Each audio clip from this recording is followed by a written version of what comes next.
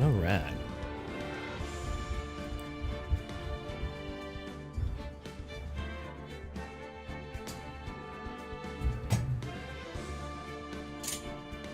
There we go.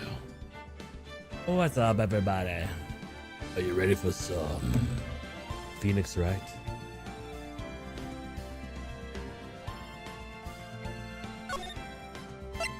Yes. Click, click, click, click, click, click. Click, click, click, click.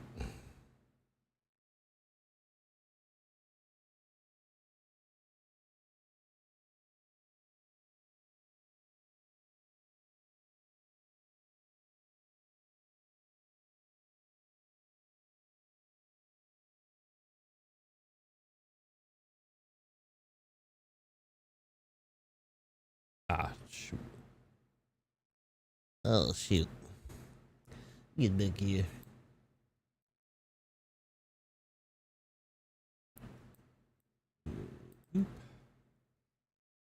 Right.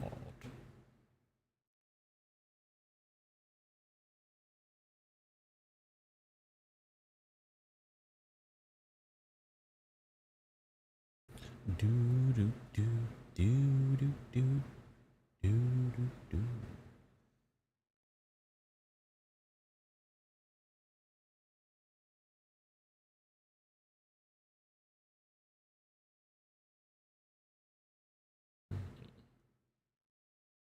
Alright, everybody. Let's go. Dude, I can't believe that Adrian, no way, not cool, and collected Adrian Andrews. She's her manager. Would have been very easy for her to pull this off. There's only one person who had easy access to the knife that you used at dinner. Was as well her. So after the ceremony, during the break, huh?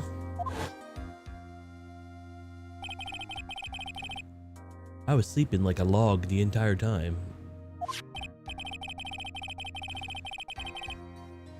See, she could have easily planted the blood-covered button in your hakama. Because she was the one that came to wake me up. Then, dude, you're saying it was really her? Yes, she's the real killer. She was the one who murdered Juan Carita.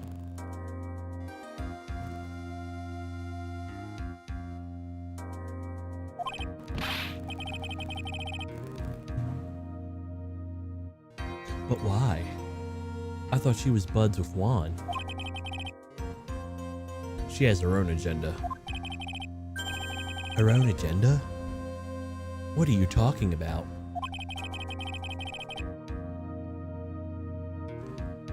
Ooh, oh no. Oopsie.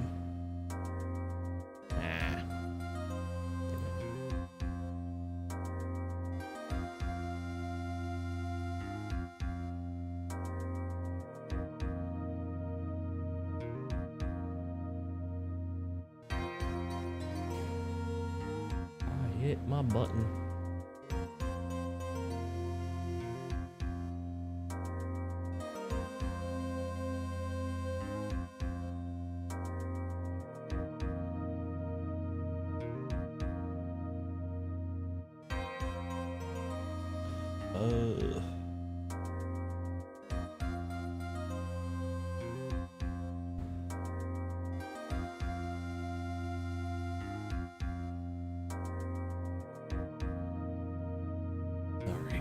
Oh yeah. Back to remove this encoder settings thing, which I'm not sure if it's going through all right or not, because I have it set at the right setting, but the thing says I don't, so I don't know. Don't know. I could lower it, but then it seemed like it was fine, so I don't know. Stupid encoder settings. But if it's all messed up, let me know, because I don't get any feedback on that, because I don't think anyone really watches.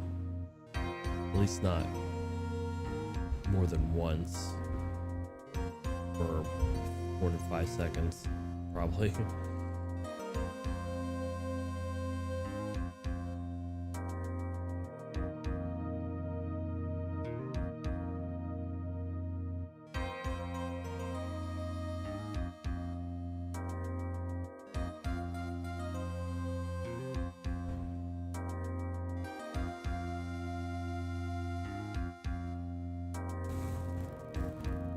Why is it doing that? Come on, phone.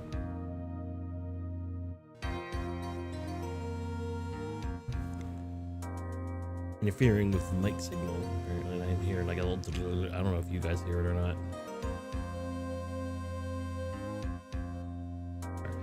I'm sure you'll see by the time this trial is over. You'll be all right. I'll get you acquitted by the end of the day today. Get me a verdict that's refreshing like a spring breeze?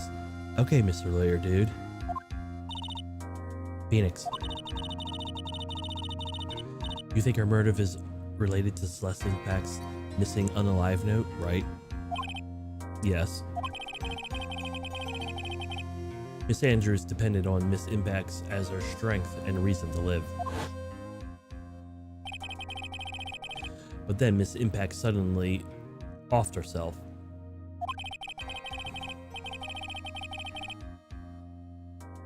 It sounded like she left a unalive note, and the person thought to have hidden it. Is Juan Carita the victim of this murder? And that's why I think that Miss Andrews got close to Mr. Carita. All to get back that note back. You know, and I know, and you know too. That sounds plausible. But one thing bothers me. What? Who was it first told us about their relationship? Better stated, Miss Andrews' dependency issues with the regards of Miss Impact's. It was Edgeworth. Looks like he's still one in command of this ship. Don't let your guard down. Don't let it up either. Or left or right. AB select start.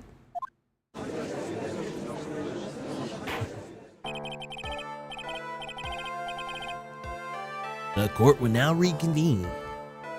Now then, Mr. Edgeworth, if you please. The that's not it. The prosecution calls the witness, subpoenaed by the court. Miss Adrian Andrews, the person who discovered the crime in Mr. Juan Carita's room.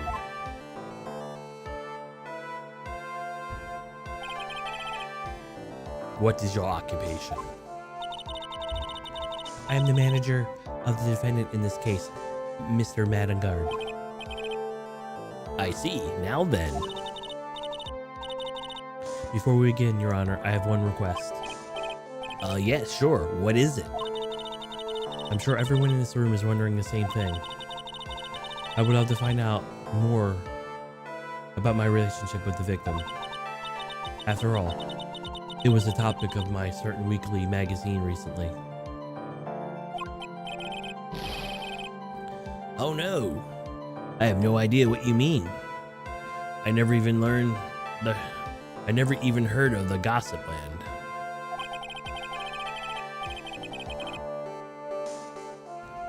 If the judge was ever a prosecution witness, he'd do all the work for me. Anyway, I was wondering if you could please tell us the relationship of the victim.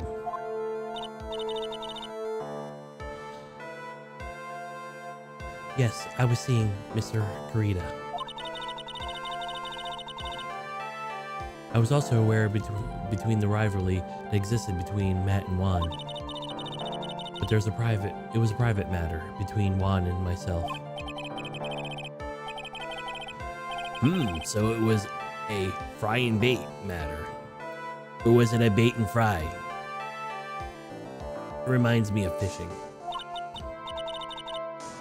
But I didn't kill him. No one is accusing you of that.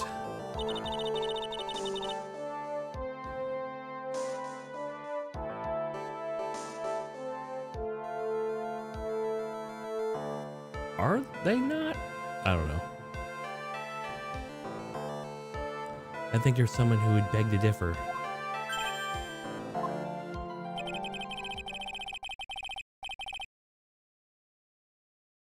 I think we all I think we all understand the relationship with the victim now, Miss Andrews. Very well then. Witness, please testify to the court about what happened when you discovered the murder that had taken place. When I found the body, it was time for the show to start. So when I went to get Matt from his room, after that I went to Juan's room, and there was his dead body. I was in shock. That's what I saw was naturally the exact same scene as in the crime photo. I felt though I was about to faint, so I poured myself a glass of juice.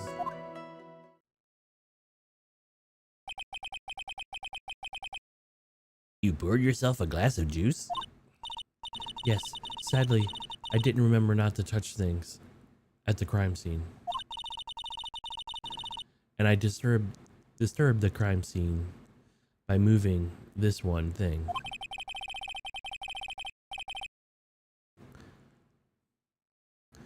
And that's when the fingerprints on the wine glass were made, Your Honor. I see. Well, Mr. Wright, you may cross-examine the witness. Phoenix.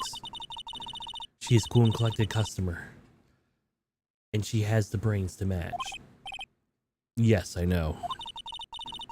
In order to catch a person like her, you have to avoid head-on confrontations.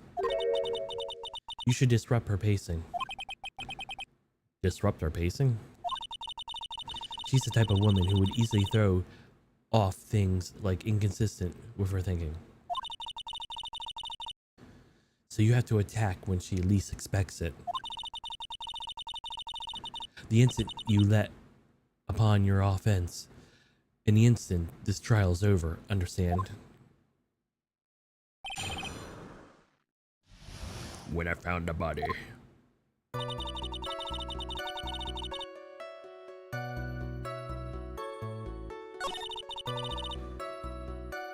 And there was a dead body. I was in shock. Breath.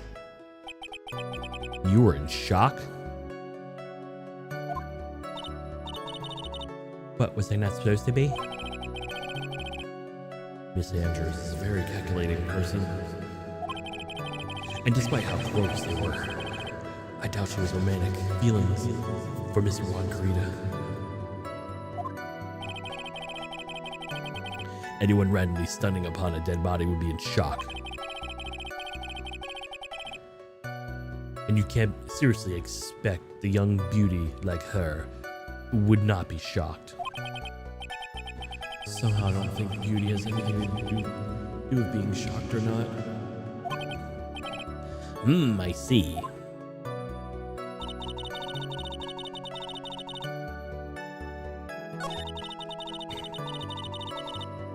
Press. Juice? Yes, there was a bottle of tomato juice on the table, so I helped myself. But you didn't drink any of it, did you? Huh? There was no lip marks left on the wine glass to suggest that anyone drank from it. I wasn't feeling terribly great, so I set the glass down without drinking it. Miss Andrews, I would like to confirm one more time. When you discovered the dead body of Juan Carita, you were in great shock. And that's when you poured yourself a glass of juice, correct? And what of it? In my mind, I was complete blank at the time. Your mind was a complete blank? I didn't think it was possible for you. Aren't you rude today? I was so dazed I made one hilarious mistake. One thing. What one thing? Never mind. It's no big deal.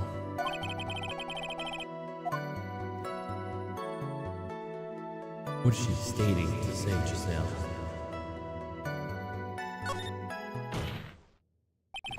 Slam. Miss Andrews, I'm convinced that you said you made a mistake at the scene of the crime. What I really want to know is, what is this mistake was? Actually, so would I. I'm sorry, it's kind of embarrassing.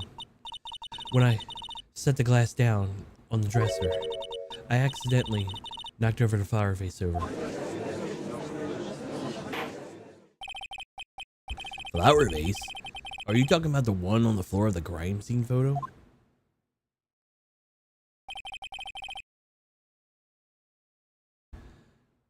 This mess of glass shards? It was originally on top of the dresser, but when I bumped it with my elbow, it fell onto the guitar case. Why did you withhold such important piece of information? I'm sorry. I thought that since the crime scene was already disarray, the people would simply assume the vase was just another part of the mess. It looks like yet another fact has come to light here. Please add anything else you reveal to your testimony. I'm sorry, but I have nothing more to add. I didn't touch anything else, except for the guitar case that's sitting right there, because it's obvious.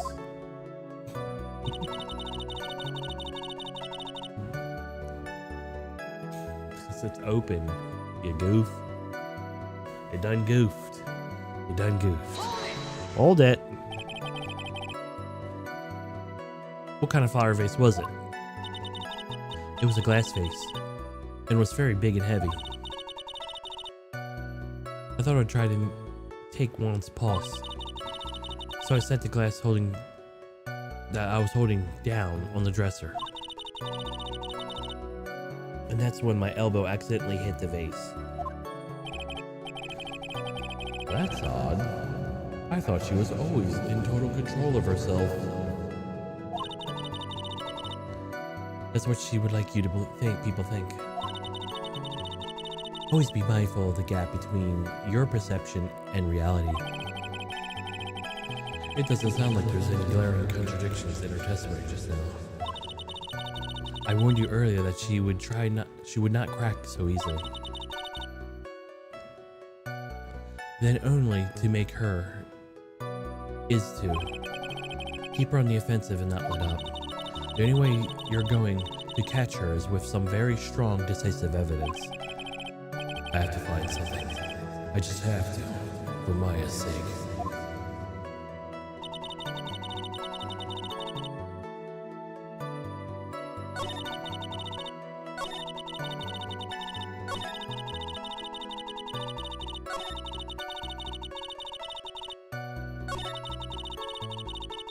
Over on the guitar case, present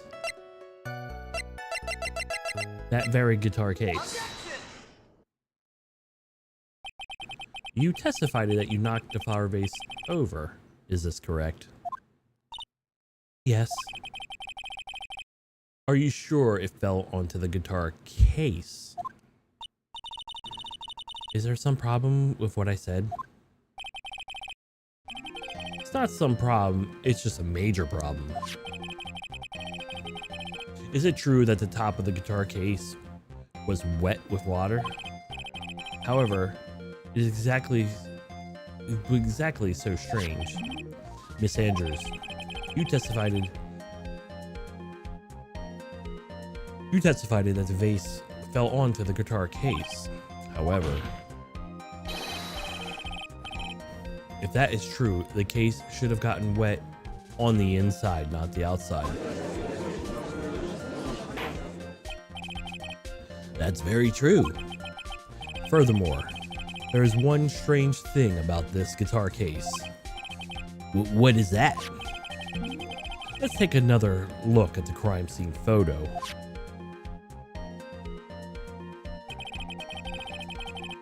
It is the remains of the vase are scattered onto the floor.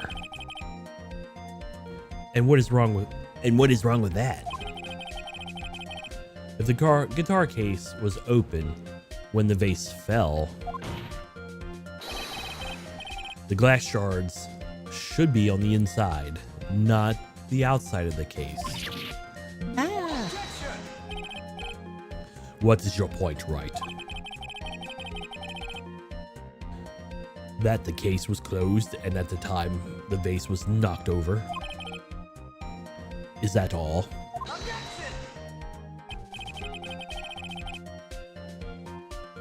No. Think back to what Miss Andrews testified to. She said that the other vase, she didn't touch anything else. No. Yes, that's right. She did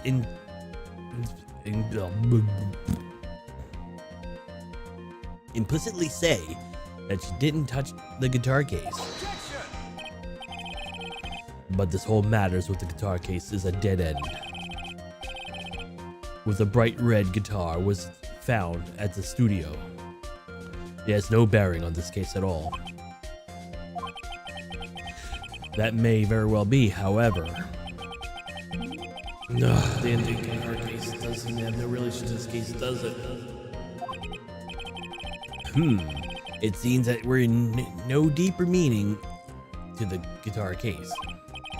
Well, Mr. Wright, do you think you need to hear more details about the guitar case? Make her testify. Right.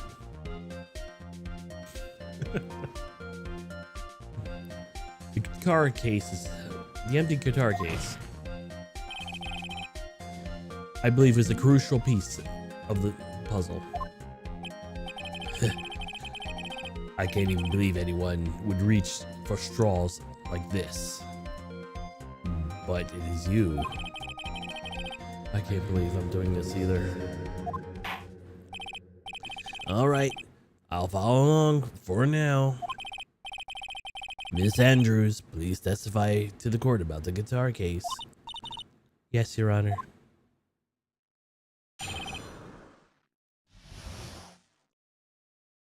The guitar case.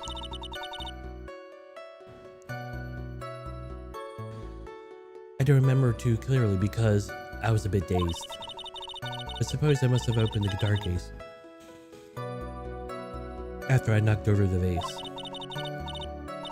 Not a big deal though, right? The case was empty after all. As for why I opened the case, I don't even know. It looks like this wasn't very. It looks like it wasn't really important at all.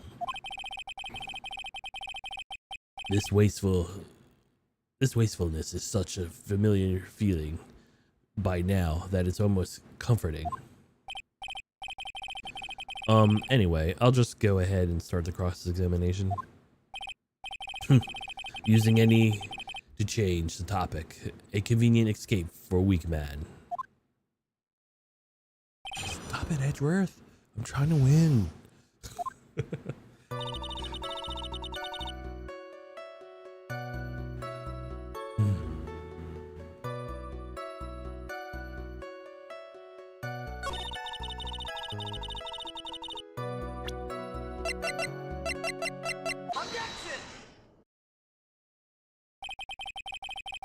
There is no way you were the one who opened the guitar case. Why would you say that? It's elementary, my dear. Because the only fingerprints were on this case were those of the victim.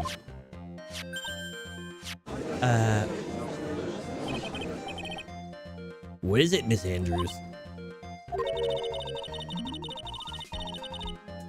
You should assume that I must have left prints just because I touched the case. What do you mean? What if I were to tell you I was wearing gloves at the time? Gloves? Why would you be wearing gloves at the time? It was the night of the award ceremony. So of course I was dressed up for the occasion. I was wearing this exact same dress. Or suit, or... was it a suit? I don't remember.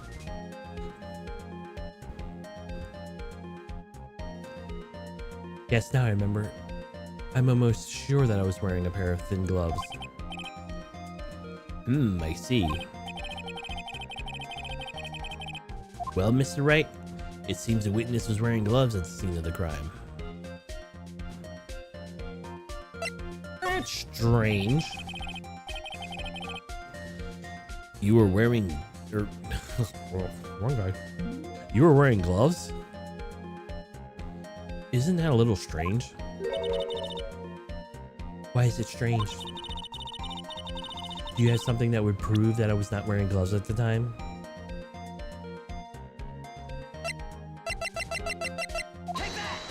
This glass.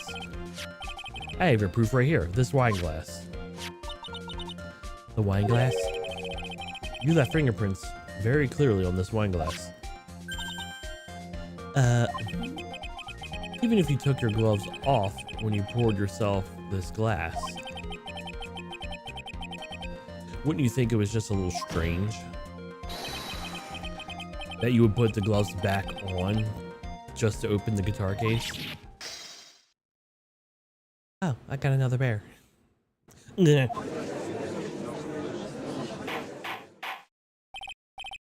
Order, order, order! Looks like you were hit the nail on the head this time. What do you mean? I believe the guitar... I believe the guitar case plays a very important role here. But it's just an empty case. I wonder if it was really empty though. But the guitar... the bright red guitar was at the studio. Phoenix, drop all your presumptions. What was in the guitar case? Was it not a bright red guitar? You don't mean it was a bright white guitar? Wait, that's not right either. I admit it would be unnatural for someone to do that. So the witness was not wearing gloves despite the fact that on the case... Your Honor, this is obviously the defense's usual misdirection tactic at work. Steer the court towards the unrelated topic and then lull into his misguided... No, Your Honor, please recall what Miss Andrews had testified that the vase fell onto the guitar case, which means that the guitar case was closed when the crime took place. However, it was wide open in this photo of the crime scene. I am sure that the case was some relation to the murder. If you're so sure, Wright,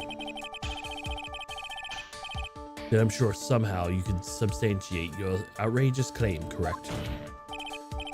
Please enlighten us to why the guitar case has any and all to do with this murder.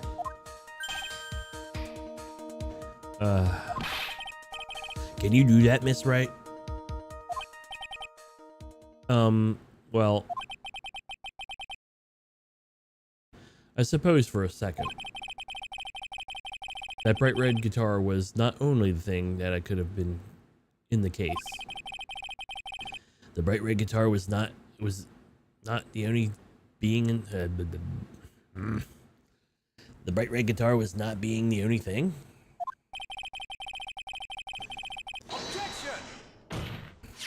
Damn you, Andrew. So you intend to push a theory that the case was not empty? It was that right? I wouldn't say something that I didn't intend to prove. Deflate your head of yours. You haven't even proven anything yet. Now then, let's have it. What's inside the case is the time of the murder?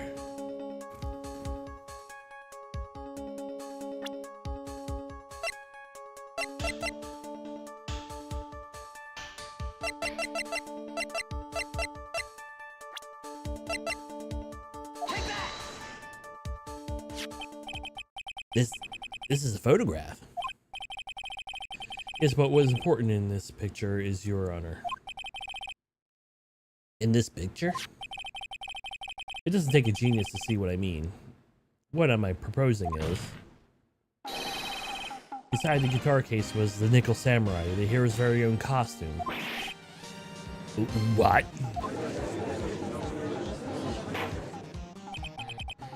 Mr. Wright, explain this. Wrong guy. Mr. Wright, please explain yourself.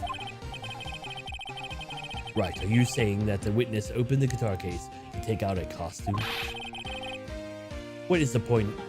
What insane point would there be doing something like that?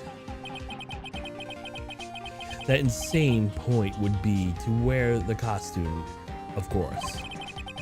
Miss Andrews put it on to hide her identity so she could make her escape. After all, you couldn't let anyone see you leave. Could you, Miss Andrews?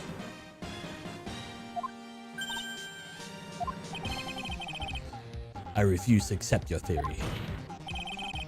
Do you have anything to support such a preposterous idea?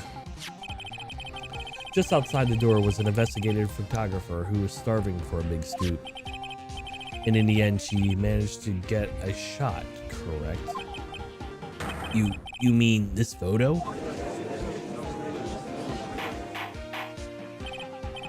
Order! Order!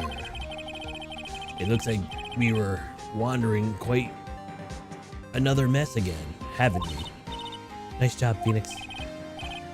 Well, you may know my strategy. Speak first, think later. So the real murderer was hiding inside a costume. Wait 1 second, Your Honor. The Nickel Samurai costume would have been in Mr. Matt and guards. Why would something of the defendants be in the victim's room? Inside a guitar case, of all places. True. That is a little baffling. Mr. Wright, would the court like to hear your thoughts? What was the Nickel Samurai costume doing inside that guitar case? It was a spare costume. Mr. On Guard did not take his costume off during this break period. In that case, then the costume we were talking about would be a spare one. What? And then you are saying that the night of the murder, there were 2 Nickel Samurai costumes at the Gatewater Hotel? Yes, that is what I'm saying. Then how do you explain the costume that was inside the guitar case? It would mean that the victim herself brought the spare costume to the ceremony on purpose. But why? The victim, Mr. Juan Carita, was the Gemma Ninja. Why would he secretly be the Nickel Samurai spare costume with him? What reason being such a peculiar act? And there lies a sticking point.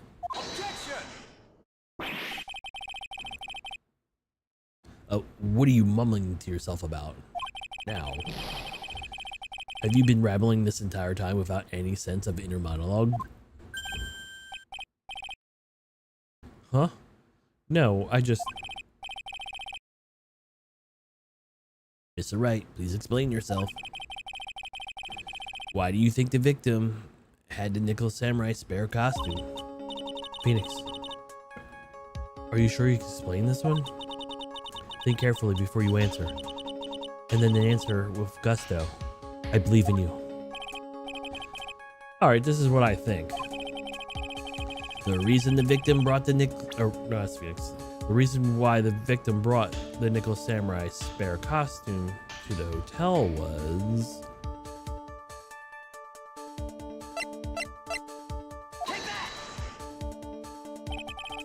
What's this? On the night of the murder after the stage show, the Nickel Samurai was going to hold a special press conference.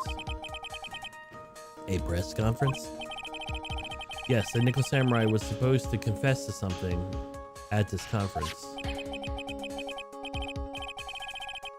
I heard about this as well.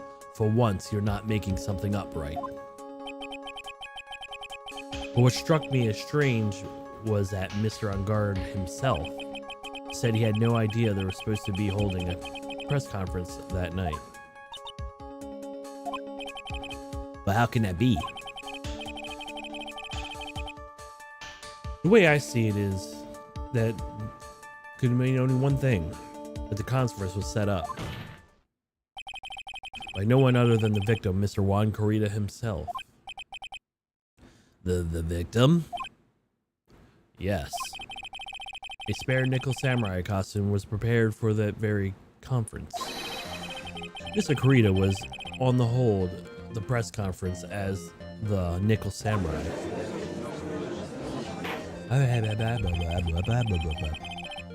He was going to dress up like the Nickel Samurai and hold a conference? But why would the victim do such a thing?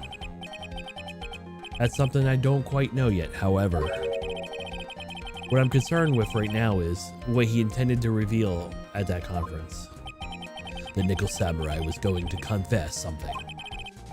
And by confess, I wager that he would reveal something about himself. Which means that Juan Corrida was posing as the Nickel Samurai. He was going to speak about Matt on Guard. Yes, I guess that's what it would mean. But if that's the case, that is not a confession, that is public disclosure.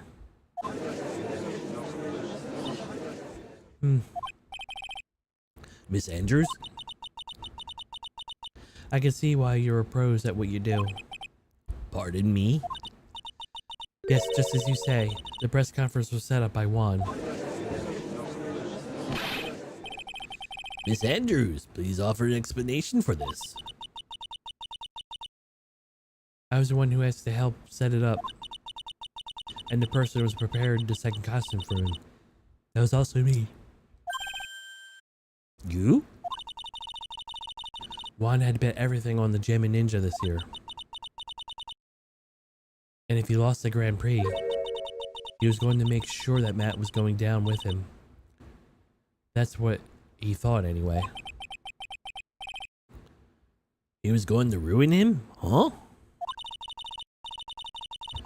It looked like somehow Juan had his hands so secret and powerful that it would destroy Matt's acting career had it been revealed. What?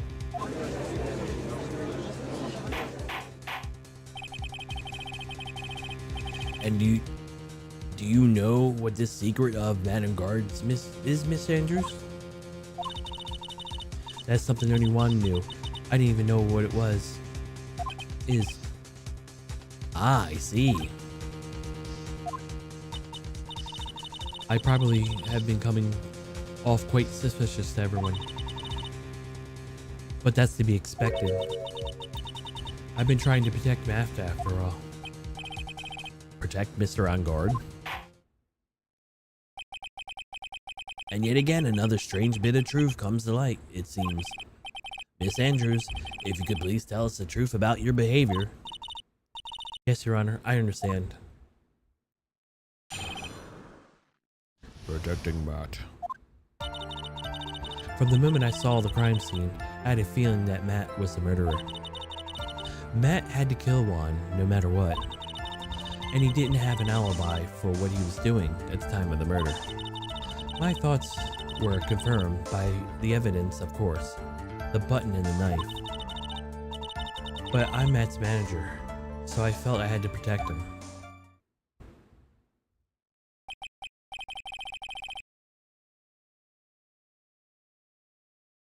This does account for everything.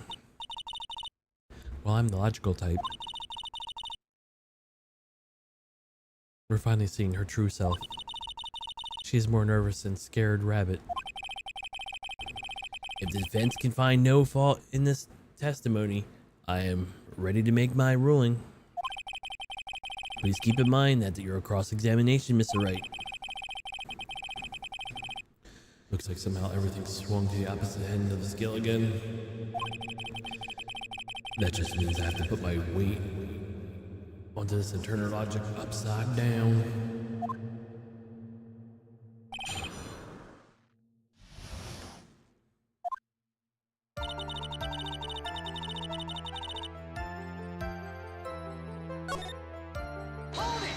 Hold it. So you say this need came from the press conference? Yes, do you know why Juan chose an event that had the hotel for a conference? Because that was when he could cause the most damage to the public's beloved Matt on guard. And you knew this plan, didn't you, Miss Andrews? Yes, because I was the one who set up the conference and prepared the costume. But I'm sure that Mr. On Guard himself didn't know anything about the press conference. Oh, really? Can you show me any proof that he didn't know about this press conference? Anyway, the important thing is, this information was not in your testimony. Yes, I agree, Miss Andrews. Please correct your testimony, if you please. Grasping at straws now, are we, Mr. Wright? I know what his motive was, but I don't have any way to prove that I'm right.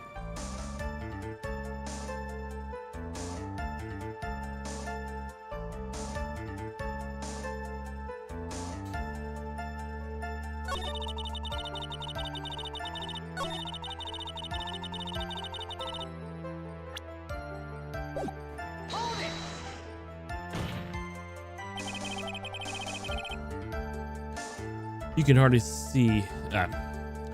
hardly call the knife as decisive evidence. The fingerprints on this knife could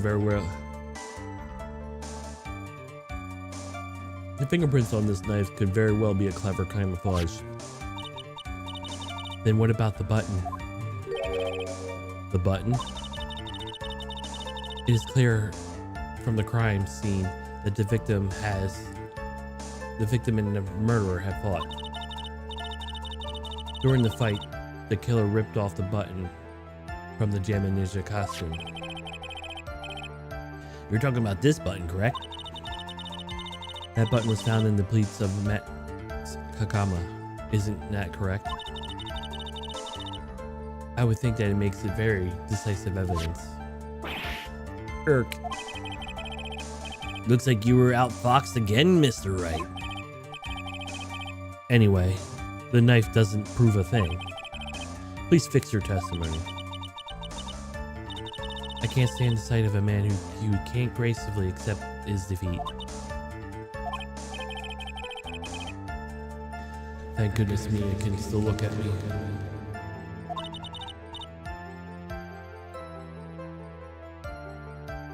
With a nice stare, yes. Miss Andrews, for Mr. Wright's sake, please add this information to your testimony.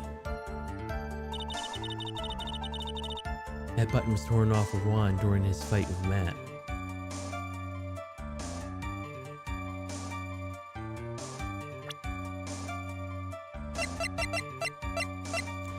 Was it now? Objection! Please have a look at this. This is the victim's autopsy report. It is clearly states that his cause of death was strangulation by a scarf. Strangulation? The knife stab to the victim was done after the victim had already died. And what does that mean? Let's examine this evidence. This button has the victim's blood on it, which means that it was ripped off the costume when? After the knife was stabbed into the victim. Exactly, which means it was impossible that the button was torn off during the victim's final struggle, because the victim was strangled to death in that fight.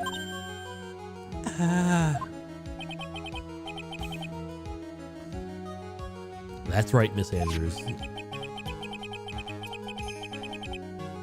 There's no way that the button was ripped off during the struggle. This button was consistently pulled off during the victim's already dead body. Order, what are you meaning? What is the meaning of this, Wright? So what if the button was torn off the body after the victim was already died? What does this change?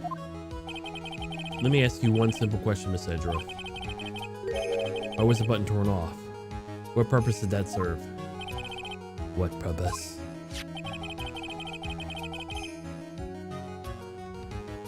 We know that this button was torn off during a fight. So the murderer took it off the time the effort was purposely ripped this off the victim's body. That would mean the murderer had something in mind, wouldn't he? Wouldn't it? Mr. Wright. Mr. Wright, does this mean that you know what the murderer wanted to do with the button? Was it to pin the crime on Matt on guard?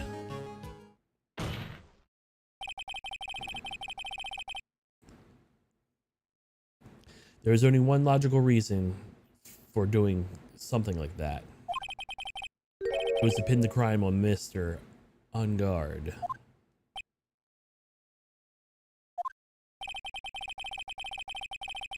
There's no way anyone would be bloodied button in their own pants. That's right, Mr. On guard was set up by the real killer, of course. You mean me?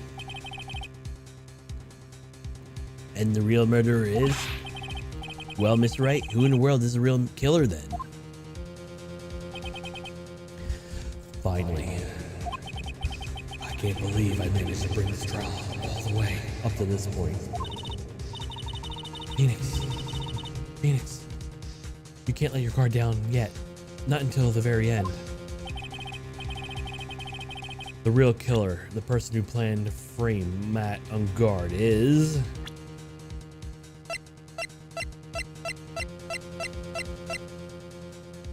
you!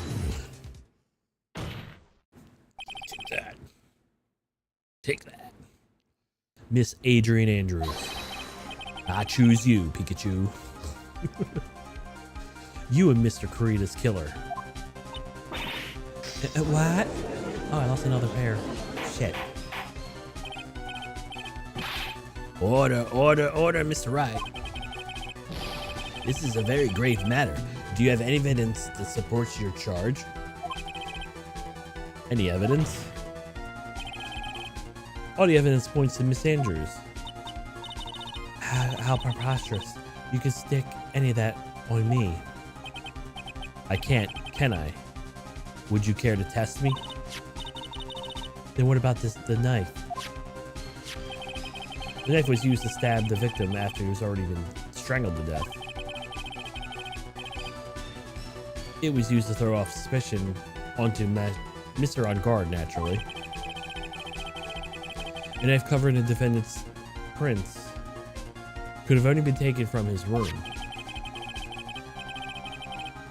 And the only one who had the dinner with him and knew which knife to take was you. Hiss. Oh, another pair. I gotta stop doing this. Then... what about the button found in Matt's hakama? This button was removed from the victim's body after he already died. The only people who could have done so were the person who found the body or the killer. However, if Mr. Ungard was the real killer. There's no way he would have put such incriminating evidence on his own comma. Ah, again? Jeez, stop that. The only person who could have... the only person that could have put the button in Mr. Ungard's comma is the person who went to wake him up from his nap, which is you yet again, Miss Andrews. I see. What about the empty guitar case? That was also another piece of evidence that incriminates Miss Andrews. That costume used to hide the real killer's identity as they fled the crime scene. Now, who could have known that there was such a costume inside the guitar case?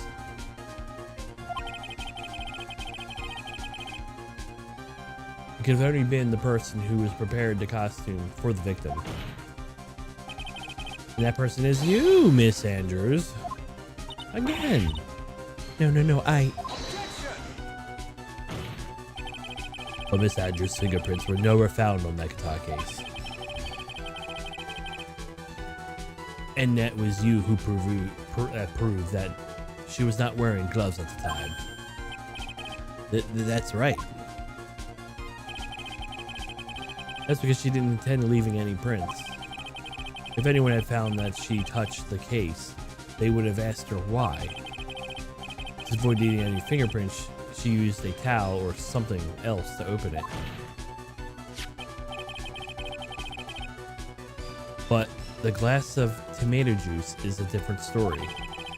Miss Andrews personally left her fingerprints on the glass to show that yes, indeed, she was the classic day's discoverer of the dead body.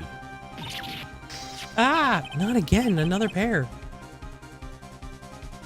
On top of all of it, there's this photo. Glasses that she go through. A photo of the killer as they exited the crime scene. No reasonable person on earth can believe that this Nicholas Samurai is Mr. Ungard. He would be much short for his own costume if it was him. Speaking of how tall people are, Miss Andrews, you're also kind of short in stature, are you not? Please stop. You're gonna break another pair. Well, how about it, Miss Andrews? I've got her this time. Miss Andrews?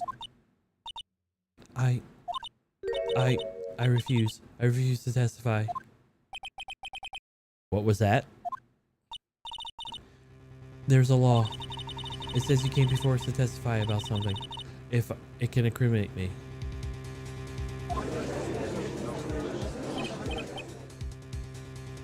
Well, yes. You're absolutely correct, Miss Andrews.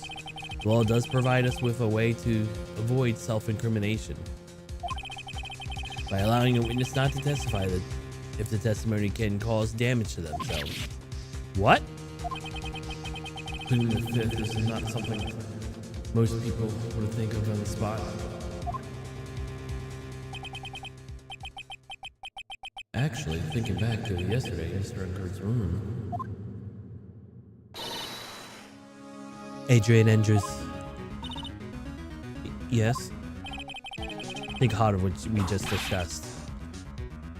Think hard about what we just discussed, understood? Alright.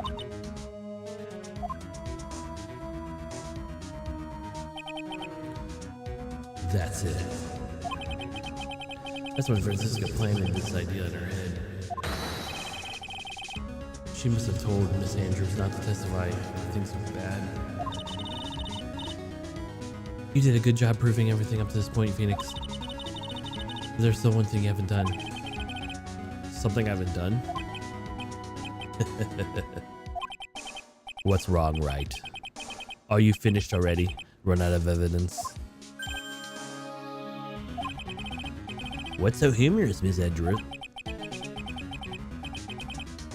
I'm sure you realize this well, Your Honor. But everything the good lawyer has proven up to this point is meaningless. What? Everything you have proven is circumstantial. Circumstantial? Yes, circumstantial. You have to provide a single proof or definitive proof. Proof that Miss Andrews did in fact harbor a wish to murder Mr. Corrida.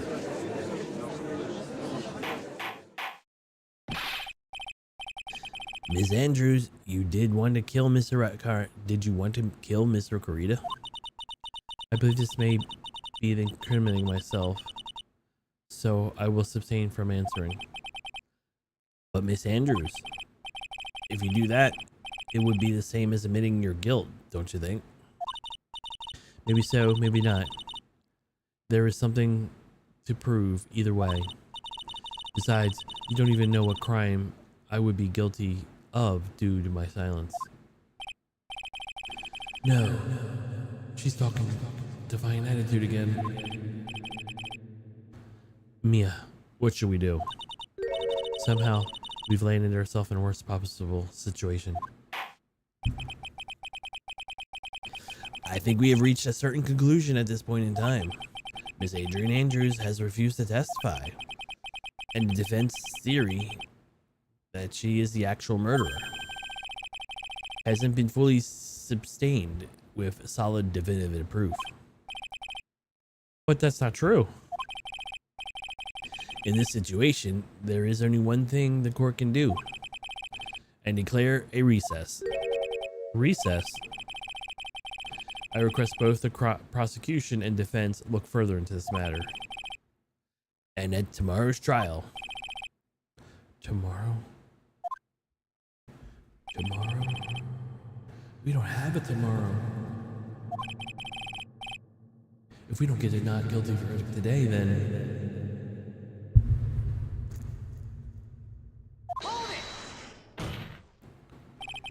Please wait, Your Honor. Please wait, Your Honor. It is not necessary. The trial. Please continue the trial. What are you sweating? What are you sweating for? Your client is getting one more day to live, isn't he? That's not it. This isn't about that. Edgeworth, I know you know who the real killer is. Please, let this trial continue. If I don't get a verdict, then Maya.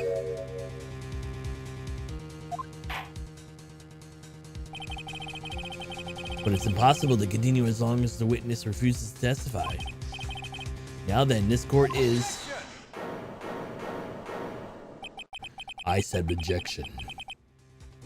It is impossible for this trial to continue.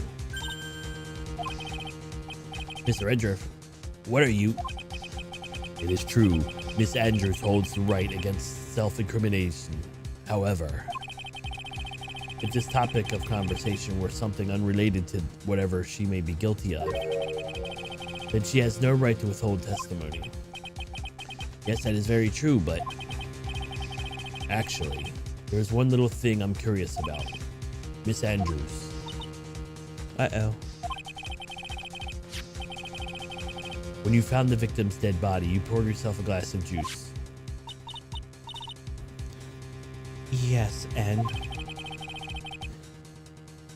I can't help but think how unnatural that is. Usually when one finds a body, they are shaken up, not stirring a glass of juice. So my actions were unusual, but I've already... Before you speak, I want to state that you have the reason behind your actions.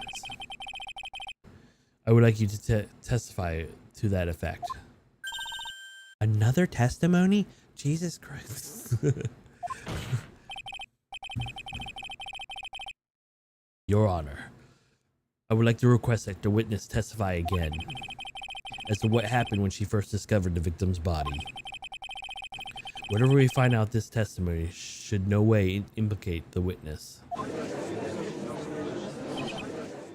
I don't know what it is about Edgeworth today, but I can't get a good read of him.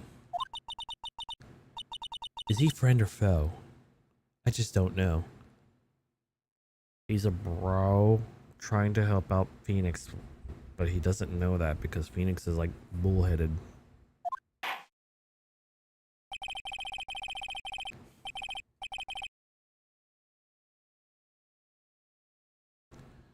The court acknowledges the prosecution's request. Miss Andrews, please, if you please.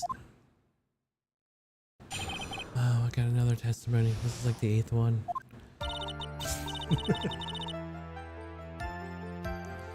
You guys are really mean to me. You make me testify all these times. This is a record, is it not?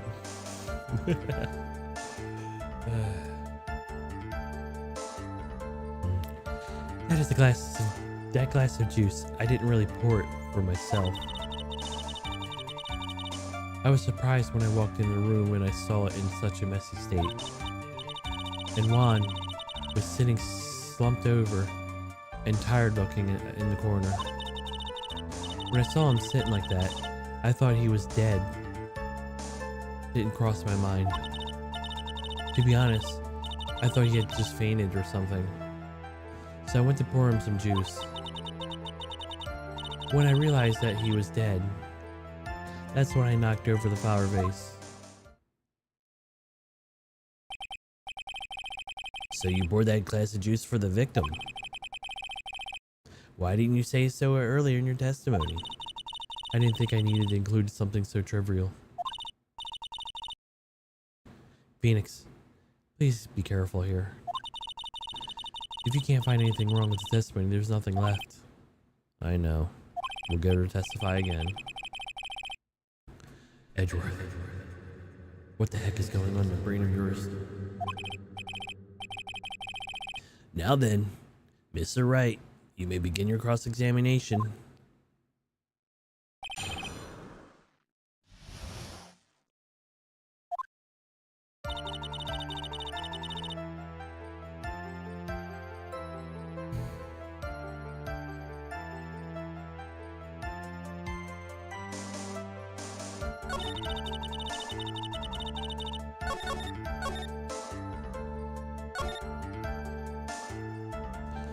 Interesting. So how about I present the crime photo?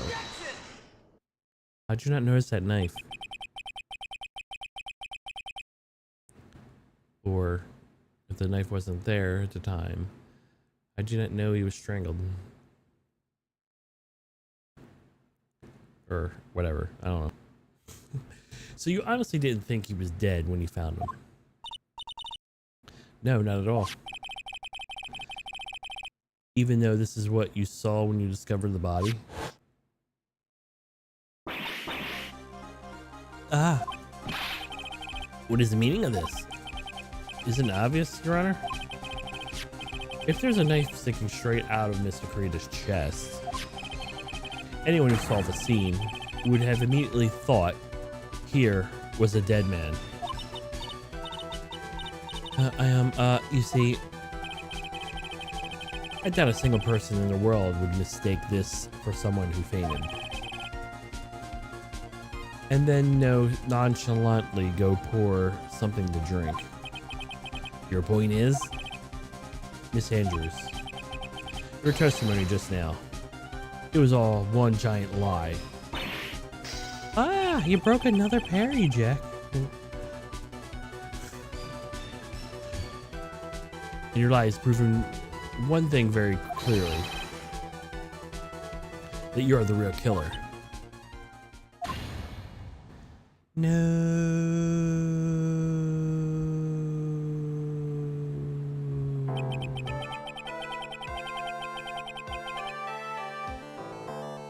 Looks like the defense has brought the ugly truth to light. The defendant, Mr. Madame, is not guilty after all. That's impossible. You're wrong. Miss Andrews, try to have some composure. It wasn't me. It wasn't me, I tell you. It was Matt, I swear it. He's the one who killed Juan.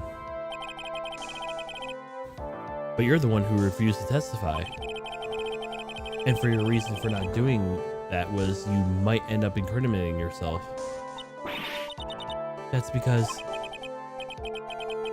Miss Andrews, I give you one last chance. What exactly are you hiding that may incriminate you? I refuse. I refuse to testify.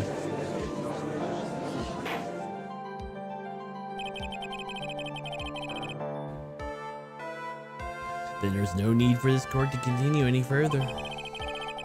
Mr. Ungard, innocence has been clearly demonstrated. Is it over? Have we found the truth at last? What's wrong, Phoenix?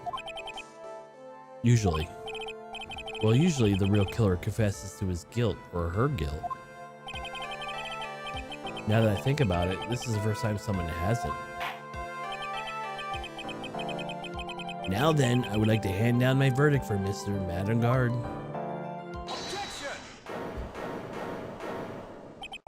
Your Honor, the prosecution feels that it would be premature to pass down the verdict at this time. Ooh, what? The reason is quite simple. The witness has yet to speak about her absolutely real truth.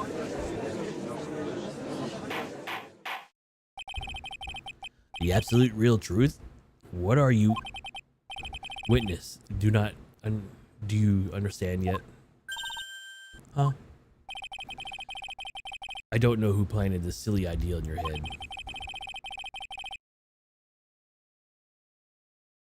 But as long as you protect yourself through your silence, Madangard will go free in his place. You will become the guilty party. That's a lie. I don't believe you. What?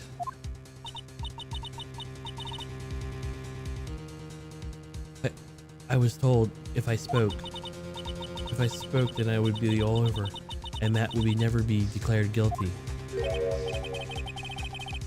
What in the world is she talking about? Has she lost it? I can't speak about it. I'm too scared. Is Franziska von Karma? Huh? You don't remember, Phoenix. Miss Andrews lives by gripping tightly into the worlds of another. Because she doesn't have the strength to believe in herself. And then right now, Miss Andrews is... Yesterday, she's tossed in a lifesaver by Miss Von Karma.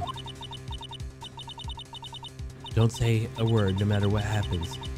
If you do, Matt and Guard will be acquitted. Miss Andrews undyingly believes in the words right now and clinging onto them. And then what should we do? This is the first time I ever came across anything like this. But Miss Andrews has to be the real killer, right? All we have to do now is get her not guilty. That is my only priority. It wasn't me, I'm begging you. Please, believe in me. I didn't kill Juan. Help, please. Someone, help me. Mr. Wright. Yes, Your Honor. The court can't continue on like this. Therefore, I'd like to hear what you intend to do. What I intend to do? What am I supposed to do? What am I supposed to say? Right. I suggest you think very carefully about this. Think what the witness did, not what she did not do. Think about who the real mastermind behind this crime. Who's the real mastermind? Isn't that obvious? There is no one else it could be except the woman crying over there, right? Come on now, what will you do? What kind of man are you, Mr. Phoenix Wright?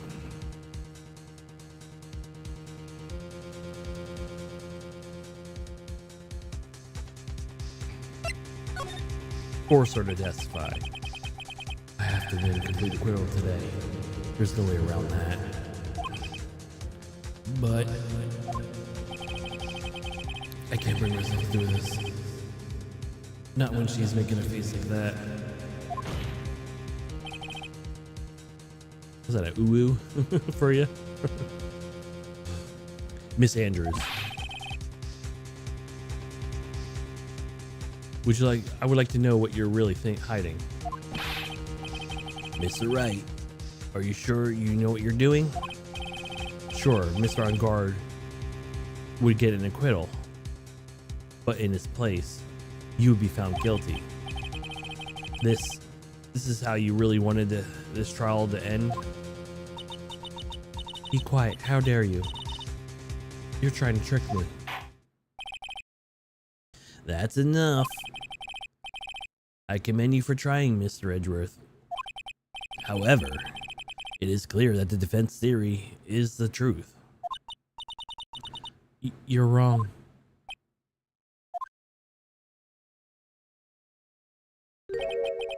What a shame. I had hoped things wouldn't come to this, however. What is it, Mr. Edgeworth? Miss Andrews, since you absolutely refuse to testify, it falls on my shoulders to disclose to this court. Stop. Mr. Edgeworth. The witness, how should I put this? She has an illness. What? Because of her illness, she tried to commit unalive in the past. Stop. Please stop. No matter how much I want to hide it, it's no use. I have the evidence right here. That's the second part of the escort. The attempted unalive report. What will you do now, witness? You should know what I'm about to do, don't you?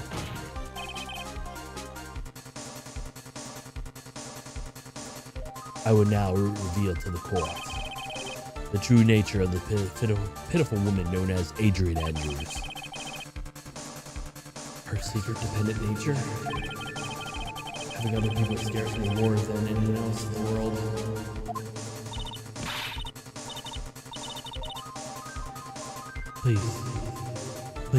Please stop. I beg you. If people find out, I'll... You're going to say that you choose death? Is that no concern to me? Edgeworth, how can you be so cold? However, before you die, I'll put the truth from your still breathing lips, no matter what I have to do. So I'll tell the court yourself, or shall I? Either is fine with me. I'll talk, please. Help me.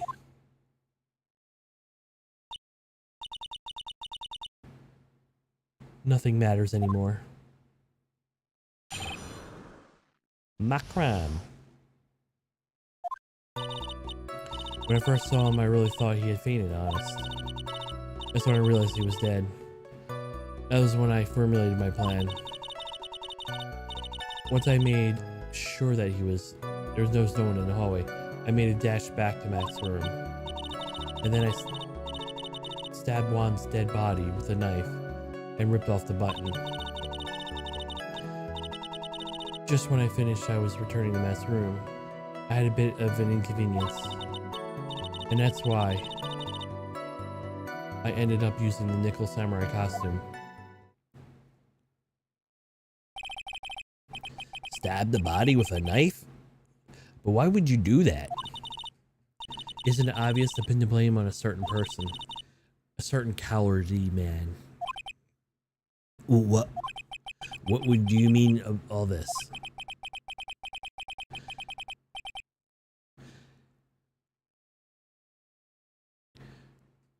It might take the court a little while to understand, but this is the truth. The real killer is Matt. That scumbag of a man. I'll never forgive him. He's trying to escape guilt again, just like the last time. Last time?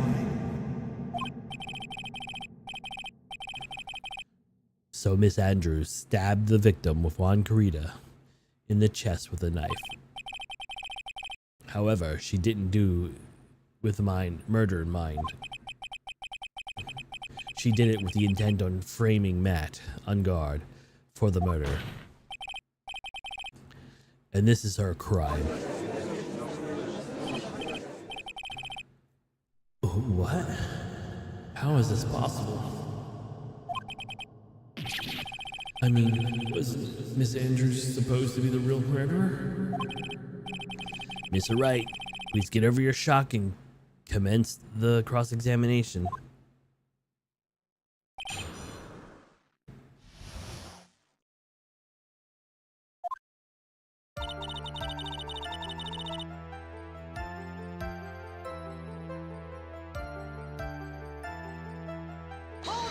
Hold it. But you could tell from the state of the room was in. That's where there must have been a fight. Are you telling the truth when you say you did not know he was dead? He had a scarf tied around his neck. But that scarf is part of the Jaminition costume, so I didn't think anything was strange. His head was also tilted down, so I couldn't see his face that well. That's why I thought I'd figure to wake him up and went to pour the juice.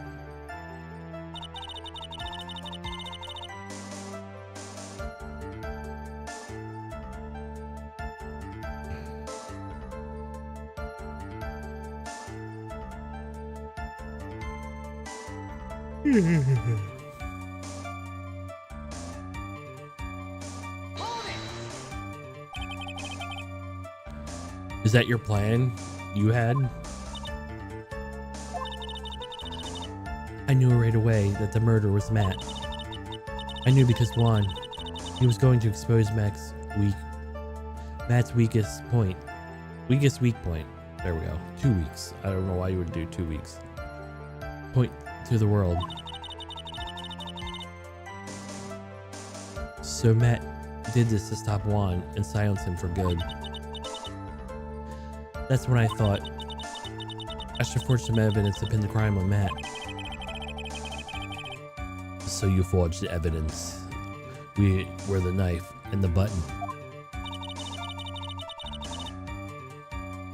The first thing came to mind was to plant the knife.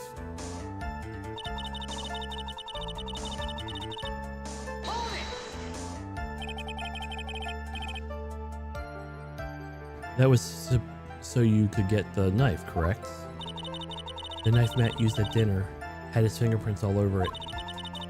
I thought if I used that, the police would certainly turn their eyes towards him.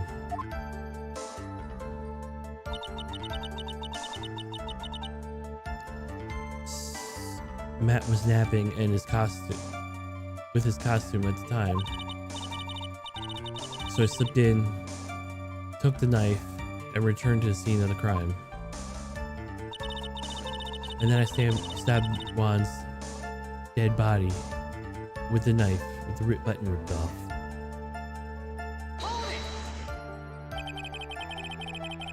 So you're the one who stabbed the victim with that knife? I just said that. It gives me goosebumps to think about it now. What a horrible thing I did. But at the time, I couldn't control my own body. It moved on its own.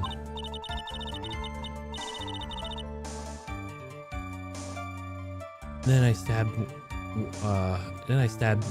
Juan's dead body. I suddenly realized something. If I use this button somehow, I could make it look Matt even more suspicious. Or more of a suspect. So you thought to rip off the buttons and then plant it in Mr. Ungod's Hagama? Yes, that's what I had planned to do. But things never go that smoothly, do they?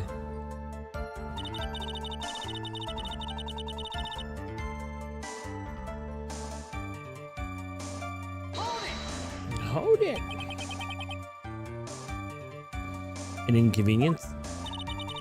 There was a woman with a camera at the ready, loitering in the hall.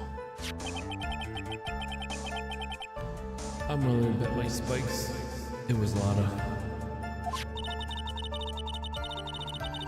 There was also a woman with a ray gun at the ready, pacing back and forth. That's this little bag for you. I'd already been caught and made a big scoop for a certain weekly tabloid once. So I couldn't very well go out looking like myself and get caught again.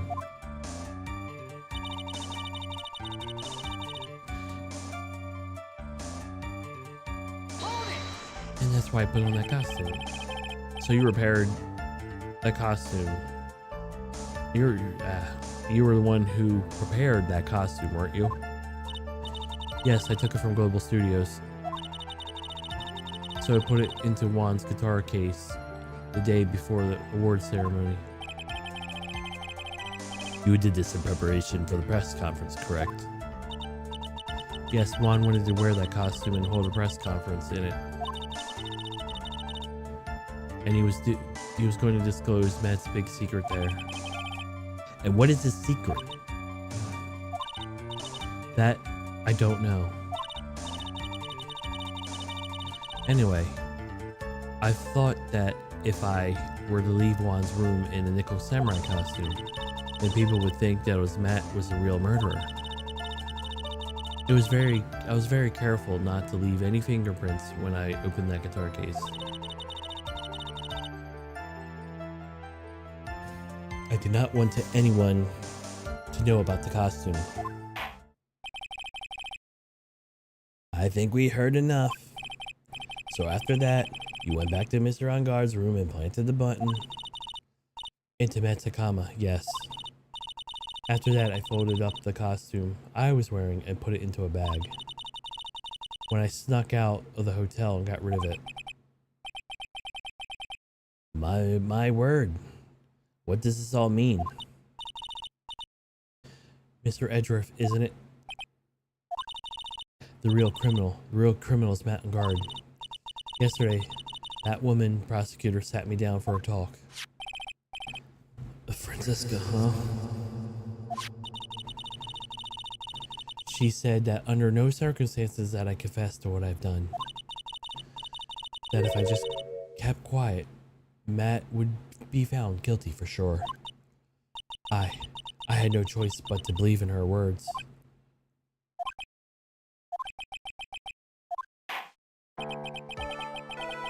What is this witness has done is clearly unlawful. However, as long as her testimony stands, we can be certain that she is not the real killer. Wait, Your Honor. The defense still... Right. It is pointless. At this point in time, it is not possible to indict Miss Andrews on anything. Yes, exactly. There isn't a single piece of evidence that points her as the murderer. This The cross-examination of the witness is over, and so is today's trial. You couldn't establish that the witness was the culprit.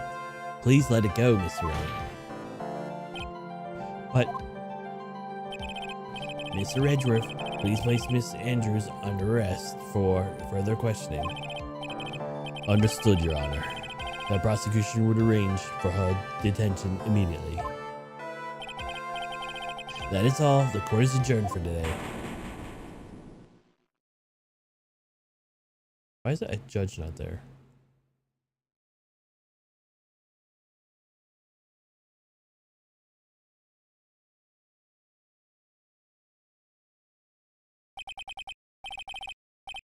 Today's trial, it's over.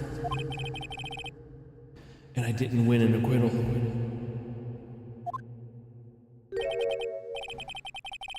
Witness, would you mind if I asked you something? Edgeworth? What is it? Before you leave the court today, I mind if I look at one thing. That card in your hand, it has an interest for quite some time now. What exactly is it? Oh, this? Mr. Wright asked about this. Also asked about this. Although I didn't remember at the time you asked me about it, Mr. Wright. I remember just now. I found this in the room on that day. The room? That day? Yes. I found this card when I discovered Juan's body. It was lying there right next to him. You found that card next to the victim's body? I suppose it might have unconsciously slipped it into my pocket. But it's not if this card was any relevance to Juan's murder, right? Yeah, I guess not, but it's still a strange card, if you ask me. But as far as a clue to this case, I don't see why. Witness that card. Give it to me. Hurry. Edgeworth? Do you have any idea what you've stupidly yet inadvertently done? This. I can't believe you hid this from me all this time. I didn't mean to. What is this all about? I've never seen Edgeworth so emotional before.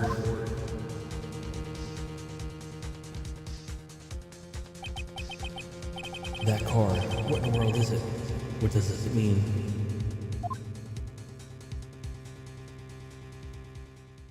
To be continued.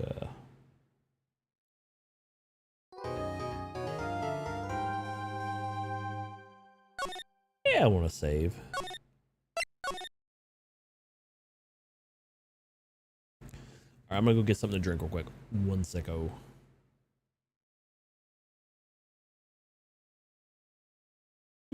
BRB.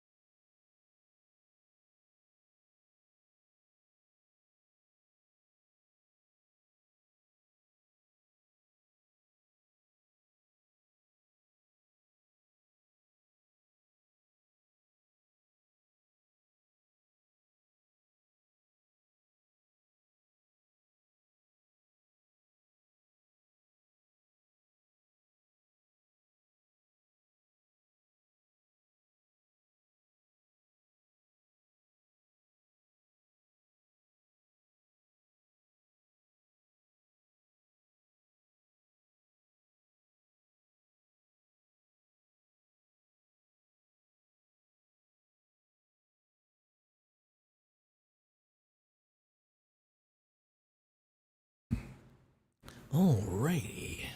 Let's do this.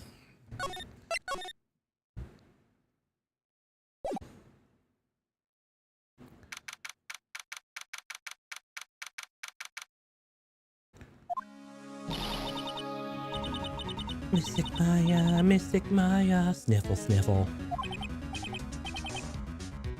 There, Pearls. I can't take it anymore. Wow. Look, it'll be alright. Everything may still work out. The condition was we had to get a not guilty verdict. So far, the kidnapper has kept his word and hasn't hurt Maya. And he won't because Mr. On Guard hasn't been given a guilty sentence yet. Sniffle, sniffle. Cheer up. We don't have time to stand around crying. We have to get going. You're right. Mystic Maya is much more pain than I am. Yes, that's right, so... Hey, you guys, glad I caught you, pal. Mr. Scruffy Detective. Oh boy, looks like Detective Gumshoe has been dubbed Mr. Scuffy Detective in Pearl's book now. It's just a plain old Mr. Dick Gumshoe now. I came to talk to you, pal. We're kind of busy right now. The future. So what are we going to do from now on? What do you mean, pal? Well, you've been fired, right? So don't you have to... Do you have a new job lined up yet? Oh, that. I'm supposed to do now. What am I supposed to do now, pal? I don't have anything coming in until my next payday. What are you talking about? You don't have another payday? I guess that means I'm just going to have to work at your place, pal. Say what? You'll be searching for things that prove Mr. On Guard's innocent all day, right? Well, yeah. So yeah, I'm going to help you, pal. I've got lots of experience in investigation and watching other people's places. And I'm even great at making really simple meals, pal. I'll take care of it all. Come on, Mr. Nick. Let Mr. Scruffy Detective take care of things. Okay. By the way, what is your best dish? Instant noodles, pal. Why am I surrounded by people who only eat cheap, unhealthy foods?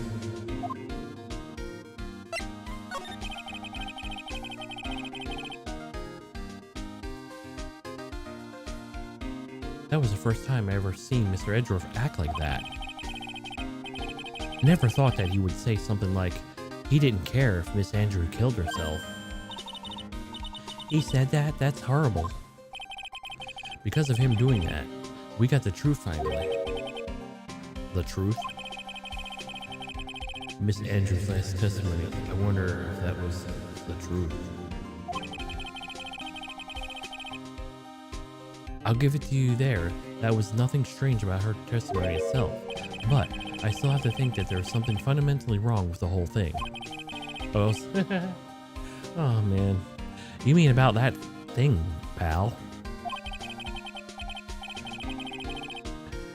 Why would she want to?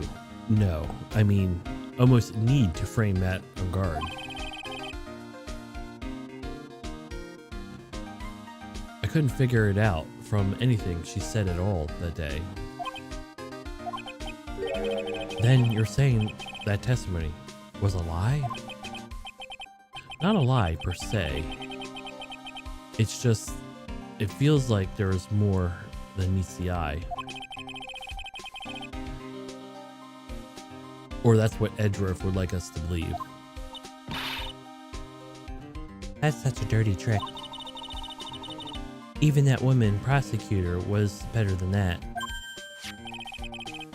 Franziska von Karma. Franziska von Karma. Speaking of Miss von Karma, do you have any more information on her condition? Wasn't she shot this morning? Miss von Karma was shot today on the way to the trial by Pistol Pal.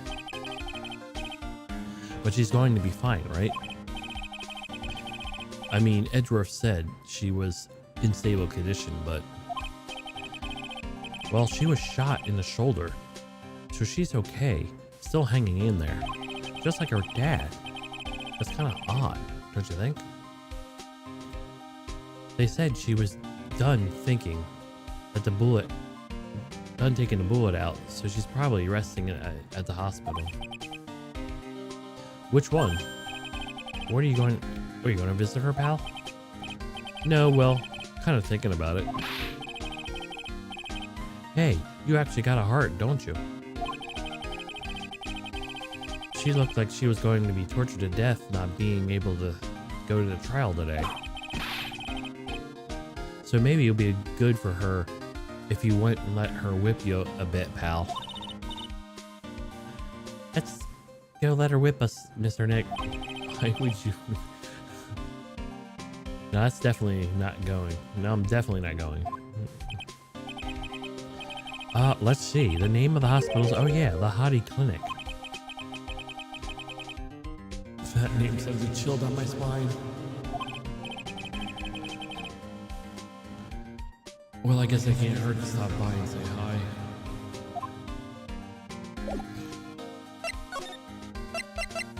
Hottie Clinic.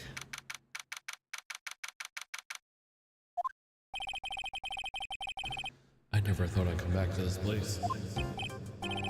And there he is. I don't remember what voice I had for him.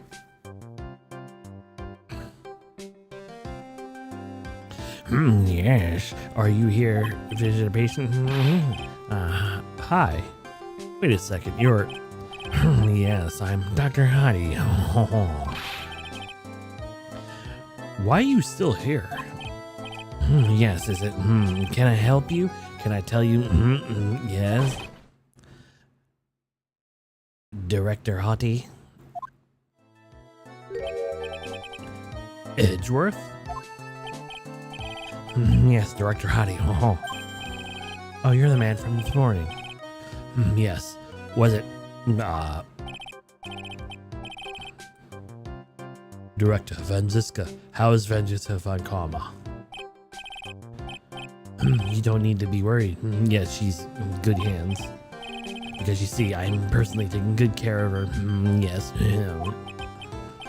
Yes, that thing, surgery, went well. You have my gratitude. And like Edric doesn't know about this director and his secret. She looks so pitiful, absolutely terrified. Yes. I understand. Yes, her opponent was a gun, after all.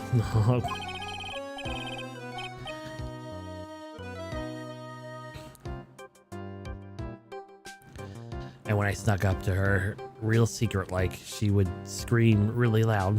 Yes. I see. But she's really cute too. When I do that, she'd whip me with her whip. Boy, did I cry like a baby. Yes. But I think I could get used to it.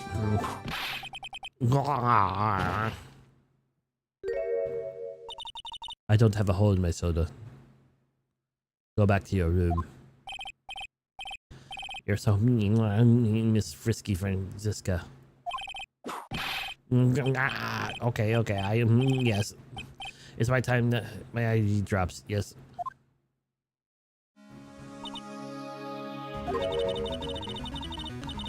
And what are those tulips doing in your hand, Mr. Phoenix Wright? She knew. I knew I shouldn't come here.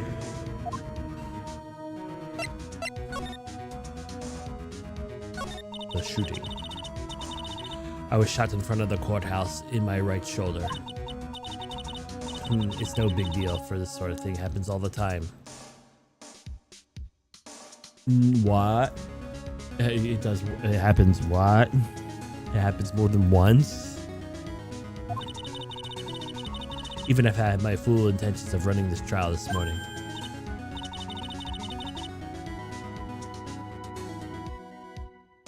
But it would have been too much for you.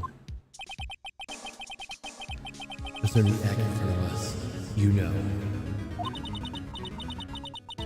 Regardless, I was dragged here by that man over there.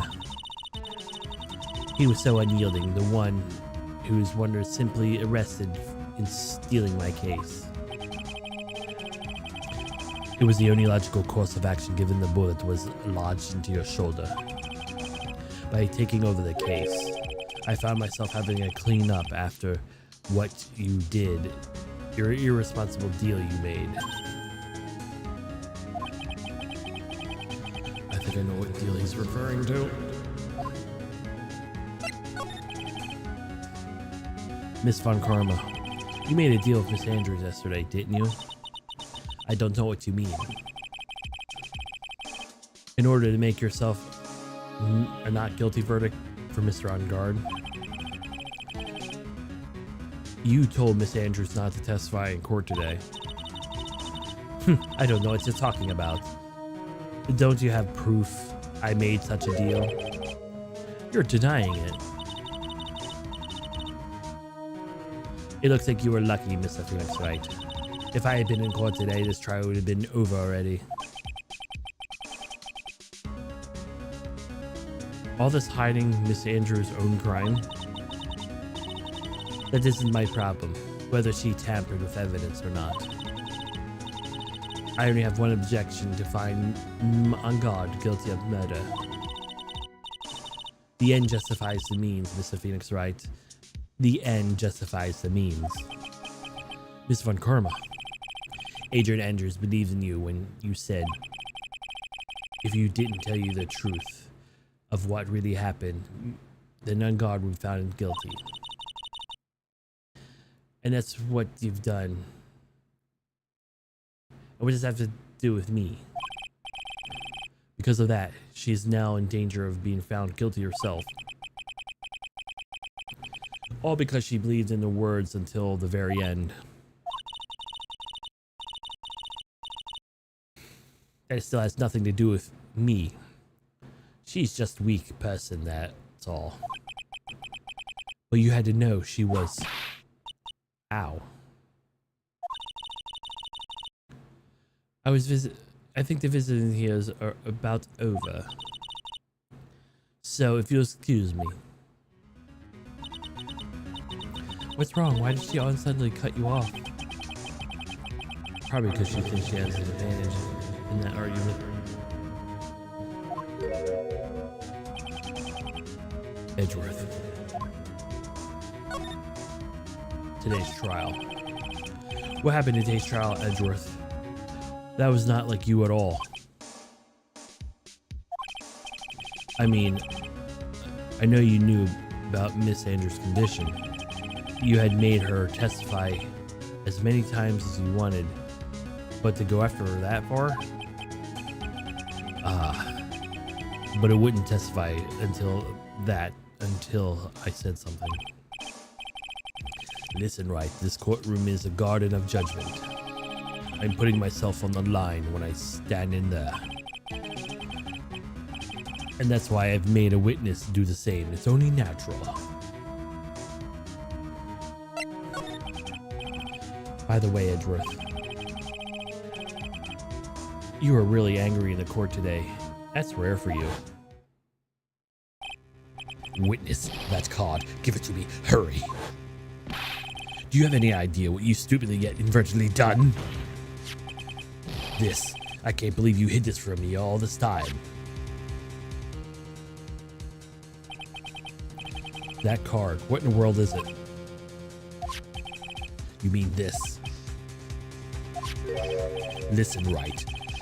This is a top of secret information. You absolutely cannot leak this. Its special investigations team has existed for numbers of years, but a few know of it. I understand. Their task is to find the owner of this card, the man called Shelly the Killer. And just the name states, he's a killer, an assassin, best of that. An assassin? Or an assassin?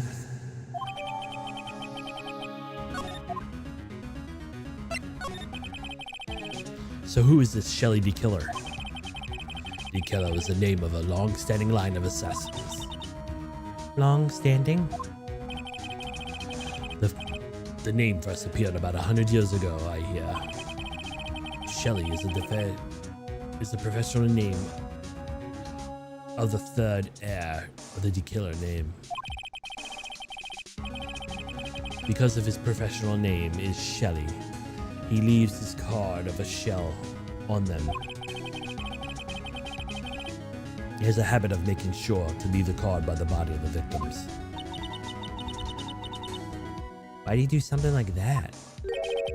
We think it's part of his duty to his clients. His duty? If he leaves the card, when the clients can be assured that it was he who killed the victim.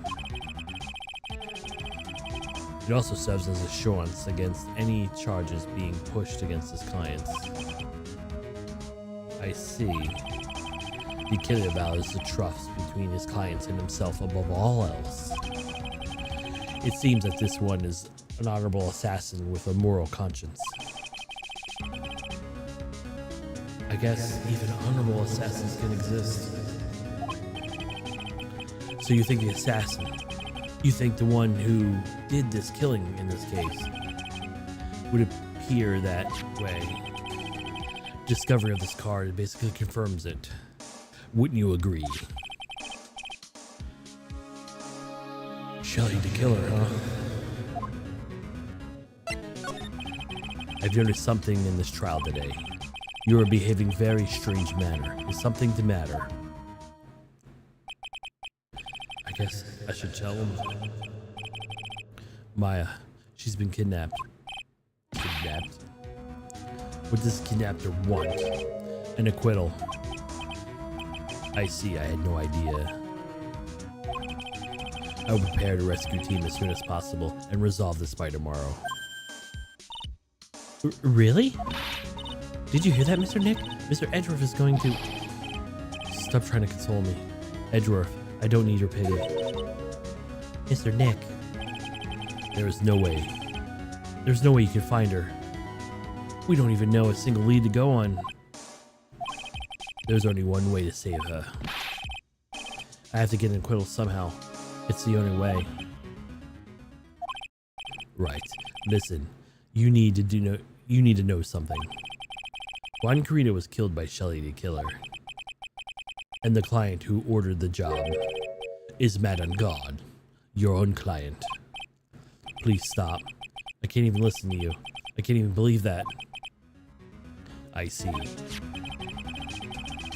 Well, if you want to continue your investigation, you will need this.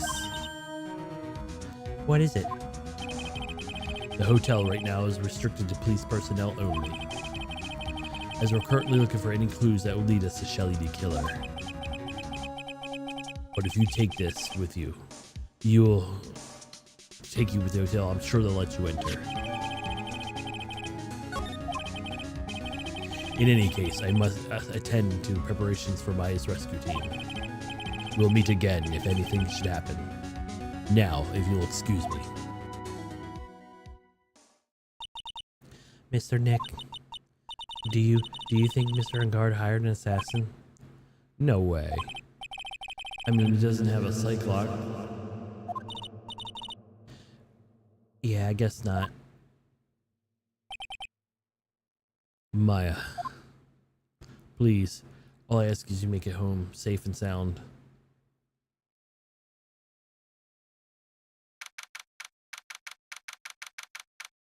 Daytime location.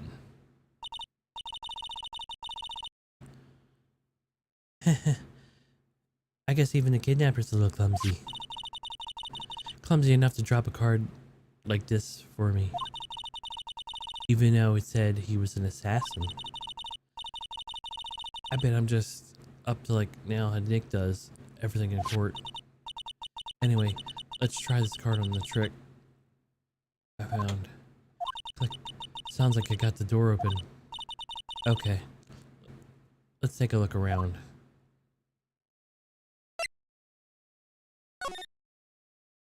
Question mark, question mark, question mark.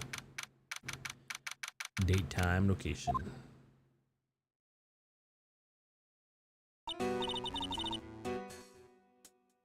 What is this place? I got a feeling I'm not in a hotel anymore. Are those videos over there? Well, I'll worry about that for later. I guess just start looking for clues. That way I can show them to my sis and maybe get out of here. A bear? That's weird. It's a figurine on the sofa in a place like this. I think it's a bear. Oh, how cute. But it's got a lot of cuts and slits on it. I wonder if it's some kind of puzzle or something. Ah, it's locked, of course. Doesn't look like I can use the card to open this door. There's a little hole at the bottom of the door. If I was any little skinnier, maybe I could actually crawl through here. There's a framed picture sitting on the table. This is a picture of a woman. She's kind of pretty. Hey, looks like there's something written here. Let's see. I think it says, "With love, Celeste." I bet this could be a clue. Oh, hey, it's a computer. I never used one before. I have no idea where the power switch is on this thing. Drat. There goes my plan. Is somehow get out of here. What is this thing? Is it an antenna? I guess. This is a VCR? There's sure a lot of electronic gadgets here. But an antenna? Doing here? Oh, this is simply not... Oh, this will simply not do. I cannot have you wandering around here at will. Yeah. It seems that Miss Wright truly is concerned about you. Is he? For now, I would suggest you remain cooperative. If you cannot, there is ways in which I can help you. Ways? You mean... Dead men tell no tales. Is that how the saying goes, correct? Dead? I am also certain I told you on our first meeting I am an assassin. No way, you're lying. I mean, an assassin? People are not always who they appear to be. Nick. Pearls, did you just hear that? Mr. Nick. Oh yes, Pearls. Got caught in my thoughts about my situation. Mr. Edgeworth has left, you know. I guess for now I have no choice to believe in Mr. On Guard. But I think I should listen to his story one more time. Alright, let's get going too. Okay.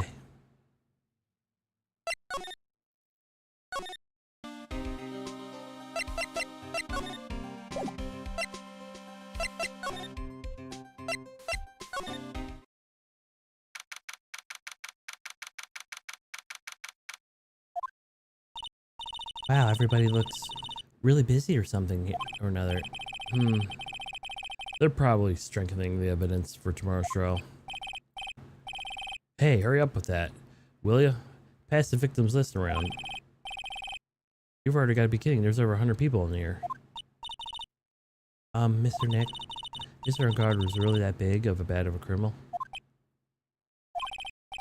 Actually, Pearls, never mind. Sounds like they're working on a different case. That's the one I wanted.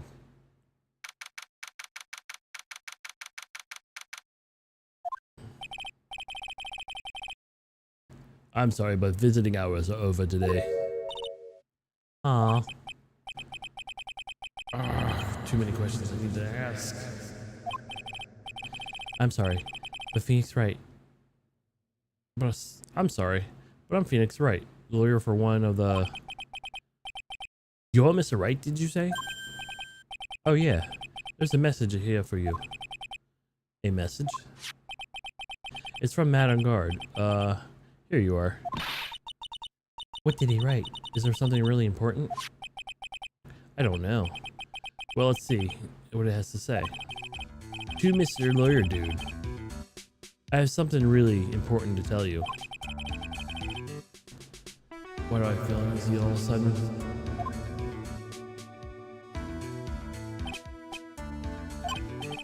Oh, Mr. Wright. So actually, I have a favor to ask you. I have this cat named Shu. I didn't put a lot of food out when I left the house, so he's probably pretty hungry. I think you could drop by my house and feed Shu for me, dude. My house is just a little ways down the hotel, right?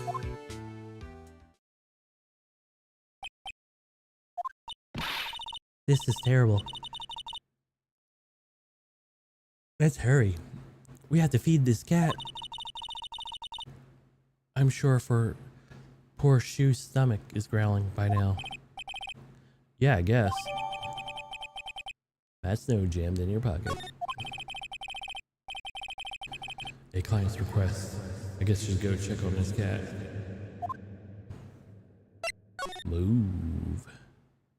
Alright, do I have to go to my office before I go to it? No.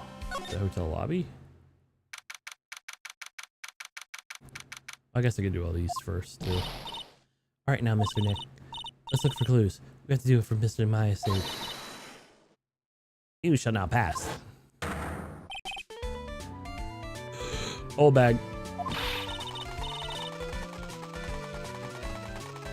Don't devalue my name and turn your grass, you spiky-headed pettifogger. Because of you, I've been made to look up like a bad guy again, although I did get a piece of gum from Edgy Boy. Just as I was more valuable than Edgy Boy's heart, but it's me. It's all your fault. You've awakened the beast inside me.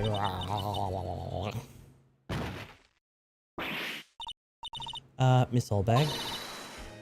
Keep your hands off me. This helmet is airtight.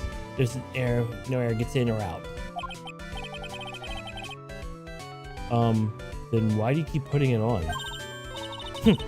Don't think you can move with the silly questions. You're going to have to defeat me if you want to get by.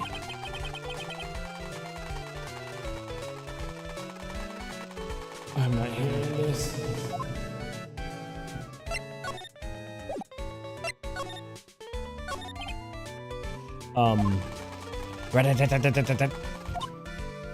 Ha!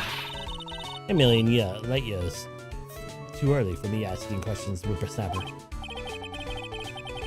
Oh, looks like the only way I'm gonna get an investigation done is first to do something about this kooky alien. What's the presenter with this thing?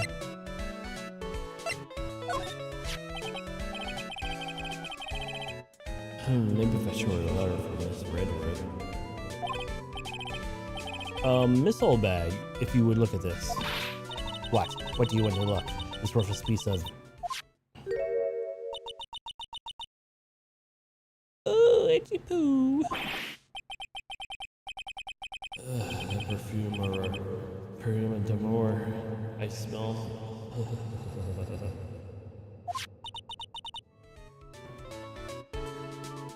Let's see here. Would you please allow this unsophisticated young person to conduct his investigation? Yours truly, Miles Edgeworth. Yours truly? That man's good at flattery. Fine. But because of Edgipoo said so, I understand. Letter of induction given to Miss Oldbag. Just if I thought something I'd have to do. Remember, no messing around. You do anything bad and I won't let you off the hook.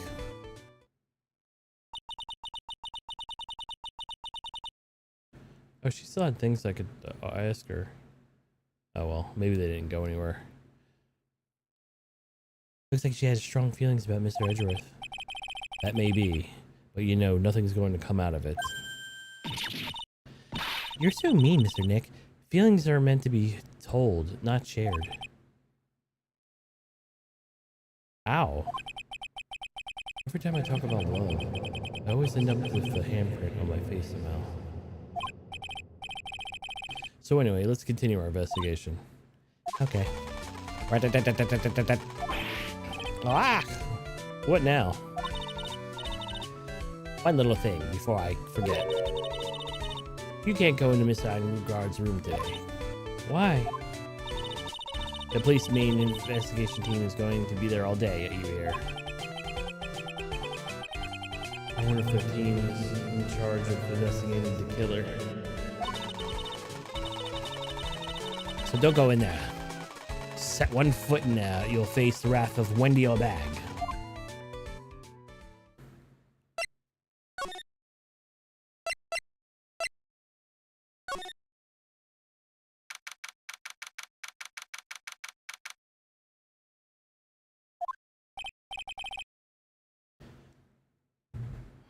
It's sure dark.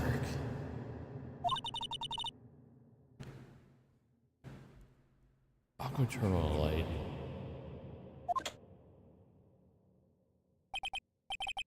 Wow, this is what a star house looks like. Must be nice to be rich.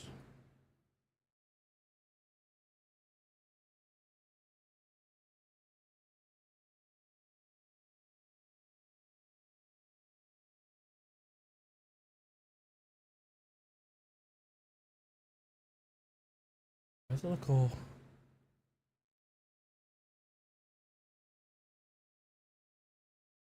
Huh.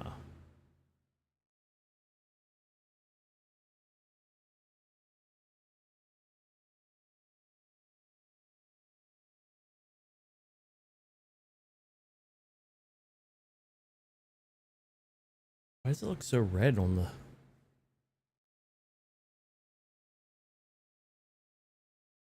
Huh. Oh, weird. It's like blood red when it's not blood red on my TV.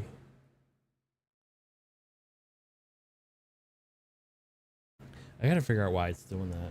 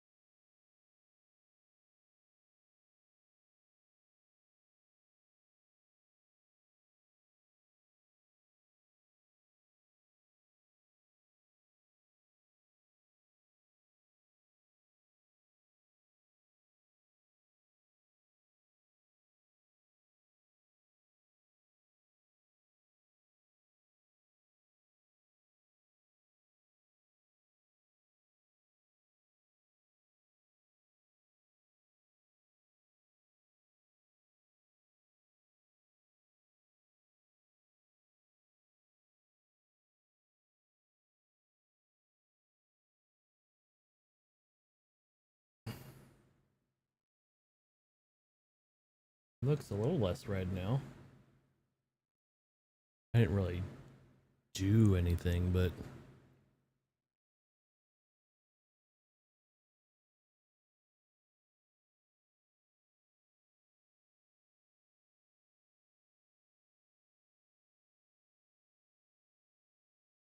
I don't know. I gotta figure that out. It's like this dresser. I don't have a finger pointer, but dresser, right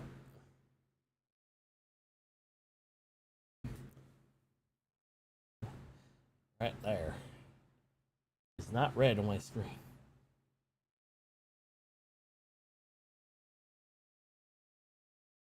It's like everything's like punched up for some reason. Come on, Mr. Nicholas, find out Shoo, the kitty cat. Shoo. Meow.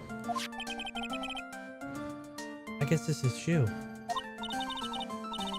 What a lovely cat. Hello, Shoo. Meow. Hee hee. Cat seems to like girls. Pardon me. May I help you with something, mister? Oh, we're lawyers. Actually, I'm Mr. Unguard's lawyer. The Masters? Then you must be Mr. Wright. Yes. It's a pleasure to meet your wonderful self. Shelly looks fine. Why is it so red? I am the family butler, John Doe.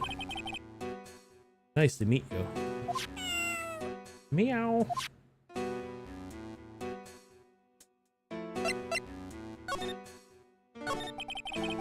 You must know all sorts of things about Mr. Ungard, right? Honestly, sir, I don't believe my master is capable of such a foul deed as murder.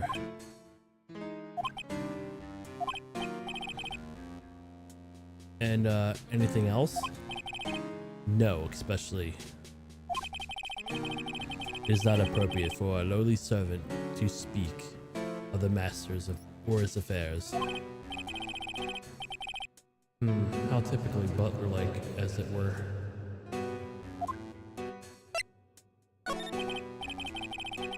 Mr. Doe, how long have you been served at this residence? Well, sir, I should have, say, maybe about a year.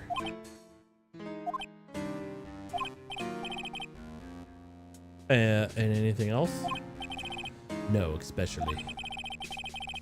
It is not appropriate for a lowly servant to speak of himself or his affairs. You know, I thought Mr. Ungard kind of had a maid over a butler.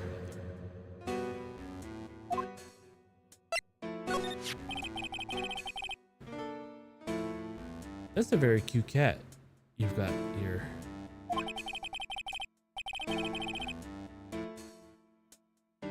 It is my duty to take care of him. The master's rather fancies Shoo.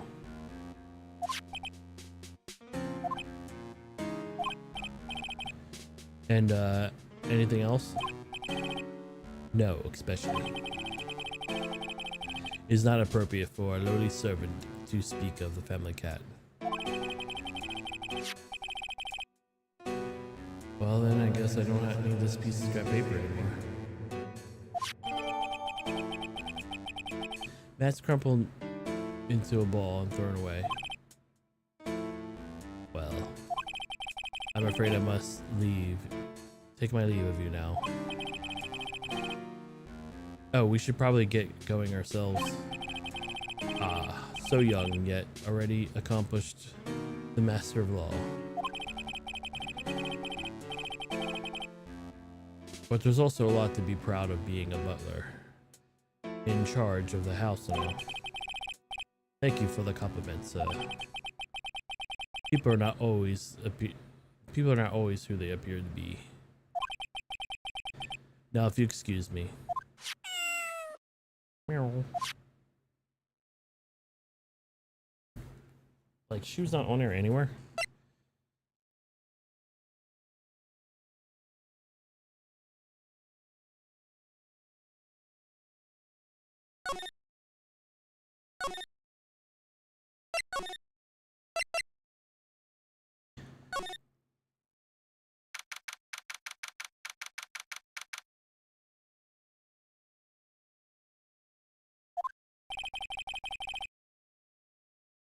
Looks like we're the only ones here. And yet the hotel seems pretty busy somehow. Probably because of the police team scouring the clues about the killer.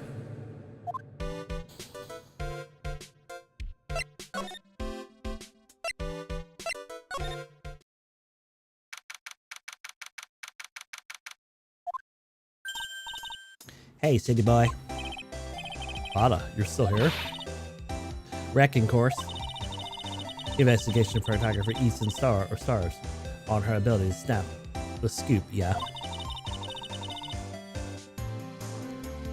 And this is how the hotel is just or a mystery. You know, like something's going to happen. But do you have a camera? Wreck given. Photographer's gotta have camera. Out like an ear corn to be a pro, you know. So I'm hanging around here. Speaking of cameras and feeding the mouth, do you have mine? You bread thief? Why can't you drop that thief thing already?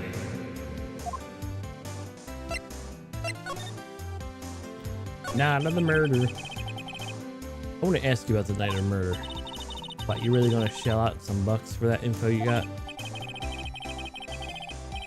Lada, you were loitering in the hallway of the night of the murder, were you not? Well, kinda, but... Brace yourself, Phoenix, here it comes. I didn't exactly hang around here the entire time, you know. Followed a few stairs around. Followed a few stars around. I got a few photographs. Shook a few hands and had a soda pop with a few of them too. Looks like she wasn't here the entire time that night. The security lady also wasn't in the hallway the whole time either. I guess there's really no one to tell who came in and out that night. Scandal. So about this note that was inside your camera case. Oh, that ditty I wrote? Yeah. Can I believe what you've written? You mean the stuff about On Guard shoving his manager lady onto Karita? Yeah. Well, I reckon you best not be believing that. What? Look, I sort of wrote it on a whim, you know? Writing whatever came to mind. Whatever came to mind? Yeah, when y'all get down, bit a lot of random bull doers.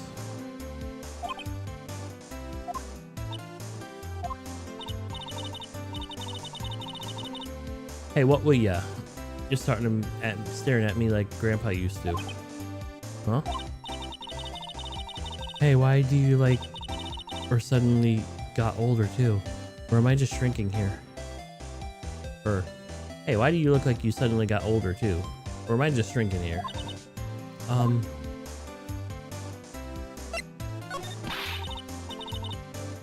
My baby, 1600 baby. What's with that red-coated prosecutor anyway? The guy even told me it was evidence and refused to give it back to me. Well, that's kind of how it is. Hey, your red coat friends, ain't ya? So put in good words for me and give me back my camera. You want me to do what? Listen, nag the guy real good for about 5 hours and I can guarantee y'all he'll give it back. Why don't you do your own dirty work? Well, I reckon it's time for me to get going. A tabloid photographer without a camera is just a tabloid, huh? Yeah, I guess so. Keep yourself together out there, yeah? I'm coming to see you in court tomorrow. Okay. See you then. And you too there, little one.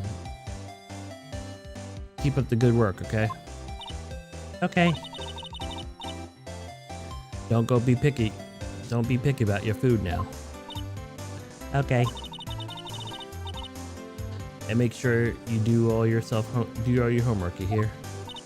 Okay. And if you happen to find, would you please leave? Damn. Damn.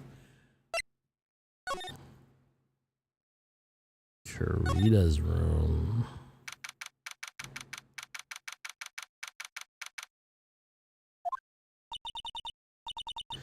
Mwah, mwah, mwah, mwah.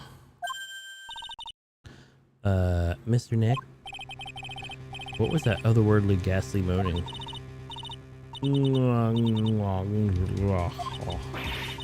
I hate evil ghosts. I don't think it's a ghost. Maybe it's a demon.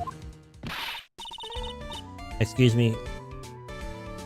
Who you calling a demon, brat? Zoinks, it's an alien.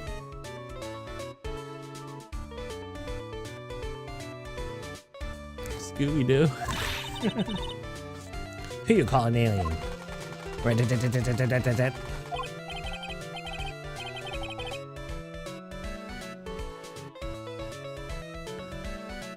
Oh boy, it's just you, Miss Oldbag. What are you doing here? What's wrong with you youngins today? I came down here to pay my respects to poor Juan, and you're disturbing me. Night of the murder. Please talk to me about the night of the murder just one more time. I talked to you about it plenty of the trial. I was fooled, tricked, deceived by that fraud of a photographer. And her note. She was loitering around with that imbecile look on her face. With that imbecile look on her face. Okay, got it. Now hold on a second there, you little pipsqueak.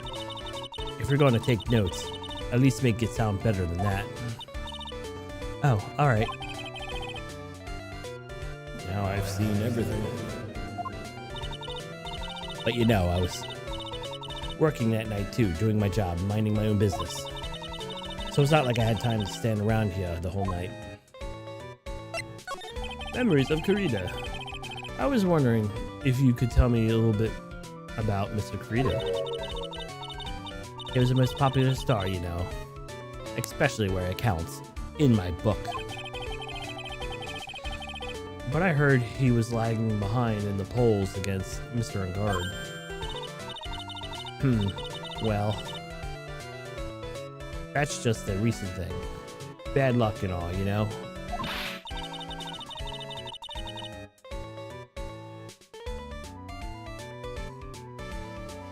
But he's going to become even bigger star than he used to be.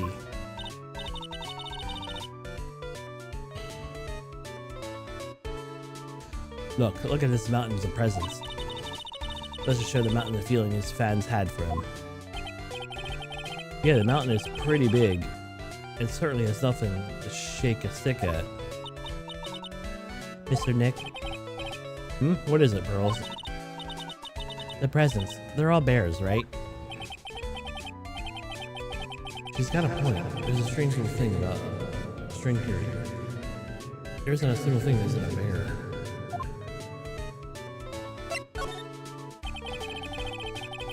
All Mr. Kurita's presents are from his fans to be bears? Oh, that's because you can't think of Juan without thinking about bears. Bears? Why bears? You don't know? When my dear Juan was in training, he fought a bare-handed with a bear. He refused to give in and let the bear win. But after the fight, they became friends. Now, what a heartwarming story. Look, it's just those young people dramas. I can't see those two tuckered out. Down by the river going, heh, you sure you can fight? You too, bub. You too. Did that all really happen? It's in his biography, bub. What a load of crock.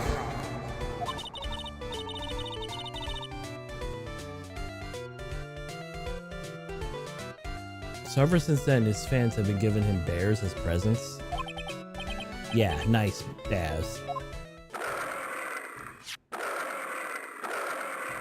I'm Uncle Bear, and it says it's barely 8 o'clock.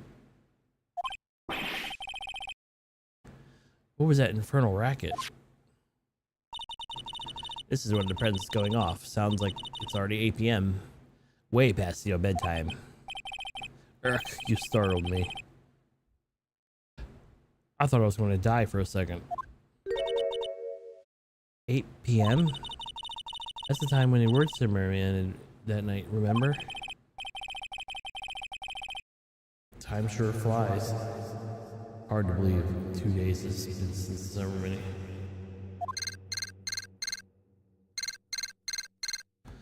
Beep, beep, beep, beep. The transceiver. Or that transceiver.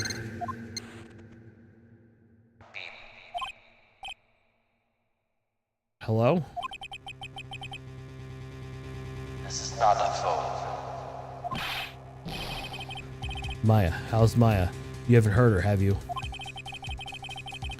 seems you were not to go to fulfill your end of the bargain, Mr. Attorney. I have heard the news. So to see my prison did you no good. No, Mystic Maya, Mystic Maya! One more day, please. I ask you for one more day. I'll get a not guilty verdict. I'm sure this time, please. I suppose you must. I needed a acquittal more than anything. After all.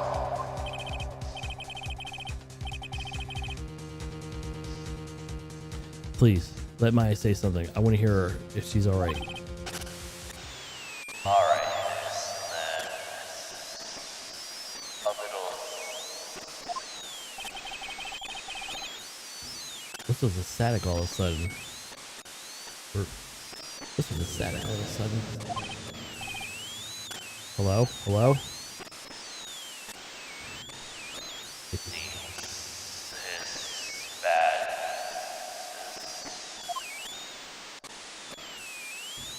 Connects. Damn it, the transceiver suddenly break? Excuse me. What happened? Don't know. All of a sudden it became nothing but static. Wow, Mystic Maya, Mystic Maya! Why did this transceiver suddenly break like that? I probably should have electronics expert look at it.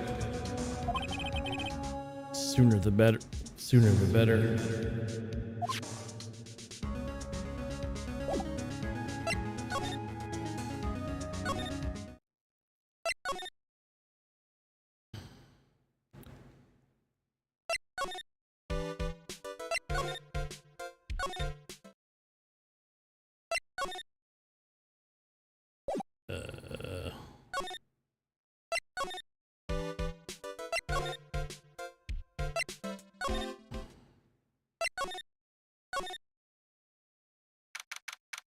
March 22nd, Red and Gold Law Offices. Hey, welcome back, pal. I thought you'd make a little something for dinner. That's nice, thanks. Rich man's luxurious full-course meal. Out of a can, that is. I'm sorry. I'm sorry you went through all the trouble to cook, but I don't have time to eat. Oops. Looks like you don't have a can opener, pal. You've got to be kidding.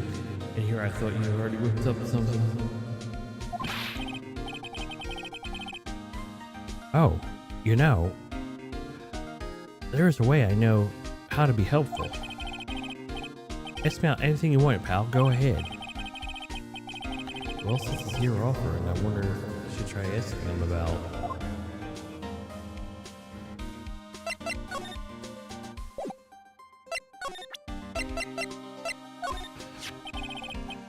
The transceiver?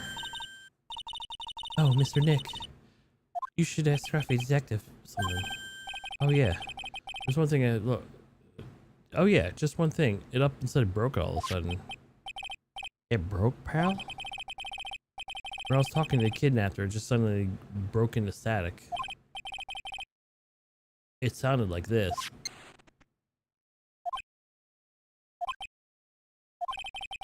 I don't hear any static, pal.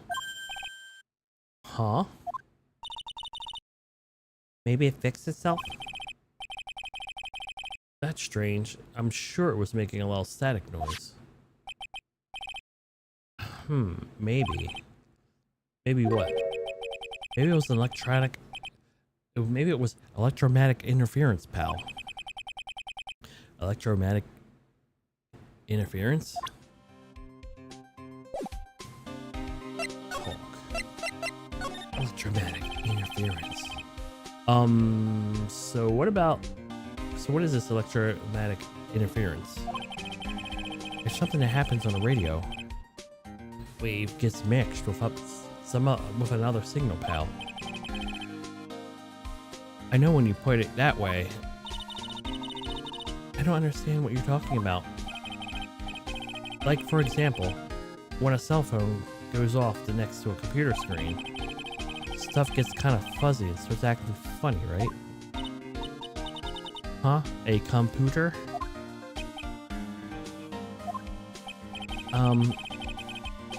It's like when you use a dryer next to the TV and the screen starts looking all weird. Oh yes, the TV does do that. So that's what you're talking about. She seems amazingly happy, Bubby. You don't understand this. So the room you were in that had interference as a transceiver happened. There's got to be something that was there with very strong radio waves, pal. Something like a listening device or something. Ah. Hey, speaking of that, where were you when it happened? We were in Mr. Krita's room, the scene of the murder. What? That's it? I'm going to sneak into the precinct and get a bug sweeper. I'll meet you at scene of crime later, pal, alright? Wait, Gumshoe. Oh yeah, baby. It's investigating time. I'm on fire, pal. My fingers are itching to go. Yeah. We should get to it going, Mr. Nick. Alright, let's go.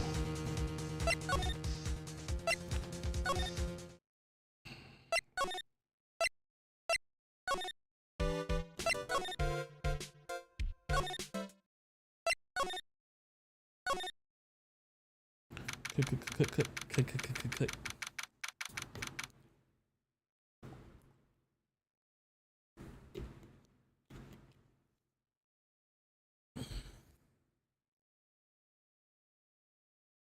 No, this room don't look too bad.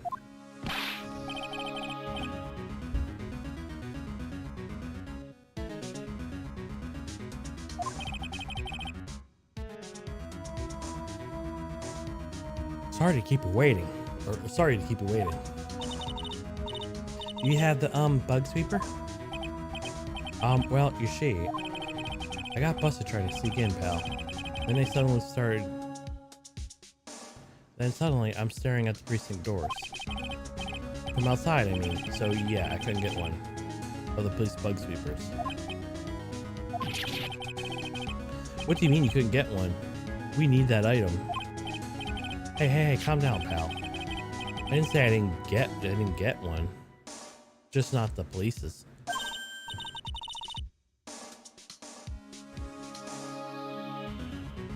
So how is this a bug sweeper? It looks a little broken. Hey, this was made when I was in elementary school, pal.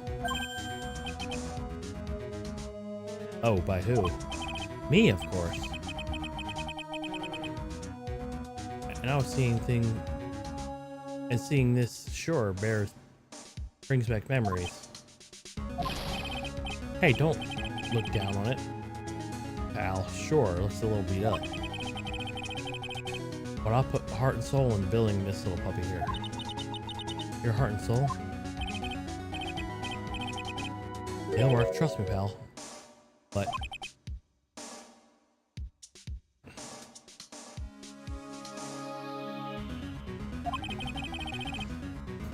But you can't see the sensitivity.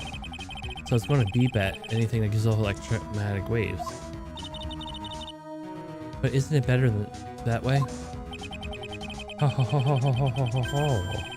Well, anyway, since I brought it all this way, might as well give it a whirl, right, pal?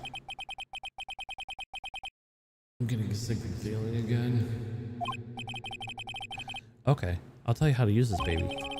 Listen, there's a listening device on some sort of bug hidden in the room, pal. So we're gonna find it, right? Right.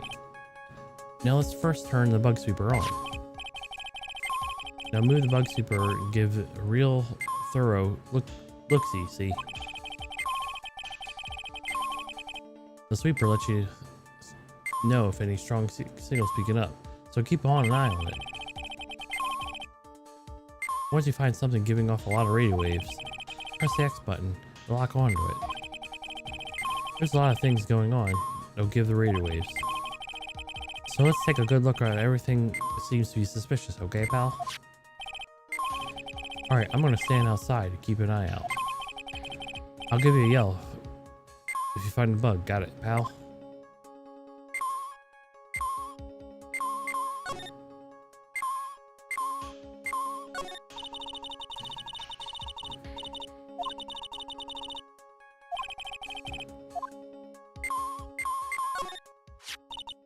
This is just a giant stuffed teddy bear, right? It's the biggest one I've ever seen. Hey, did you guys find it yet? I was the listening device, I mean. No, not yet. But this bear's eye is... Let's see. Perfectly normal stuffed bear with some really strong radio waves. Sounds like you found a device to me, pal. Let's dig this let's dig this big fella's eye out and see what we got. No, you can't just do that. Rip. No.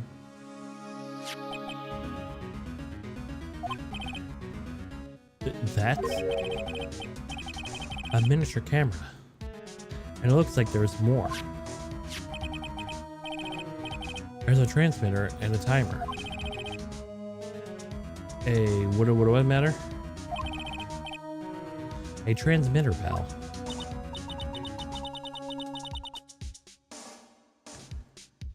Oh, this is more than high-tech stuff. So this tiny thing is a camera? Yep. The pinhole CCD camera, pal. It's a small high-grade video camera, mostly used in security systems. So it is a video camera.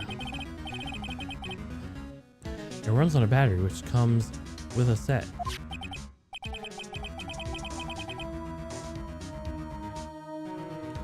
There's no tape in this camera. This is the only camera part here, pal. The tape recorder with the tape inside somewhere else? Somewhere else? The footage is charged, or the footage is changed into radio waves that isn't sent to that recorder. So it's sort of like a TV broadcast, is it? Hey now, you're right.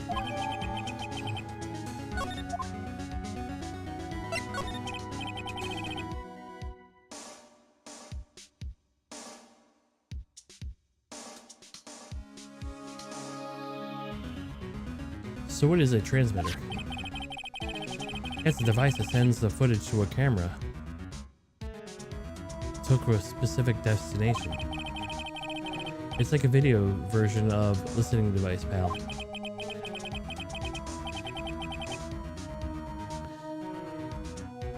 It looks like it's attached to a small clock thing. Oh, the timer, pal. You can set to turn the camera and record at a certain time with it. You can set it for a certain time?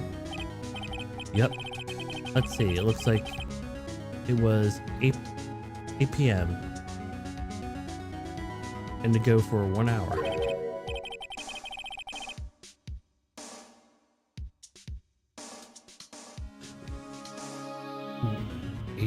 8 p.m.?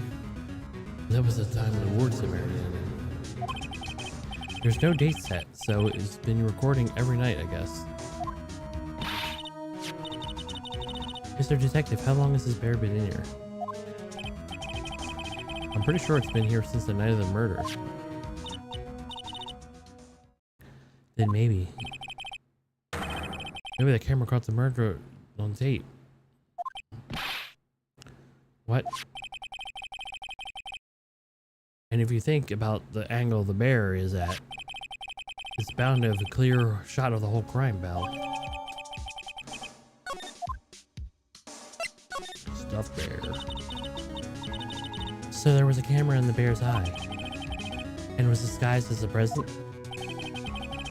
And I'm sure it was on that night of the murder, pal. It was pretty big. It stands out pretty well in my mind. But who gave Mr. Krita this present? I don't know the pal. But that means someone out there has got a video of what happened here that night.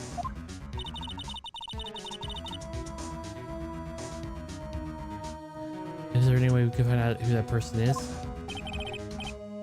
It's impossible, pal. Radio waves can be sent almost anywhere. So there's no real way to find out. Oh, snivel. Is there really no way to find out?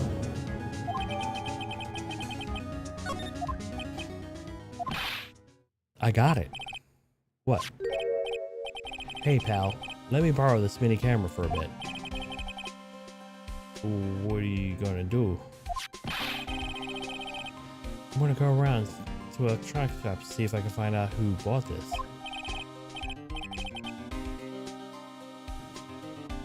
But that's impossible. I mean, it's already 9 p.m. Leave it to me. Even if I search all night, I'll find your man, pal. Spot camera added. Oh yeah, baby. Investigating time. I'm on fire, pal. My fingers are itching to go. Yeah. He's gone. Yeah. Mr. Scrucky's detective sure is a nice man. He's pushing himself so hard, all for Miss McMaya's sake. It's a mystery on how you always manage to do things in the most inefficient ways, right?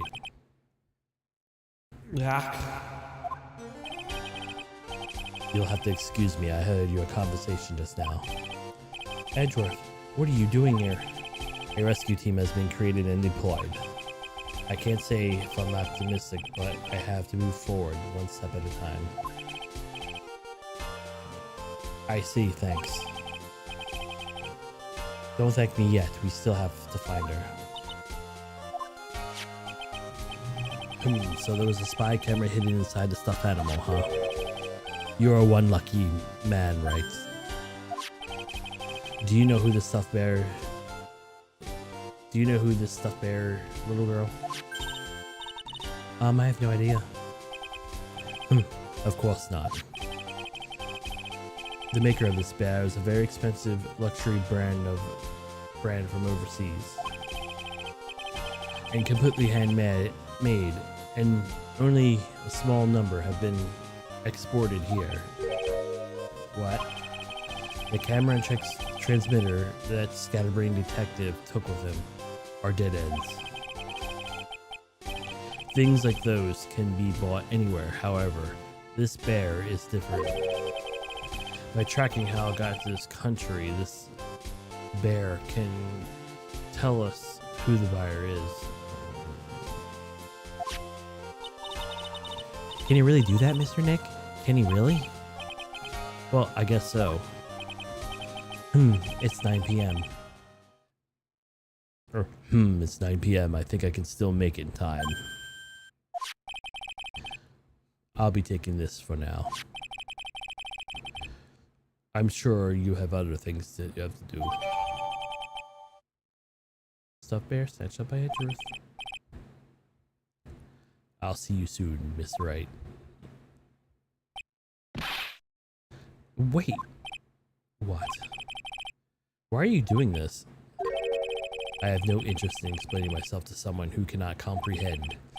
But besides that, right. Until the court reconvenes tomorrow, you should have concerned yourself with this question. Who was the person that murdered Wad Karita? The real killer. Do you still think it's Adrian Andrews? To be honest, I don't know anymore. You still have a little time left. Find the truth, Wright. Everything begins with the truth. Juan Karita's real killer. Andrews passed.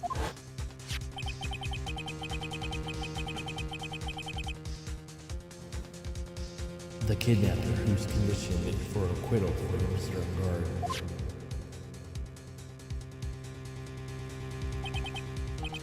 And this card, Shelly the Killer.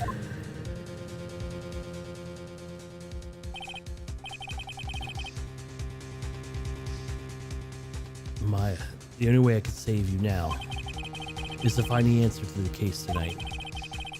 I don't understand what your real intentions are, Edgeworth. But as you said, all I can do is find the truth.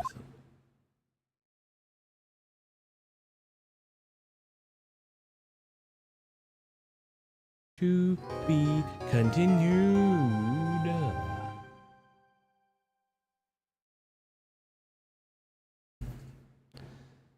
Yes.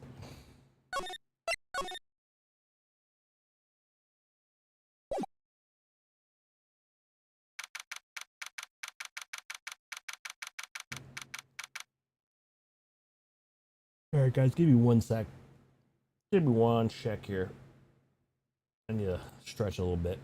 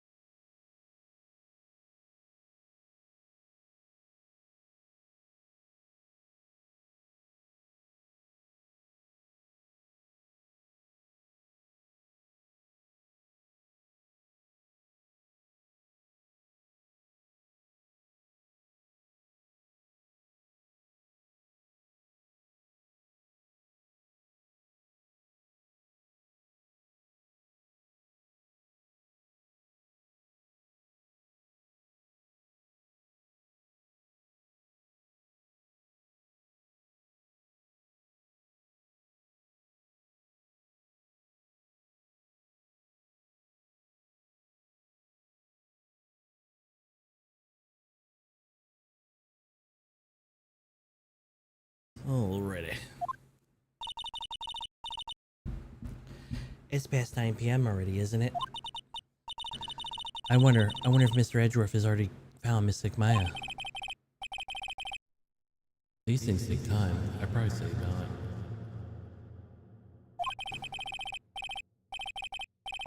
The police are professionals, Pearls. They'll find her, so don't you worry. And if we can win a not guilty verdict tomorrow, then everything will be okay. You're right.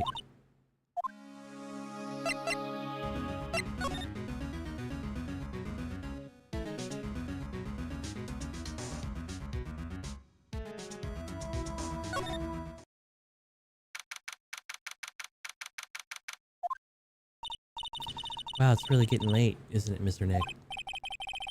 Yeah, it's past 9 p.m. already. But we still have some things to be prepared for tomorrow's trial. There's still the matter of the secret Mr. Kurita held about Mr. Guard. And Miss Andrews' real intentions. These two things I must know tonight. But aren't you visiting hours at the detention center? Isn't visit hours over at the detention center? I'm sure we'll think of something, Pearls. Don't you worry.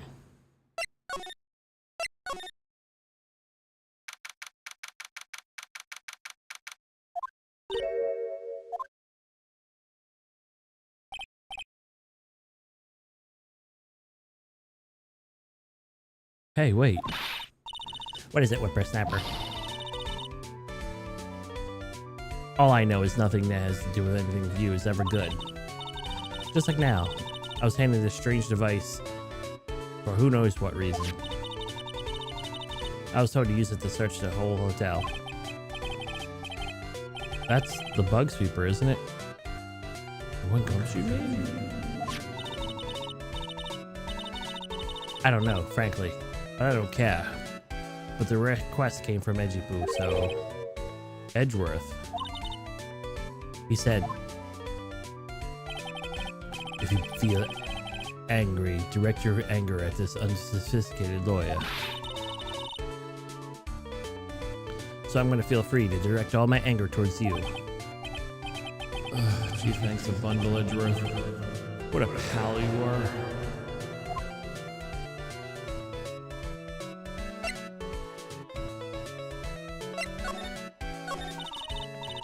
This is absolutely top secret.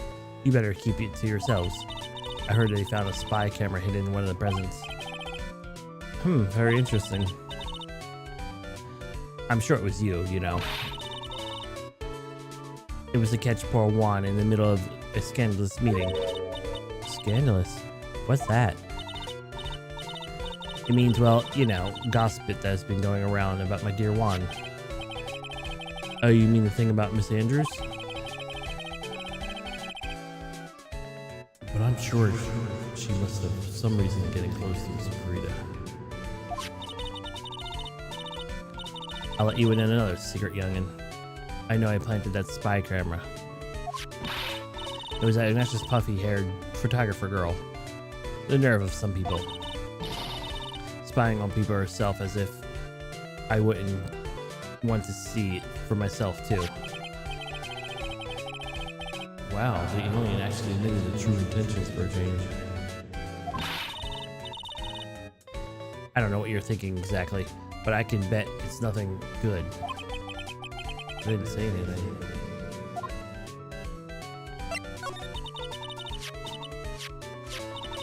So you want to know about Juan and the manager, right? Actually, I hear it was something about a refreshing pair of those two. Oh. I tell you, Juan was really welcomed that manager with open arms, I heard. That manager? Who are you talking about? Oh, you don't know? The manager that woman Juan had. It's a shame she killed herself, though. You're talking about Select Syntax, Andrew's mentor, right? Yes, that one. That's Select's girl. She was supposed to get married, you know. Married? You mean to Mr. Kurita? Sigh, really, you youngin' kids today don't know anything, do you? The girl Celeste killed herself 3 days after their marriage announcement. 3 days? Their marriage announcement? What in the...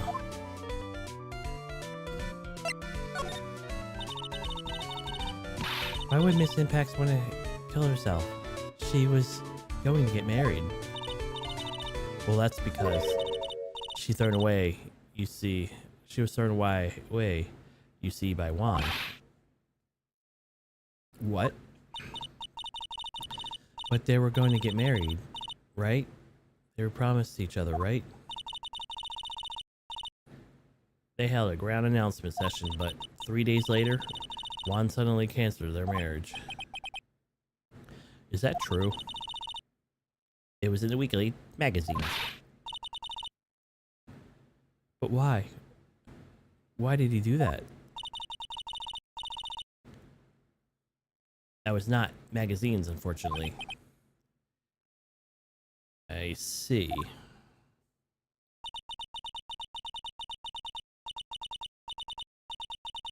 That night after Juan called off the wedding, the manager Celeste killed herself.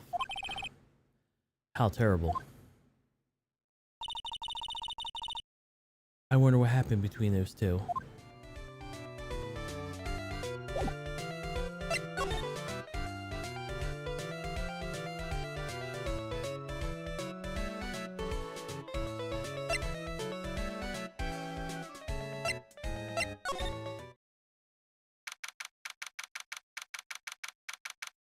Hotel lobby.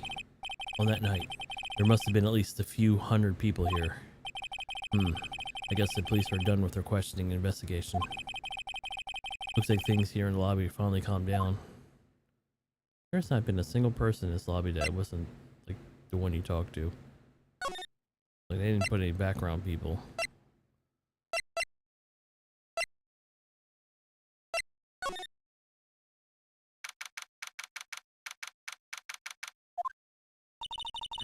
It doesn't look like Mr. Scarky's detective is here. Well, he's out there with camera seeking around electronic stores. Then I'll make some salad for him for dinner. It looks like Pearls really appreciates what the Gumshoe's doing for us. Mr. Nick? Yes? Where's the lettuce? I don't think I ever bought lettuce before. I guess I'll have to give up on making a salad, and I guess the lack of lettuce is kind of a problem.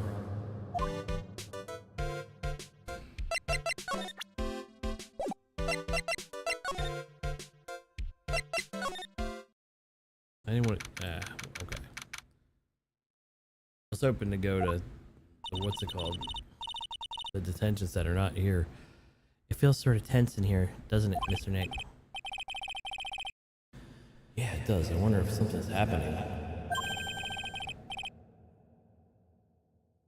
You're Mr. Edra's lawyer, right? Yes, sir. Well, we finally found out the person who's been looking for a real decisive witness. A decisive witness? You mean for the on guard case? We're talking to the witness statement right now. Gotta hand it to Mr. Edgeworth. What's Edgeworth up to now? Who is this witness? I think you know the person quite well, Mr. Lawyer. Mr. Nick? Mr. Nick? Between the kidnappers, the man, and now this, I can't see any way to win here. Oh yeah. Mr. Edgeworth wanted me to tell you something. He did? Even though visitor hours are long over at the detention center, he wanted me to grant you a special permission, so there you go. What? I've called them, so they know. Go on, take your heart's content. Thank you very much. This is such good news, Mr. Nick. Go talk to your heart's content.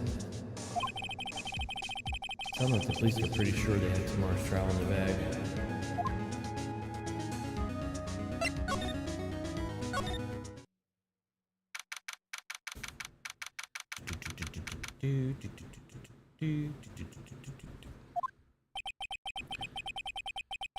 I'm sure they must have transferred Andrews here by now.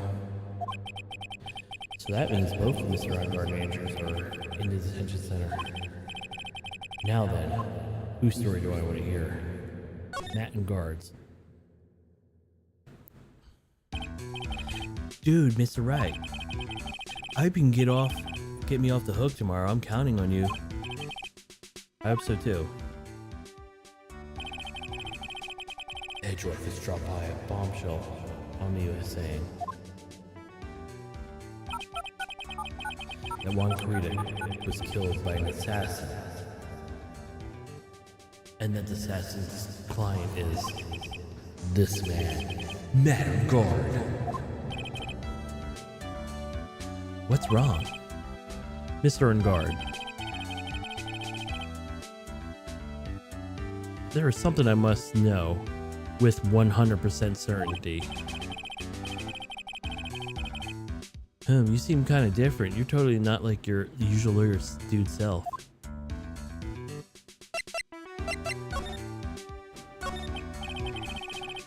About the press conference.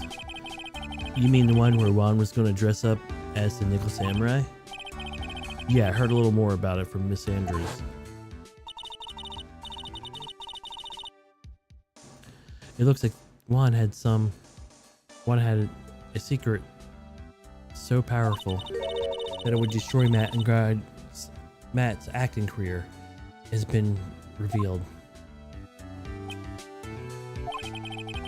Could you please fill me on what this secret is, please?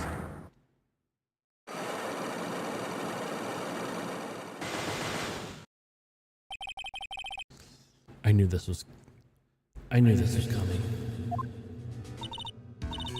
Mr. Nick, don't tell me. Cyclops. You said secret, right?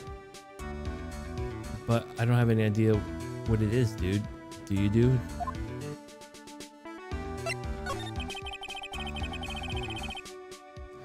Did you know about the Mr. Corrida and Mr. Andrews relationship? It was all over the tabloids, dude. But don't know any of the details, if that's what you mean.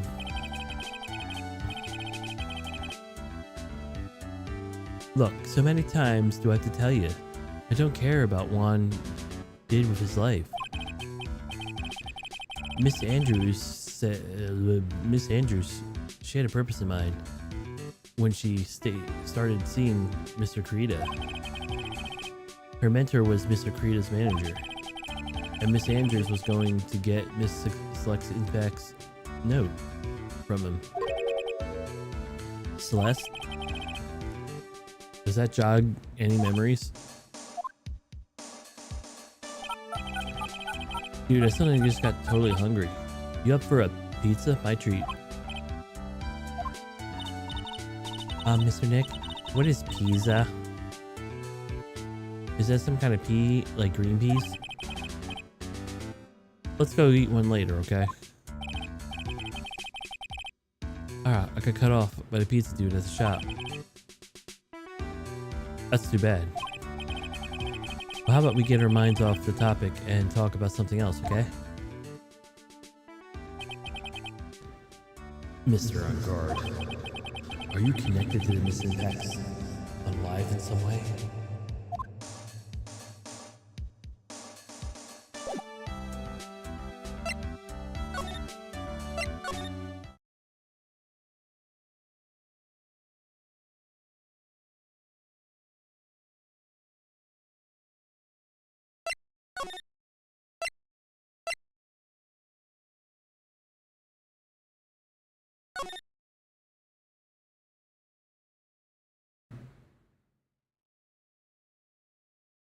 Side kind of hurts.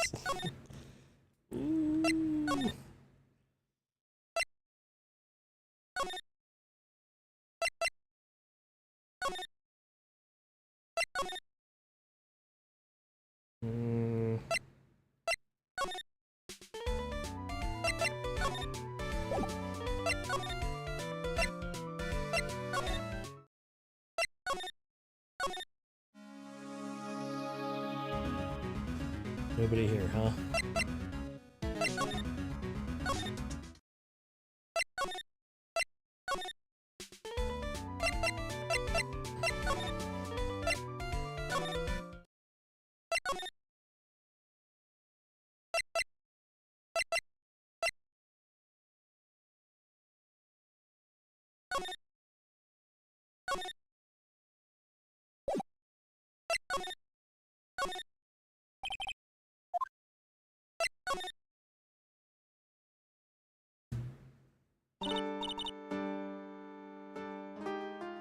Oh, it's you.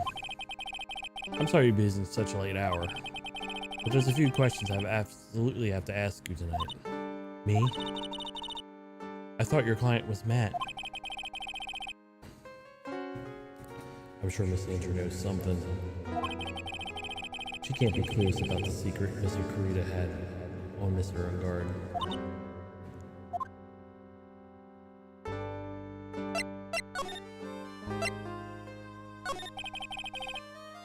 About Miss Celeste Impacts. I'd finally put her death behind me. And now, thanks to you, it's all come back to surface.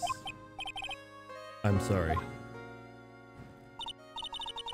Yes, I was shocked by her uneventual, you know. And it's true that when I heard the rumor that Juan was the one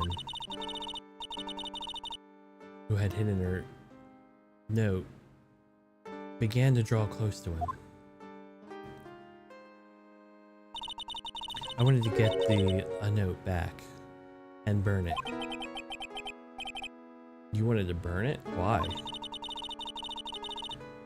I didn't want to spread just like another piece of gossip, but I never held any murderous intent towards Juan. I would never do something so stupid.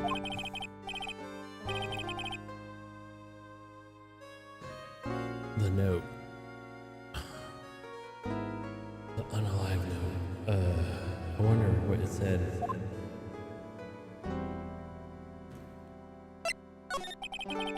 I'd like to ask you about Mr. Ungard. Do you mind? Mr. Wright, I still don't know. You still don't know, do you? The real him, I mean. You seem to bear a lot of resentment towards Mr. Ungard. If that was the case, then why become his manager? And why become intimate with his rival? That has nothing to do with this case. Nothing. Why did you try to frame Mr. Ungard? That's simple, because he's the killer. That's why. Isn't it the duty of every good citizen to inform the police?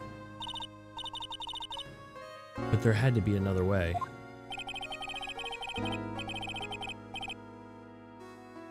The police are excellent at doing their job, so they'd figure it out, right?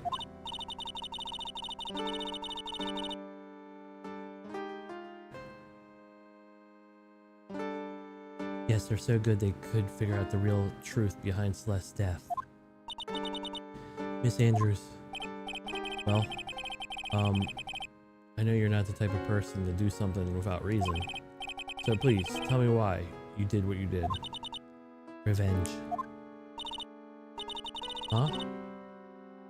Did you just say something right now?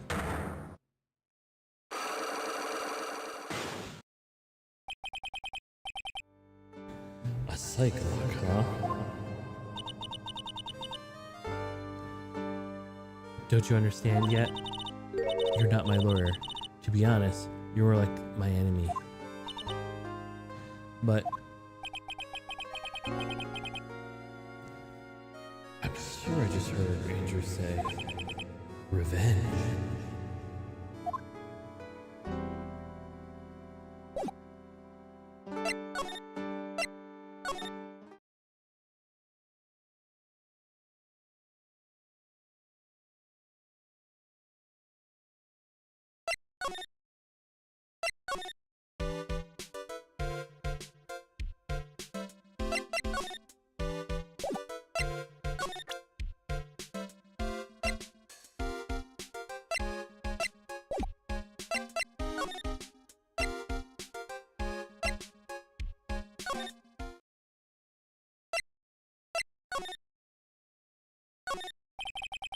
This must be the chief of the detectives here. He's glued to his computer screen. What? The real killer in the Karita murder case is an assassin? This must be someone's idea of a joke. I can't believe this garbage. Have a little more faith in your subordinates. Alright.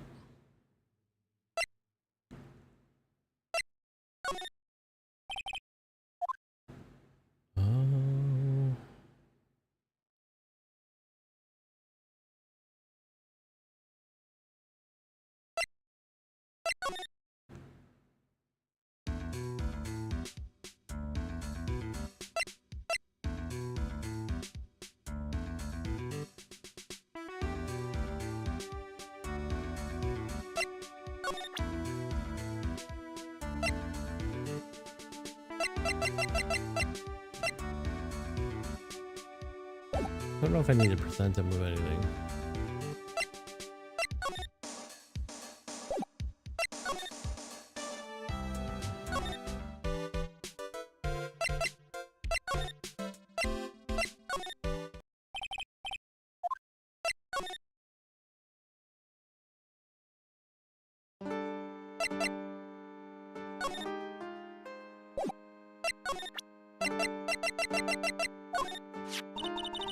When I was pouring the glass of juice, honestly, I had no idea that Juan was dead.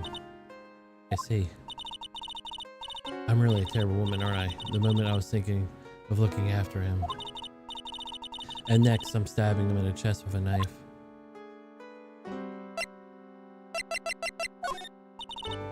You know, there was only one thought running through my mind, or running through my head at the time.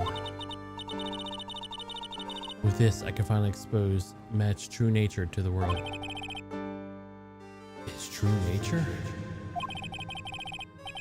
I wonder why she's saying that. There's no telling what his true nature is. If it were me, I think I'd be happy to finally get the kind of thing off my chest.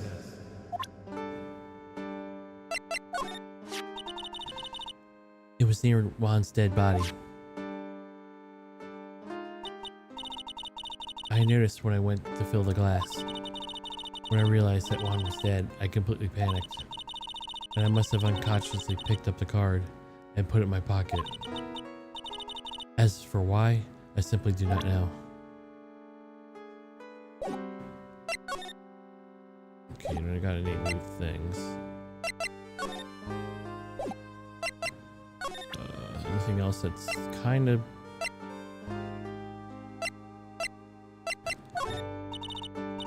You know, there's only one thing through my head at the time. With this, I can finally expose Matt's true nature of the world. His true nature? I don't know why she's saying that. I don't know what his nature is. For me, I think I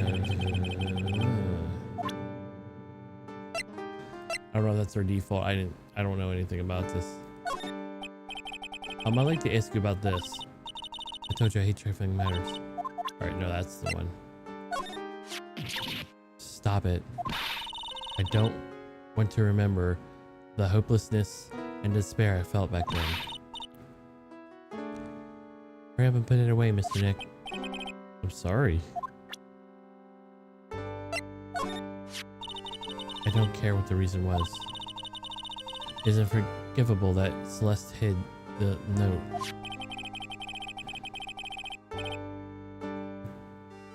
But you don't have any proof that she left one note behind, right? Celeste, I always believed that there was a right way and a wrong way to do anything. And she would have left the note. I wholly believe in that. I don't remember why she did it. So it'll be good to find out again.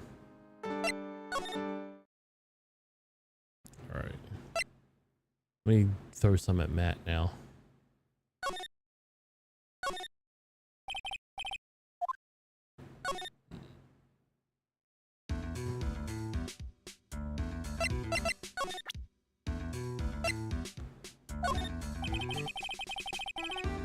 I'm kind of scared to show him this card. What's wrong, dude? So about this picture card. Have you ever seen this before? Nope, never saw it before in my life, dude. I don't think he's lying, or is he? Then again, he looked like he gassed just now. Maybe I'm seeing things.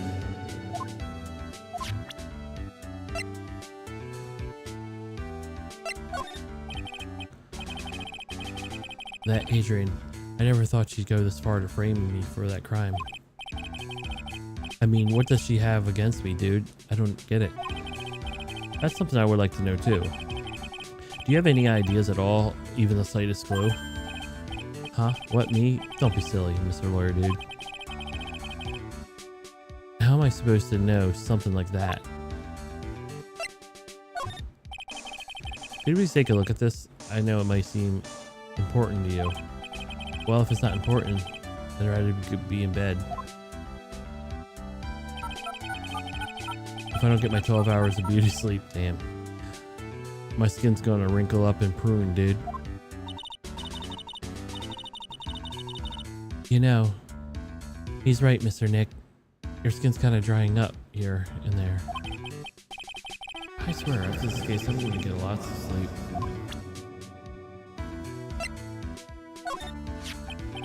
About this. Mr. Nick, you can't. Huh? Miss Andrews said she doesn't want to know anything about that, remember? What's that? Oh, this? Nothing. Nothing really. Mr. Ungard. Dude, I know you asked to be my lawyer and all, but I don't think I have to tell you anything and everything. What do you mean by that? It just means I don't have to tell you anything and everything, dude.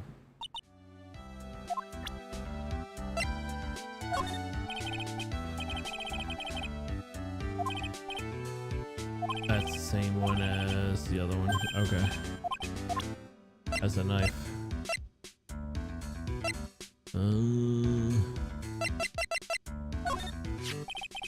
That's a very nice transceiver, dude. I'm kind of an expert in gadgety things. Why does that he just said give me a sinking feeling?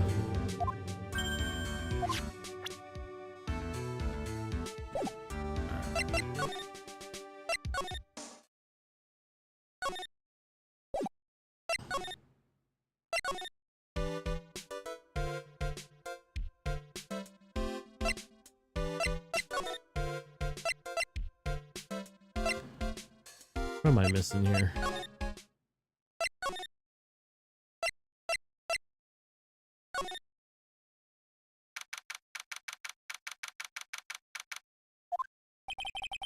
Looks like no one's around. What happened to that person that was stuffed to teddy bears?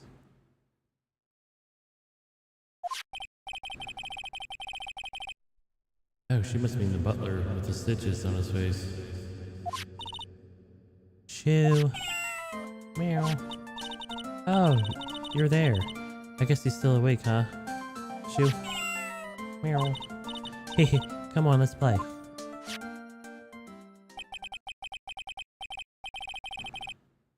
I wonder if that butler, Mr. Doe, was already asleep or not.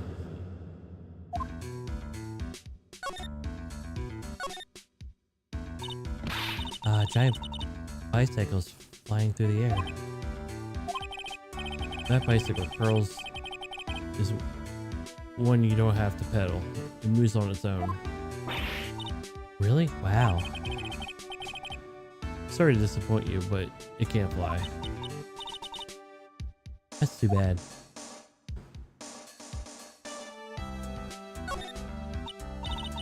Oh, there's a giant cooking hearth here. Actually, it's a fireplace.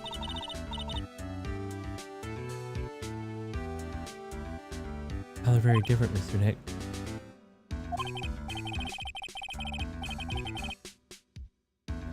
You know, I never actually seen a hearth before. Come to think of it. You should come visit the Fay Manor then. I'll show you one when you do.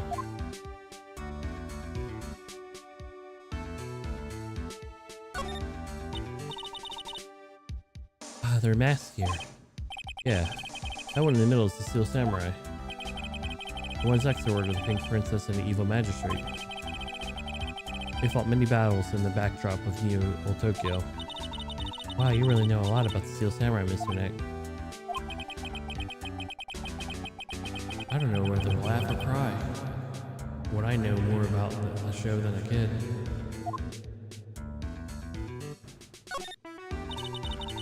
There's a small door at the bottom of the door, Nick. I bet it's for Mr. On-Guard's cat to use. Oh, you mean Shu? The door, it's locked tight. Well, I guess to keep the nosy people from entering it.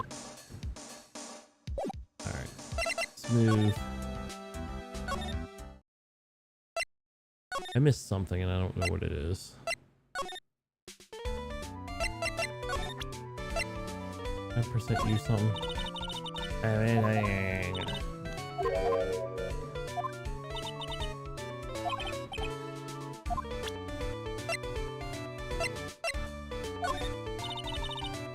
Nope.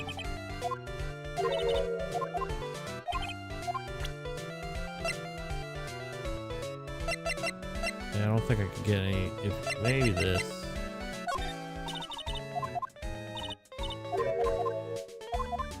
Maybe not. Alright. Move.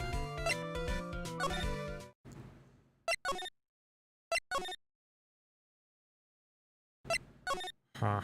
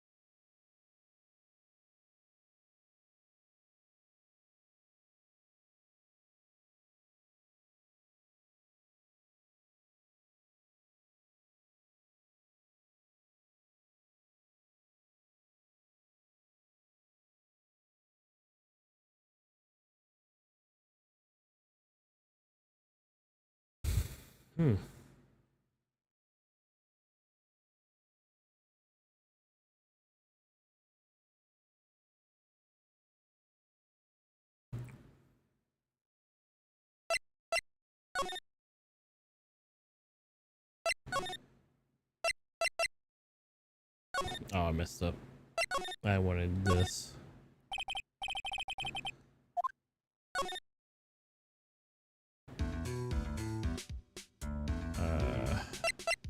Okay, have both of those.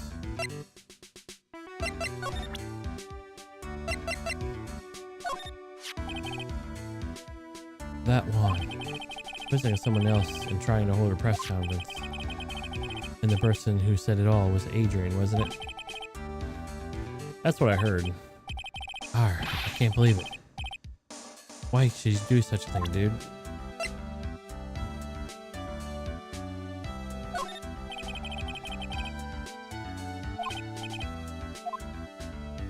Nope. I'll save this.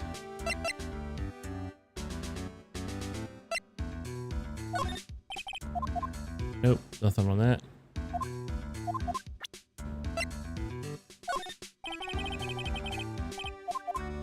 Nothing on that one.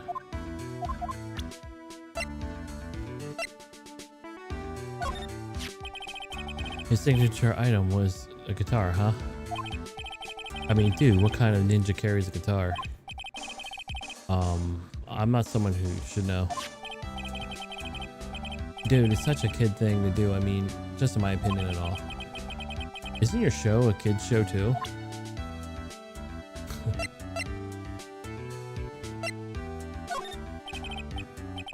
Oh, yeah, I forgot. You just pin the crime on me, huh, bruh? Alright, no, they're all the same. Alright. Nothing new. Move. Move. Attention. Now then, Adrian.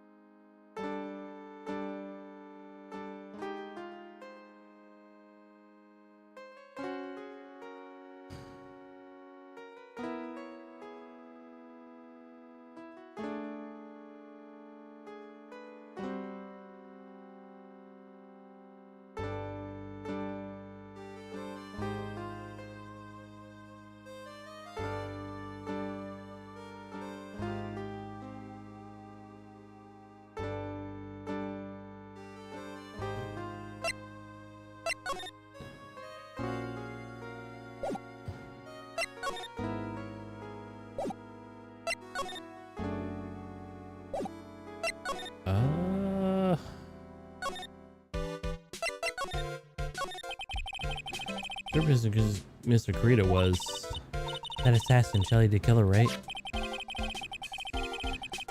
And the car Miss Andrews at the crime scene seems to be proof of that.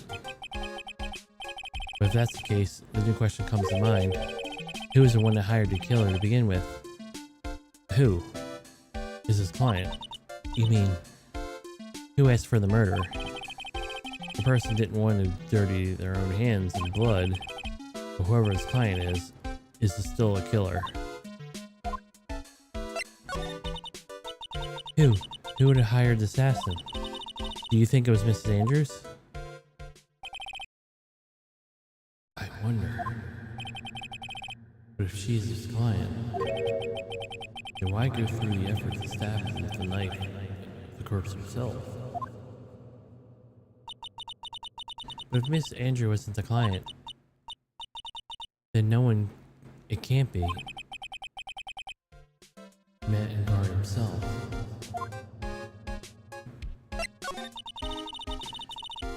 If Mr. Ungard was really did hire an assassin, then he is innocent at all. Far from it. It would be guilty of crime. But it can't be Mr. Edgeworth, right? I mean, we first talked it with him. Mr. Ungard, I would like to ask you one more question. Did you kill Mr. Juan Carita? Alright, just so we're clear, dude. I didn't kill anyone. That includes Juan Carita, okay? I didn't see any Cyclops this time. Actually, that reminds me. Did you remember something, Mr. Nick? Yeah, something against Miss Andrews said and tell. She said something interesting. So what is this interesting thing? Oh, that's right. You didn't hear it, did you, Pearls? Juan, I bet everything on the Jammin' Ninja this year. And he lost the Grand Prix. He was going to make sure Matt was going to go down with him. That's what he thought anyway. It looks like somehow Juan had his hands on a secret power, so that it would destroy Matt's acting career if it had been revealed. Mr. Edgeworth's secret. What is the secret? I don't know yet. But for now, let's think of it this way. Mr. Carita is going to reveal the secret. That means Mr. Edgeworth had plenty of, or Mr. Ungard, I said Edgeworth. Mr. Ungard had plenty of motive. Mr. Carita silenced. Which means we have to meet with Ungard. There's no other way around now. Alright, everything's been dealt with. There we go. That's what I was missing. Oh, Mr. Wright, you have to help me. Uh-oh. Mr. Powers? What happened? Why are you here? You see, I've got into this somehow. What? And now I'm going to testify at tomorrow's trial. So the decisive witness is Mr. Powers? I was talking with the detective a little while ago and I was on my way home when all of a sudden, you're under arrest. And I was brought back here. Oh. They said my face, the whole self in general looks suspicious or something. Well, I guess I can see how they thought he looked suspicious.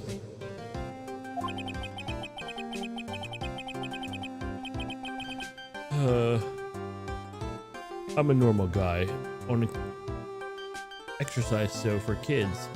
Is that a crime?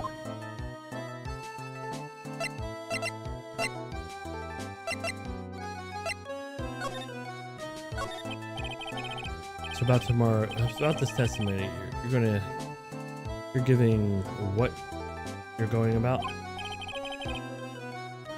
I really don't know yet, but it sounds like I saw something pretty important. That's what they tell me. You saw something important? What was it? Ah, well, detective told me not to talk about it. You can't tell anyone, especially not that lawyer, he said.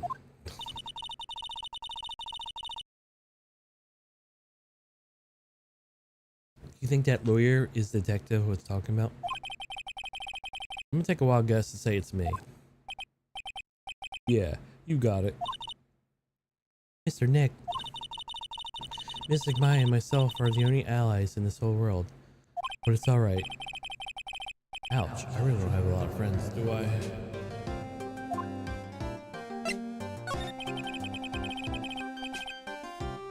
This is going to be a lot of damage to Matt, you know? Because he's got a lot expression like Spring as a Breeze image going on. But what is he really like? Well, let's see.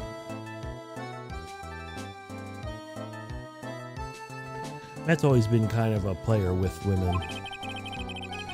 He would never really turn a pretty face away, if you know what I mean. He'd always say it's just a game and to justify himself. What? How horrible. That's unforgivable. Ow, sorry. I didn't mean to offend you.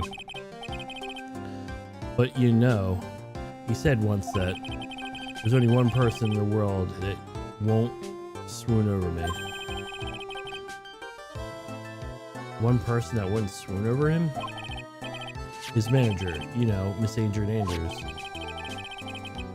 Why is Paris suddenly kind of looking energetic? Ah, you see, I'm actually a sucker for gossip. I mean, celebrities in their world have a dazzling sort of image, right? A dazzling sort of image? But aren't you part of that dazzle, Mr. Powers? No, I'm more of a hairy, sweaty, smelly, brutish kind of guy, you see. But it's okay, really. I get to hear plenty gossip about other stars around me happen. Well, that's true. Oh, hey, did you hear about this yet? About Miss Andrews' mentor and her thing? You mean Miss Impacts?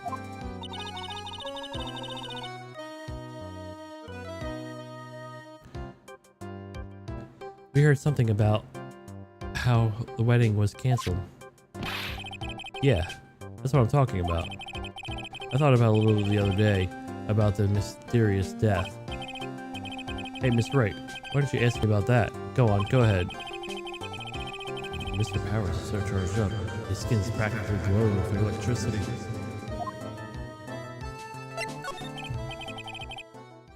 Hey, so have you heard this? Left a note. And they say Juan went and hid it. We heard about it in court today. But there wasn't actually any proof that she had left a note.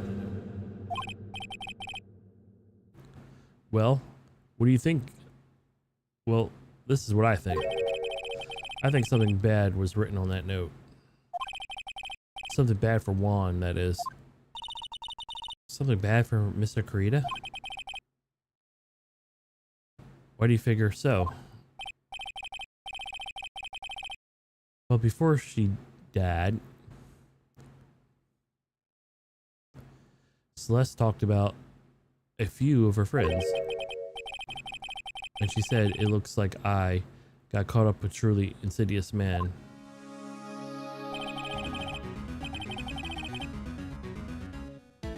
A truly insidious man? Do you mean Mr. Kurita by that? Well, there's no one else that fits the bill, right? And that'd be reason enough for him to hide, you know, a note. I see. That's someone's good info. Thank you. You're welcome. Mr. Guard and Mr. Andrews.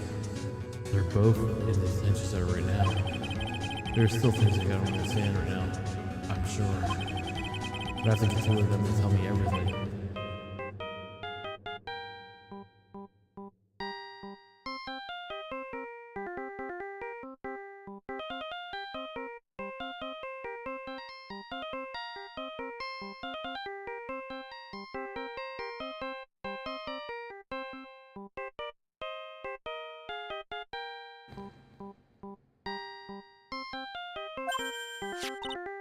Nick, answer that damn phone.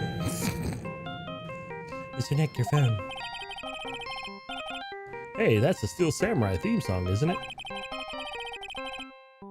I don't like the sound of this ringtone right now. It sounds kind of ominous. Yeah, I know. Hello? We're in trouble now, pal. I'll be back at your office really soon. Why, what's wrong? There's something really unexpected just happened. Mr. Edgeworth, Edgeworth? Anyway, hurry up and get back to the office, pal. I don't know what's going on anymore. It's no good. The end. Hello? He got cut off. What's going on, Mr. Nick? Gumshoe said we need to get back to the office right away. Then we should hurry back. I'm scared to go back. What are you talking about, Mr. Nick? Pull yourself together. Maybe it'll be good news. Somehow I doubt that.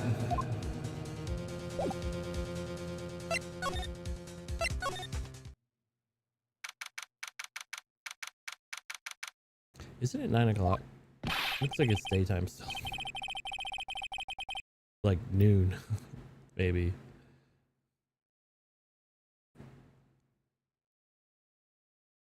What took you so long, pal? Mr. Edgeworth couldn't stick around forever and had to go. Well, what happened? We got him. We know who bought that spy camera.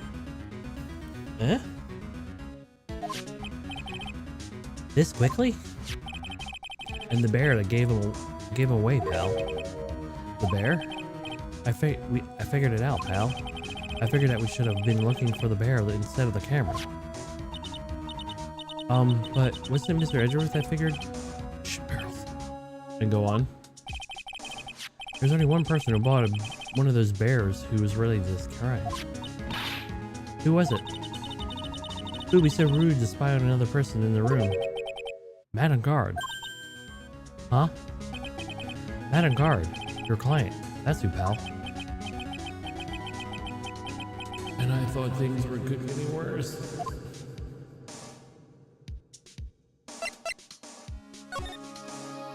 Stuffed bear. Are you sure you heard right? The person who brought this bear was... I heard it from the department store clerk, pal. This is the credit card receipt for the purchase. It's for $3,800, pal. That's exact match for the price of that stuffed bear. A receipt? That's all you have? Nah, it's not just a receipt, pal. The store clerk said himself. He told me, I'm sure the bear was Mr. Ungard. I mean, the clerk even got Mr.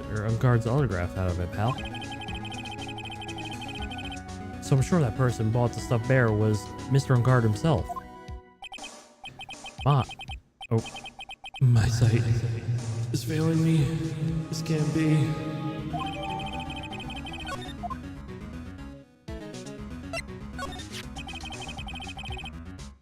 So about the spy camera we found. Ah, that was a dead end, pal. I mean, you can get this kind of thing from anywhere. But for now, I guess I can give these back to you to file away in evidence. I know I don't want to give up, pal. I never thought I didn't give it, I didn't think it was possible. The person putting the spy camera behind Charisma was Mr. Guard. Why would you say that Mr. Guard do something like this? I bet it was to catch Miss Andrews and Mr. Karita in one of their rendezvous. I bet. It's not good enough for me. I have to know the absolute behind this camera. Are you going to see Mr. On Guard, I mean? Yes. I'm scared, Mr. Nick. I wonder what we'll find out next. I'm scared myself. But I was putting on a good old face for pearls. Man on Guard, what in the world have you done?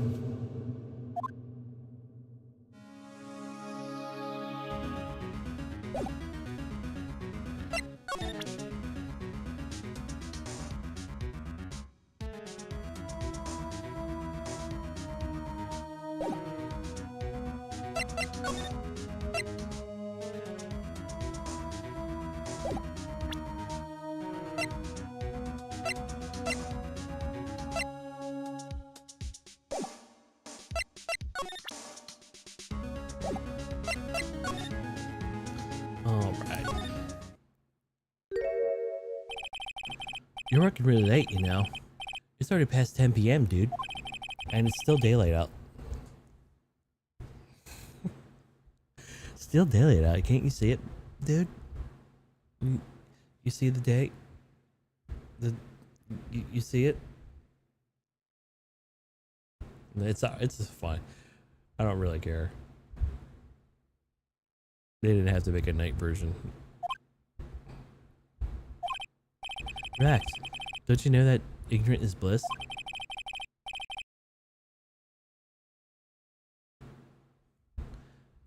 But if it's really you want to know, let's talk.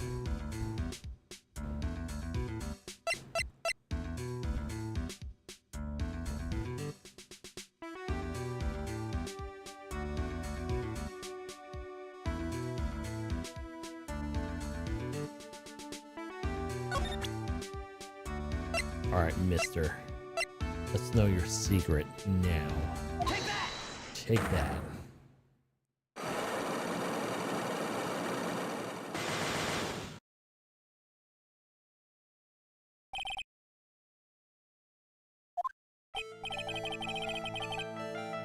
Now let's hear the secret of yours. What if Mr. Karita has been successfully with his plan? What would you do to close? I told you before, dude. I don't know. I don't know anything about Juan, okay? Look, Mr. Ray. I can keep saying it until I'm blue in the face, but I totally don't pay Juan any attention the whole time that night. I mean, come on. I was in the middle of a nap. Don't lie to me. Huh? I know you paid close attention to Mr. Karita, especially on that night, as you used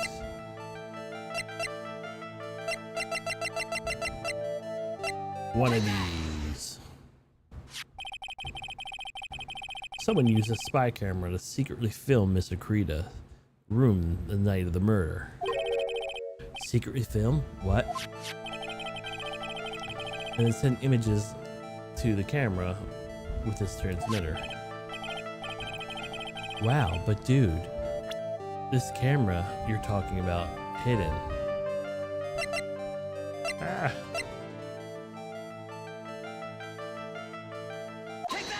Take that in the teddy bear. Spy camera is hidden by this bear's eye. A bear that was supposed to be a present from a fan. Oof. I guess Juan had a few of those kind of fans, huh, dude? Actually, I wouldn't say this bear was a present from a fan. You sure, dude? Who else would it be from? The person who gave this bear, or gave this to Mr. Karita was... you dingus!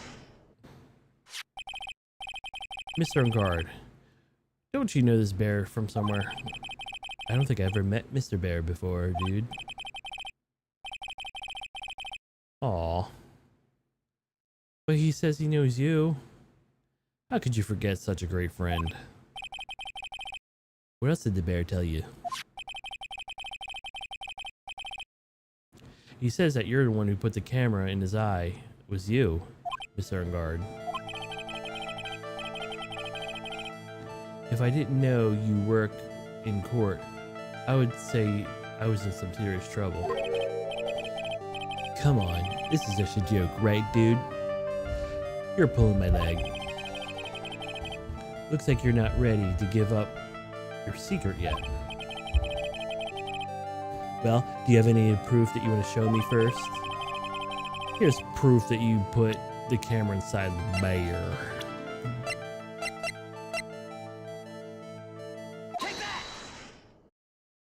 You bought the damn thing. Here, 1 credit card receipt, Mr. Ungard. It's for when you bought the stuffed bear. Dude, all you can tell is that this from this that I spent 3,800. I go to this department store all the time, okay? It's 3,800. Could be a toothbrush that I bought that one time. A $3,800 toothbrush. It's ivory. And it's got elephant hair for bristles. That's kind of messed up, dude. Ew, elephant hair. Is that what rich people use nowadays? No, that's kind of messed up because a poacher got that elephant tusk and then got the hair too. Like, dude. Anyway. The store clerk clearly remembers you and your purchase. After all, you gave him an autograph, did you not? Dude, you should have said that earlier. So I can ask you one thing. Yes. You're my lawyer, right, dude? So if you are, then why are you looking into stuff like that? Because I don't know the truth, and I can't help you. Sounds more like stupid lawyer talk to me. Hey, let's stop talking about this, okay? No, not yet. I haven't asked you why you set the camera up yet.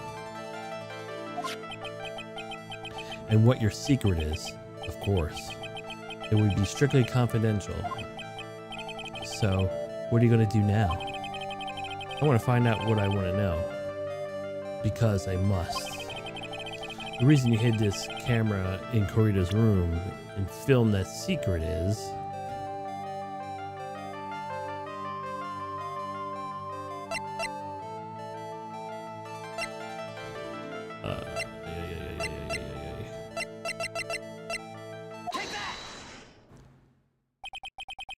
Adrian Andrews. There's a rumor going around that Miss Andrew and Mr. Creeder are having secret meetings. You, who was keeping tabs on Creeda, you were going to reveal this fact and turn it into a scandal. Isn't that right?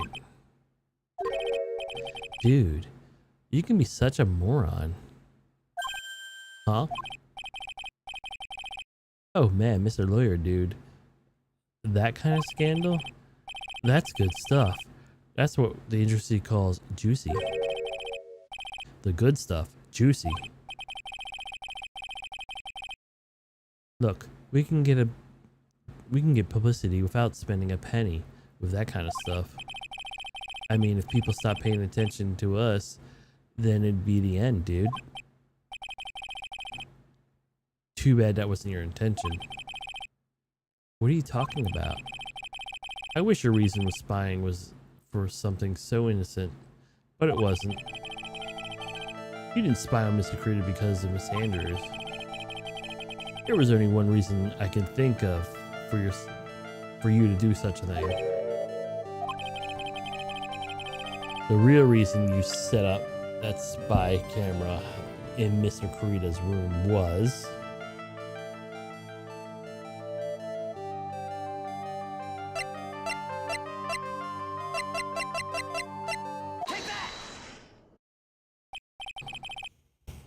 What is this card? Maybe he doesn't know about this card. This is a certain man's calling card. The man's name is Shelly the Killer. And I'm sure you know of him, don't you? Shelly the Killer? That's ridiculous. Why would I know some shady scumbag like him? If we really don't know him, then why are you acting so jumpy all of a sudden? This is it. I'm starting to get the truth.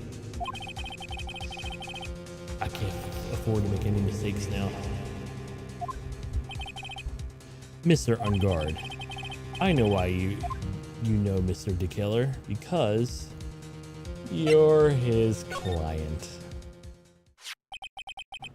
Since you're the one who set up that camera, that means you knew exactly what was going to happen in that room. So, how would you know something like that? Because you're his client, that's why. You hired Shelly the Killer to assassinate Mr. Juan Carita. The real mastermind behind this murder is you, Madame Guard.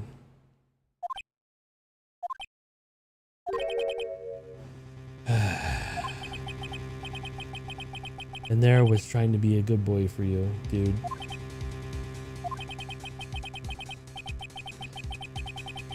I thought you didn't know you'd be able to do your job without feeling bad. That's why I thought anyway. Mr. Ungard, you really did hire... Hold on a sec, I'm gonna consult myself, okay?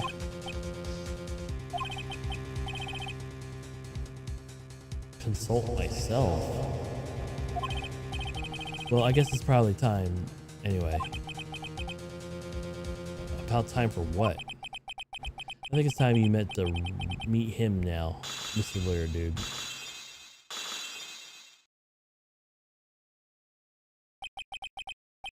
How dare you, Mr. Lawyer? I'm Matt on God.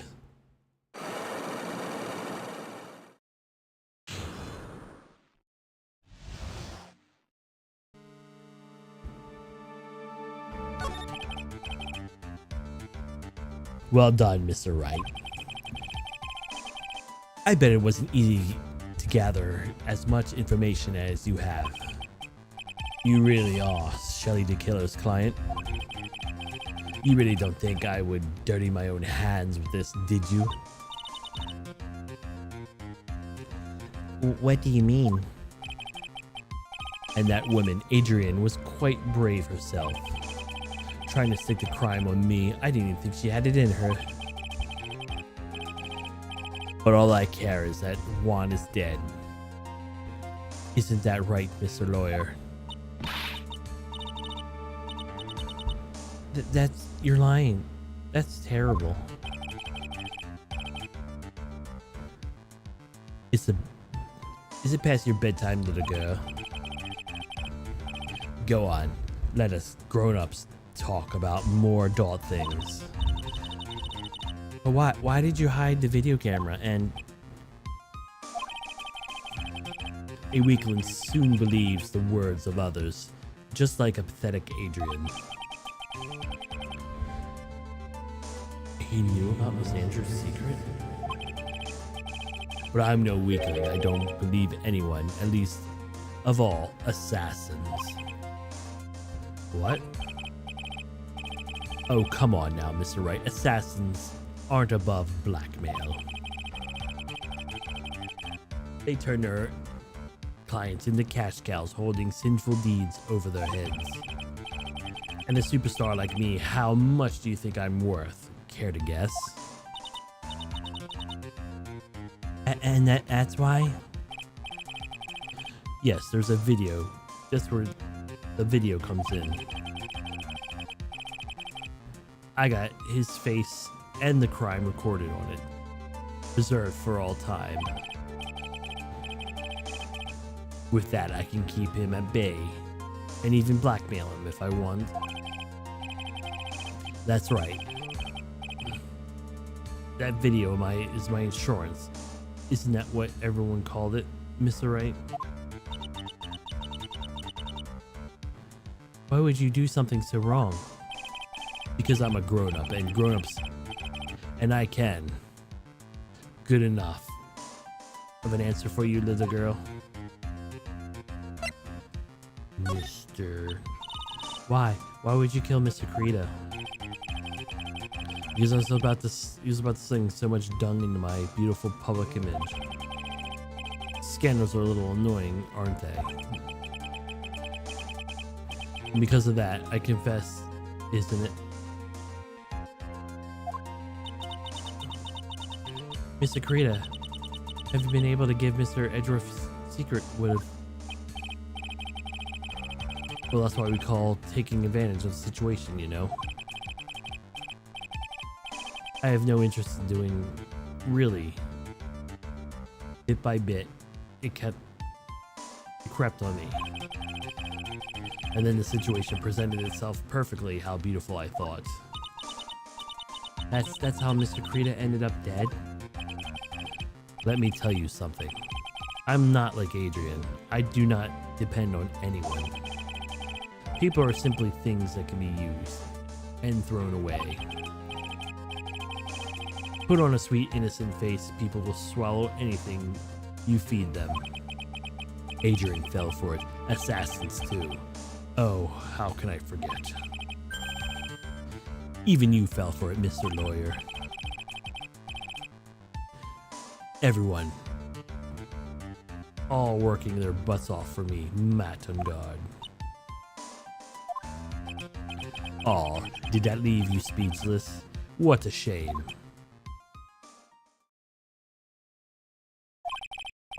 What's wrong, Mr. Lawyer? You've grown awfully quiet. How could I have been deceived by you of all this?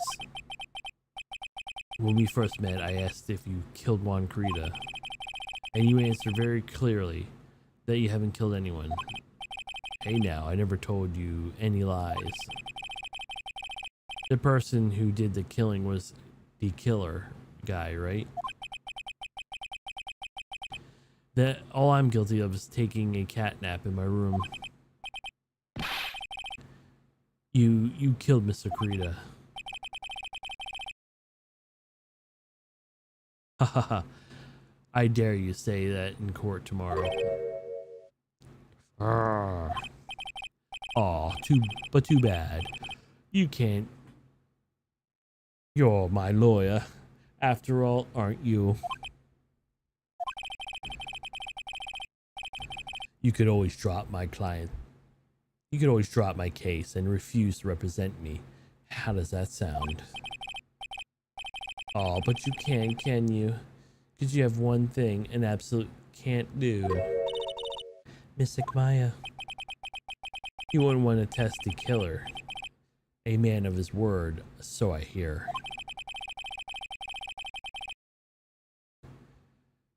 You could end up getting a certain friend of yours rubbed out of if you lose. You scoundrel. So if I were you, Mr. Esquire, I think I would give it all tomorrow.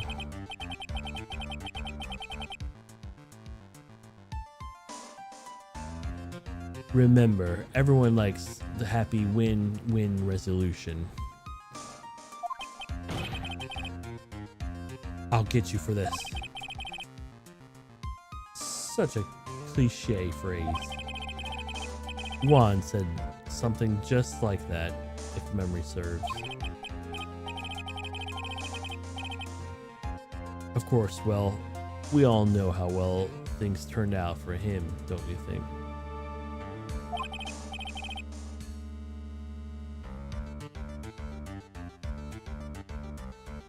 Good night, Mr. Lawyer. Maya. Maya, what am I supposed to do?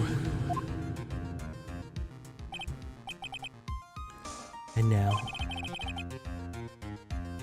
now you finally found it. The starting line of this case. Edgeworth, I don't care the hard atmosphere here. Let's return to the precinct.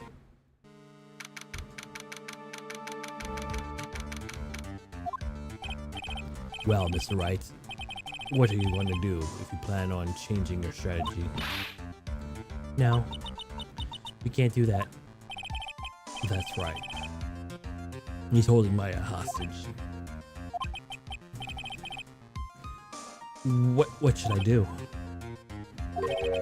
That's not something you can answer for you.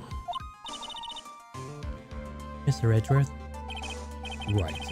Only you can decide where to go from here. 1 year ago, at that time, I didn't truly understand what a prosecutor was. And that's why I had to leave the prosecutor's office. I felt that I couldn't stand in the court of law until I knew what a prosecutor really was. And now, Wright, it's your turn. My turn? What is this thing called a lawyer? What can it do as one? You must find that answer. You must find it on your own.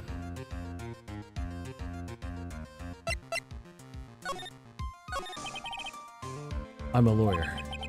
But if I have to fight for someone who clearly is a killer, man on guard, that man is really...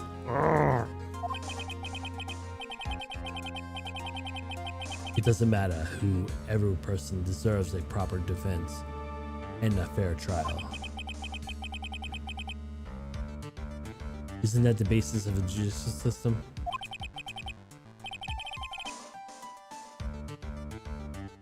Proper defense? But what exactly is that?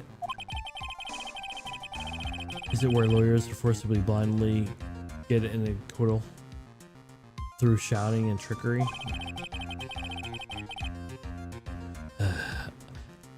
Ironic that you, of all people, say such a thing. Isn't exactly how you fought your clients up until now. Ugh. Well, that may be true, but that's because I believe in my clients to be innocent from the bottom of my heart.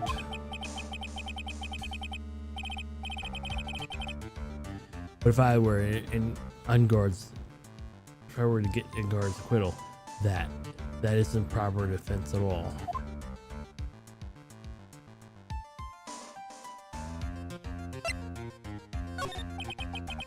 I became a lawyer because I thought I could save people who were suffering and in pain.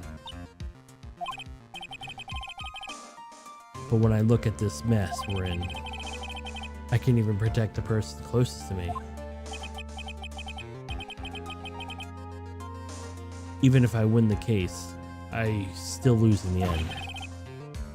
I just don't know what to do. Right. Would you get a hold of yourself? You have it all wrong.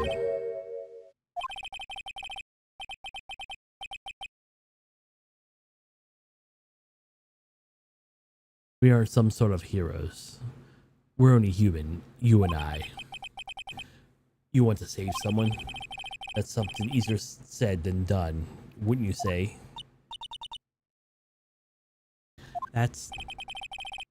You are a defense attorney. You can't run away from that.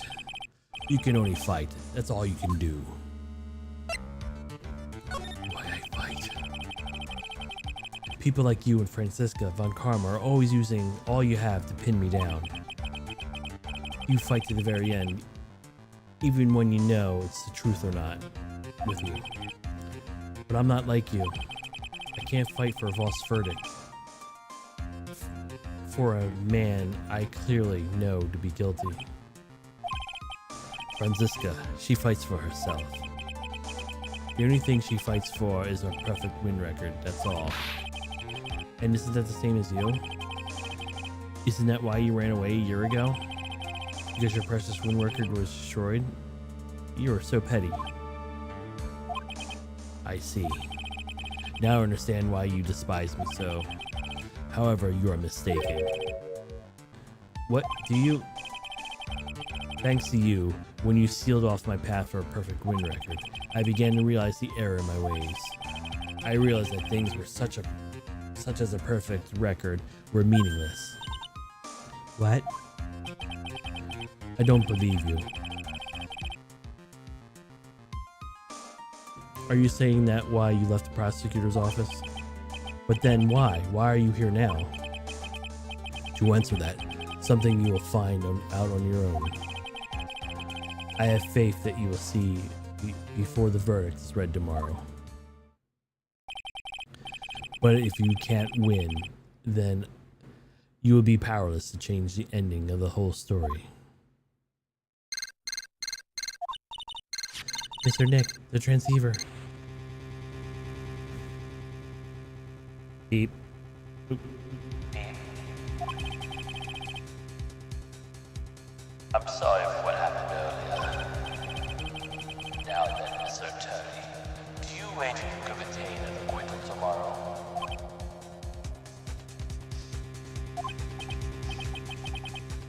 My, matter, Mr. Attorney. I don't sense your usual anger this time. Please tell me, why are you hiding?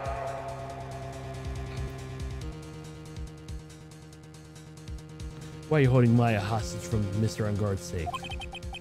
Why are you doing this for a cold-blooded killer? Right. Please don't understand. Please don't misunderstand things. He is my client. Don't toy with me. A man who hires an assassin is just as much of a killer himself.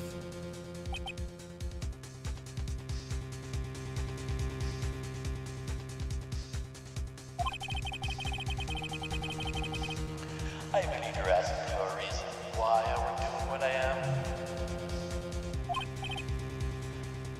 Yeah. This is what I call my aftercare. What the heck is aftercare? My name carries a certain amount of honor and dignity, Mr. Attorney. I take great care to ensure no suspicion falls upon my clients for my handiwork. This is why I call it client relations, and is a part of assassin's duty. An assassin's duty. We were unlucky this time, and my kind was arrested as suspected.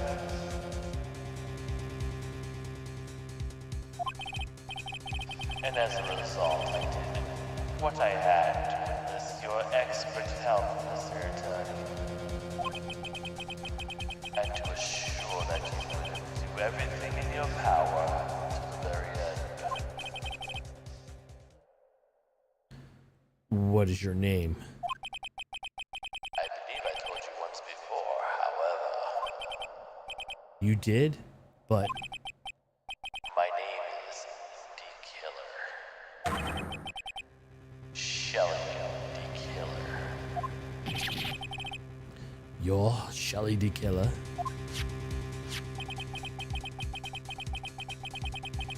Please keep in mind, do you not have much space to maneuver with me? As a D. Killer,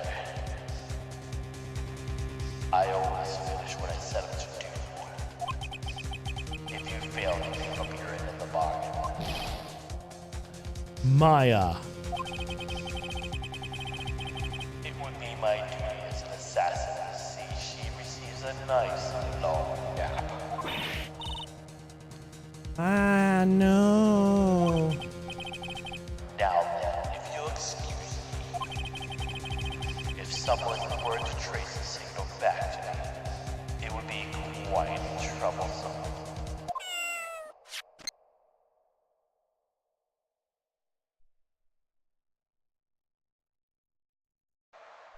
Forget, no. Mystic Maya, Mystic Maya. I don't know what to say. Edgeworth. Hmm? Did you hear that at the end of the transmission? Huh? Oh, it sounded like a cat.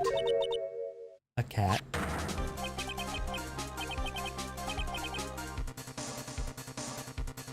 It can't be that cat, can it? What was it? I think I know Shelly the killer is holding Maya's hostage. Edgeworth, have all the police head for on guard matching immediately. All right, hurry up as well. Or you hurry up as well then. Don't lose help. Don't lose help yet, Pearls. I have to fight. This fight has only just begun. Yeah.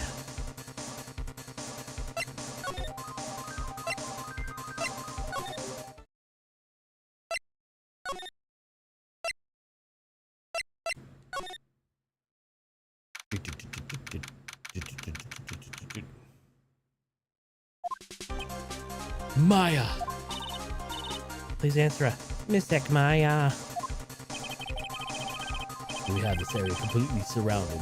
There's no way for him to escape. Assuming he's still in the area. I can't believe it that Butler all this time was the killer. He and the guard were working together all this time.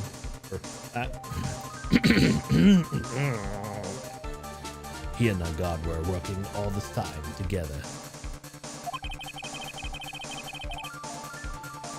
I'm sure they had worked out a contingency plan ahead of time.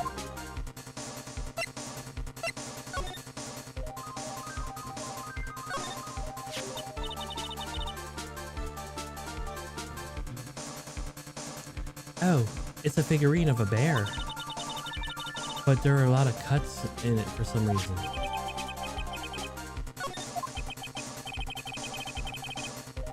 A bear? Isn't it more of a thing for Miss Rita? Why would something like this be here? Right, look down. There's a little pet door installed here. Oh, that's for Shu. Do you think this came through that little door? This door, it's locked. Well, I'm pretty used to breaking down doors by now. Let's go, Edgeworth. Slam, slam, crush. Ugh, there's no one here. From the looks of this room, I would say that it's on God's private lounge. Look at this, Wright. The antenna for sending the receiving radar signals and a VCR. Check inside the deck, see if there's a tape. It would be an important piece of evidence. If we're lucky, we'll have the moment of crime committed recorded on it. I'm sorry, but the tape deck is empty. There's no tape to be found. No. But there's no mistake that something was used to record something. It looks like someone took the tape we're looking for and escaped with it.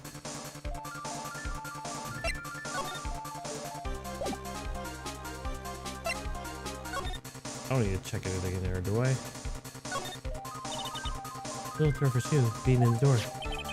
I'm sure Mai shoved this out the door. I'm sure it was her. Every time you give me some piece of evidence, it's always the most crucial piece. This time too, I'm sure.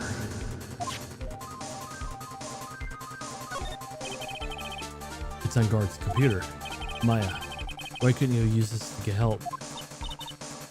Mr. Nick, where's the true power? Where's the power switch? Oh, I get it. So that's what happened. She couldn't find the power switch.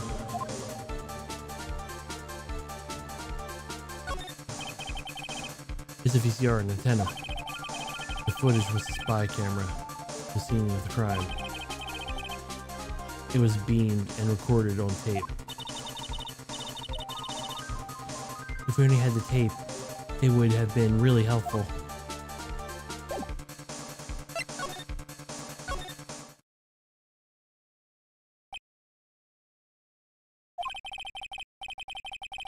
We searched all over, but it looks like we got away. I'm sorry. It looks like he slipped out of our grasp this time. And now we lost our only lead. Don't give up yet. The little girl was looking to you to be her pillar. Yeah, you're right. We're close, I can tell. We've already set up a checkpoint along every route leading out of the district. Leave the rest to us. Maya.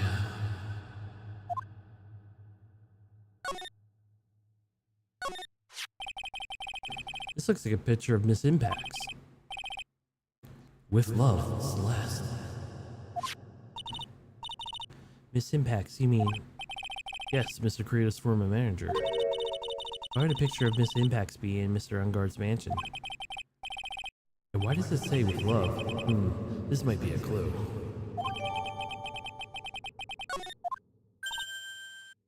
Ah. What's wrong, Pearls? Please. You see that picture frame?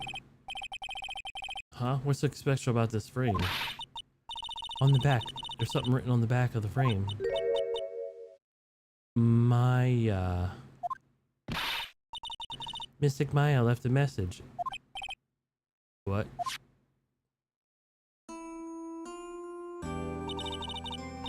I thought you'd come. I knew you would. Now listen up. You better get Unguard guilty sentence, okay?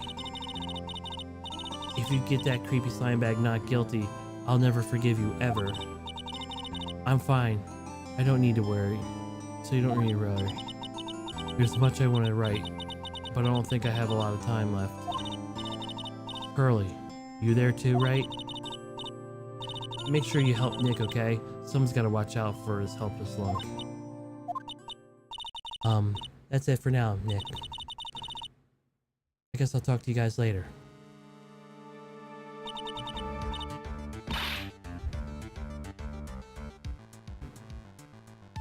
That's, no!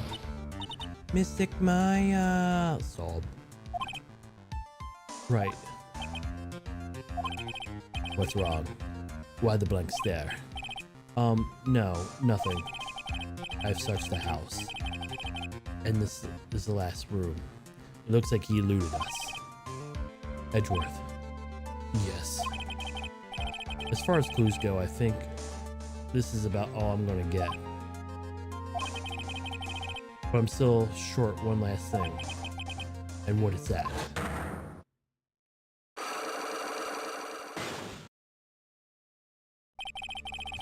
Miss Andrews' psych lock. I gotta find out what the secret she's holding. And I think I stand a chance tomorrow in court. Don't to blow this case open and expose the truth.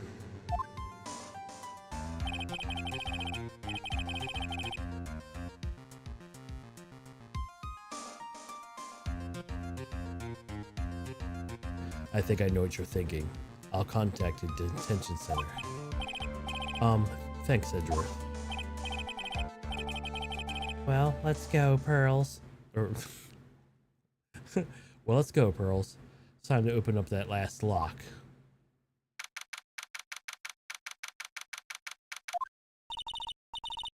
Good evening, Mr. Wright. It's still day out. What's wrong? You look ill. Miss Andrews. I have to remove your psych lock. Psych lock? I want to know, and you will tell me, your secret. Fine, go ahead. Try to break me, if you can.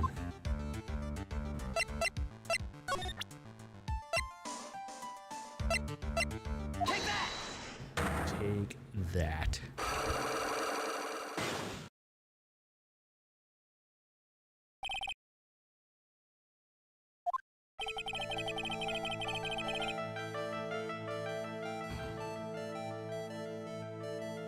Can you please tell me why you framed Mr. On Guard for the murder? I already told you countless times, because I thought Matt was the killer. No, that's not it. I want to know the personal reason you dislike Mr. Guard. Miss Andrew, I think you may. Or I think you didn't hear it. But I know you said something earlier. You said revenge. So you're saying I was taking my revenge on Mountain Matt, and that's why? What an absurd idea. I don't have anything I want to take revenge for. Miss Andrews, a woman who is so dependent on other people. There's something in her past that would make her take revenge. Take that.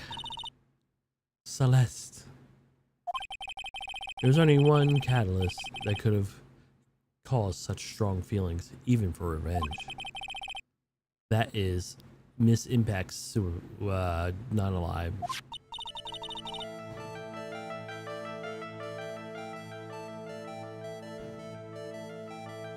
What are you trying to say? Celeste was Juan's manager. On top of that, he's the one who hid the note. Was also Juan. What does this all have to do with Matt? You're right. You haven't mentioned him yet. For you'd hate Mr. On Guard, it would mean you must have had some relation to Miss Impact's and her demise.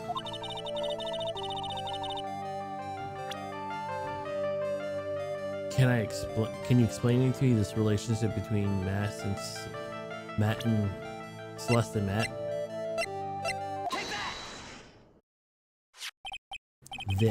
This photo of Miss Impact's correct. Look, she looks younger than when she passed away, though.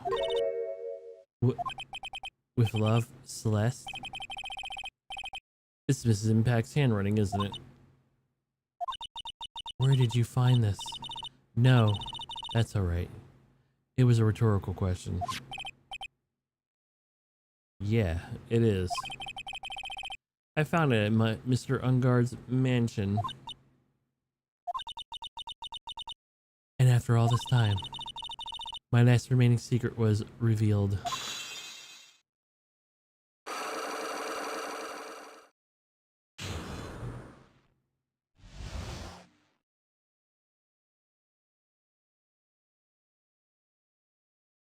Why frame him? Celeste was supposed to get married to Juan.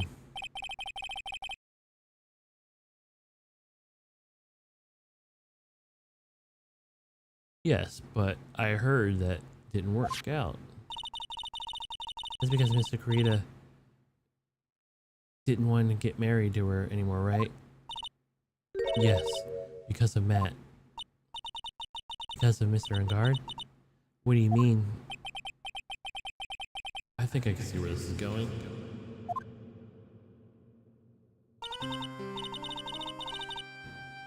Celeste.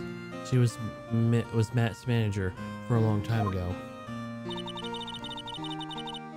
And she was the happiest woman in the world at the time. She was working part-time back then, and I often saw the two of them together.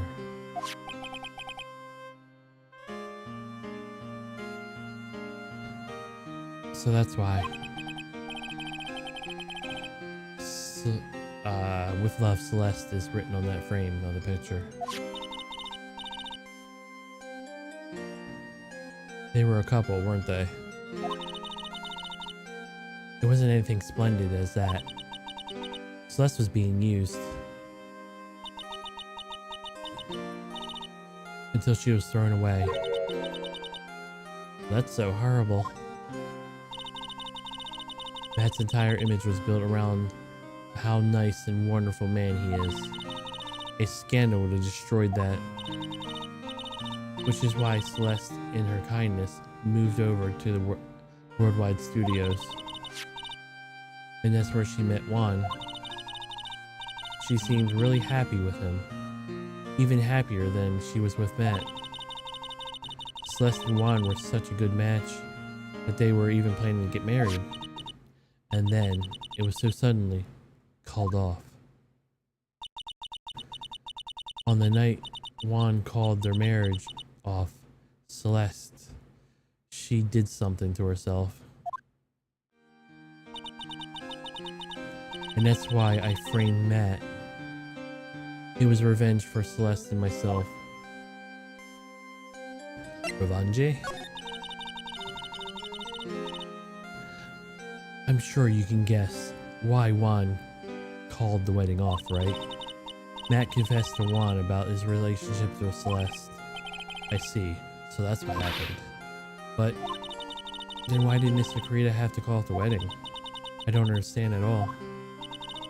It was probably because of his worthless male pride. Juan and Matt were always fierce rivals.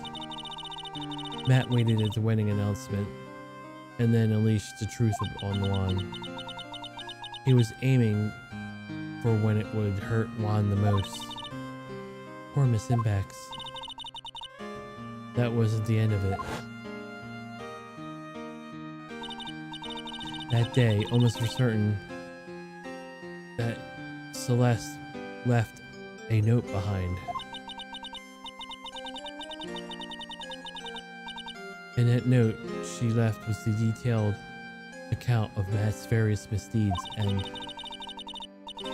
so that she would never again be hurt by Matt, she chose to not be here anymore. And then, when Juan discovered her body, he hid her note. Why would he do that? It's simple. Juan realized the note was a powerful weapon against Matt, and that would especially be damage to his refreshing like a spring breeze image. In any case, with his pride hurt, Juan sought revenge. Revenge? There's that word again. Juan wanted to publicly disclose the contents of that note. At the time, it would cause Matt the most damage, of course. And that was at the press conference after the stage show. All I know about it is because I heard it all from Juan. It was supposed to find out about this that I drew close to Juan to begin with. They're quite of a pair. Hideous monsters, aren't they? Even Celeste's death was something for them to use in their game. That night I found Juan's body. It was only natural that I thought the murder was Matt. And those two were spying on one another after all. For me, it was frantically searching for Celeste's unalive note. I wanted to destroy it before it ever went public. I was going to burn it. Even had brought a lighter. But I couldn't find the note. And that's when revenge crossed my mind. Yes, I was going to bring them my own cruel revenge.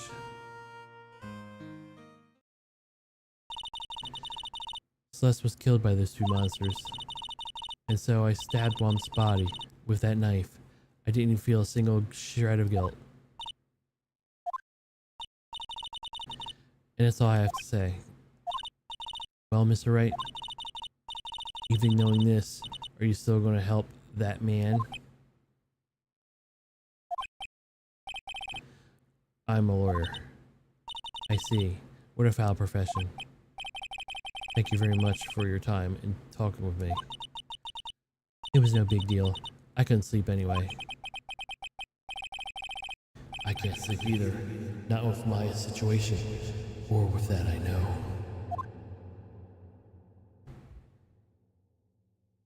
To be continued.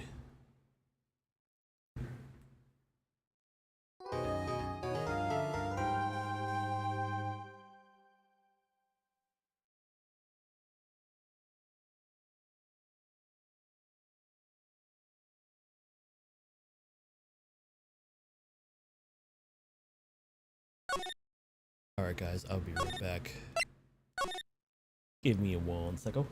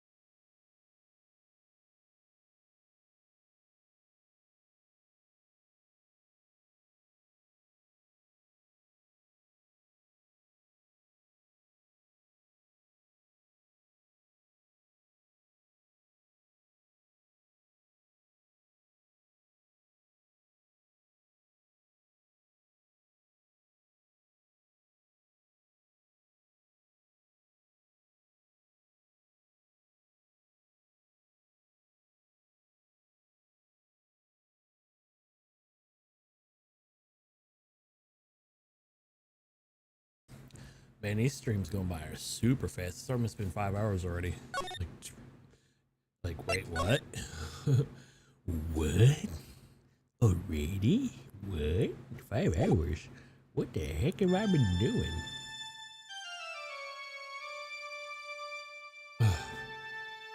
Oh. How did I get into this mess? That's far enough. You can't run forever. Mr. Phoenix Wright.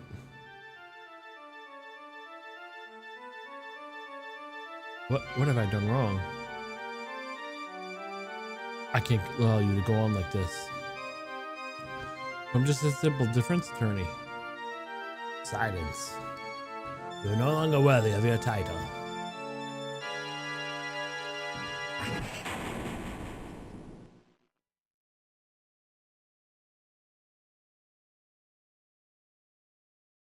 I've had this dream before, someplace some time ago, as if the day was written into my destiny. Today I'll stand in court as a lawyer to prove that a killer is innocent.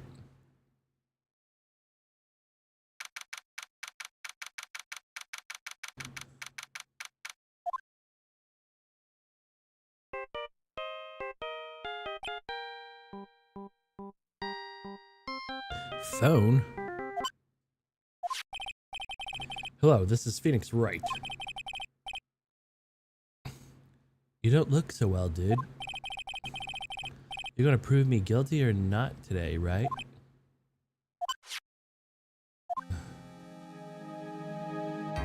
I'm just gonna do this out in the open.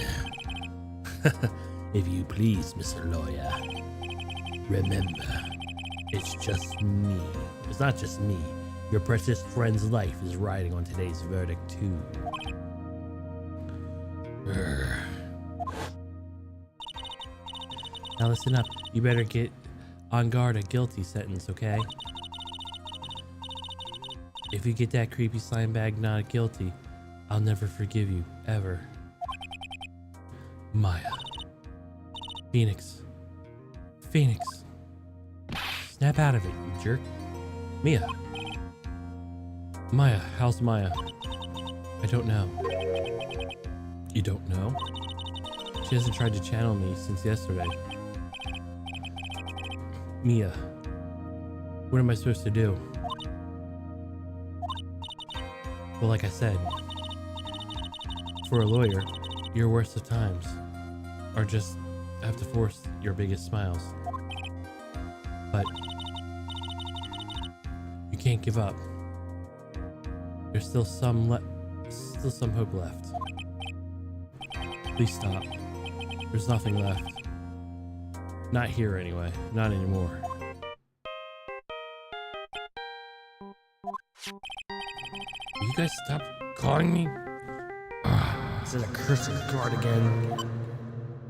Will you leave me alone? Look, don't call me Nora. I mean it.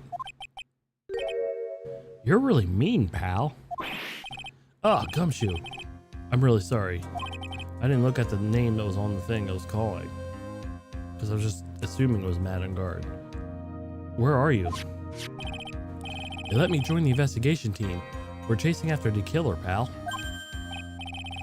Then you have some sort of lead? Sorry. But right now, I've got 0 leads on the guy. But we're not going to give up. Gumshoe. Until the trial's over, until the verdict is handed down, we're going to do everything we can do to find the killer. If we can get Maya out, then you can get on guard the guilty verdict he deserves, pal. That's true. I could do that if they found Maya first.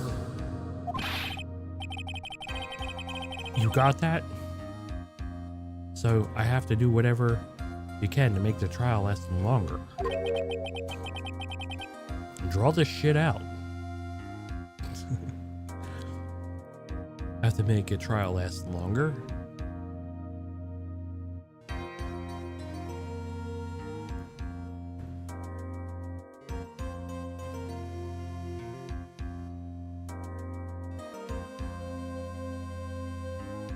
Dang it. Hold on.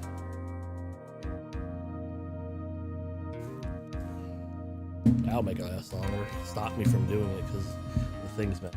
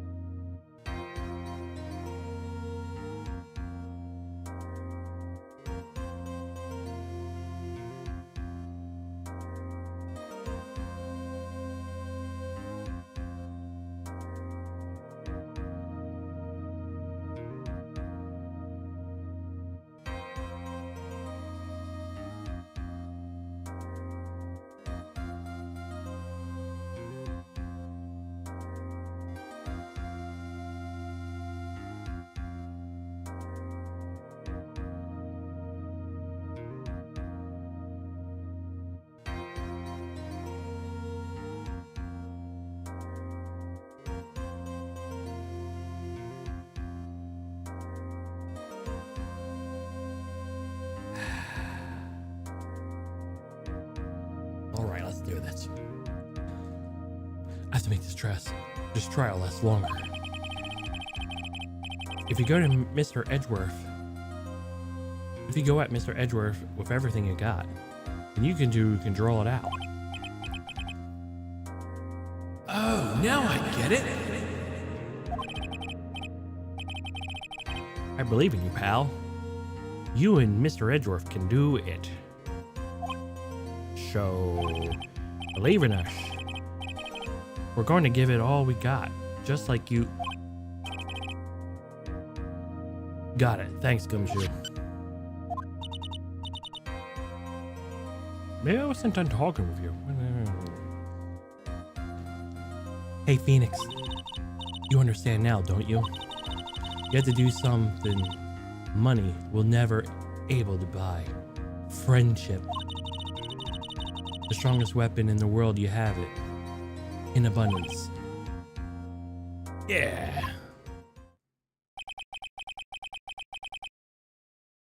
Looks like we're coming to an end. I have to make this trial last as long as I can. Gumshoe will come through, I know it.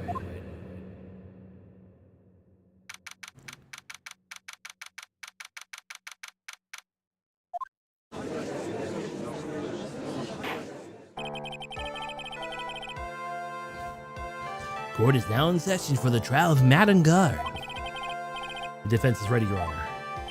The prosecution is ready for a while, Your Honor. Now, as I recall, we concluded yesterday's session with a big mystery on our hands. The mystery being exactly what Miss Adrian Andrews' role in this murder. That is to say, is she really connected to the crime itself? Mr. Edgeworth, would you please inform the court of today's proceedings? Adrian Andrews. She forged evidence that threw suspicion on the Madame Guard. And the proceeded escape to the crime scene by wearing the nickel samurai costume. The guilt of these actions are those from which she cannot escape. You're saying that she is guilty after all? I'm not finished, Your Honor. As Andrew has nothing to do with committing the actual murder. I would like you to direct you to court's attention to this card. What is that? Is that like a shell? This is a calling card of a certain assassin. Assassin, you say? Yes, Juan Carita was killed by a professional assassin. And that person who hired the assassin, his client, so to speak, is Madame Guard.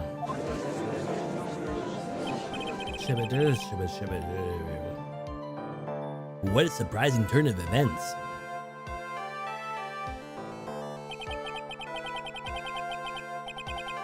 I would like to become commonplace by now, Your Honor.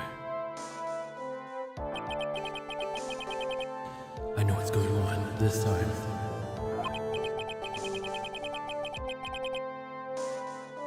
So I know everything that Edgeworth said is true. But we still have to hold on as long as we can. At least until Maya's safe and sound. I know how the trial will turn out today. Now then, please call your first witness, Mr. Edgeworth. The prosecution calls the defendant's mentor, Mr. Will Powers, to the stand. Now then, witness, state your name and occupation, please. Okay. Will Powers. I'm a poor, underpaid action star. And what is your relation to the defendant? Well, I guess, I'm sort of a lousy mentor to him. In a way, yeah. Mr. Powers, please do not. You don't need to put yourself down so much. Sorry, well, I just kind of nothing sort of a guy. On the night of the murder, you visited the defendant's room. Is this correct? Yes. I didn't know that. But, you know, I didn't actually get to see Matt when I went. All you need to do is answer the questions you asked. Now then, I would like you to testify about what you went to Mr. Matt's room. Okay, sure.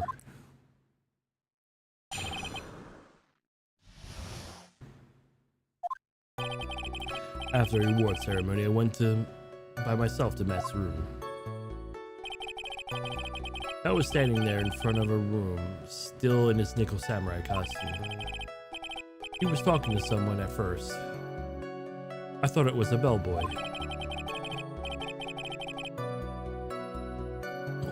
I watched the two of them for a while, but I gave up and went back. I had some guests with me that night. I couldn't make them wait for me. Nothing of that sounds out of place, Mr. Powers' testimony. Talking with a bellboy is no big deal. If one assumes that person Mr. Angard was speaking with was an ordinary bellboy. What are you implying?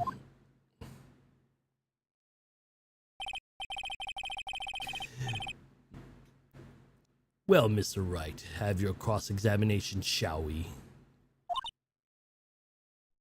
Looks like we're in another sticky situation. I didn't feel like I pressed the button. Huh? A trap. Can you smell it, Phoenix? But for us, to find out more, we're going to have to charge in ahead, right? Visit to Matt's room.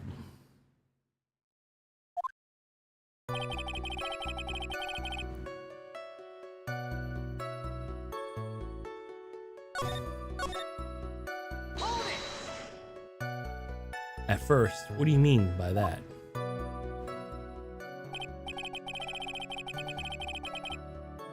Well, he was in a bellboyish uniform, and he had a bottle of juice on the tray.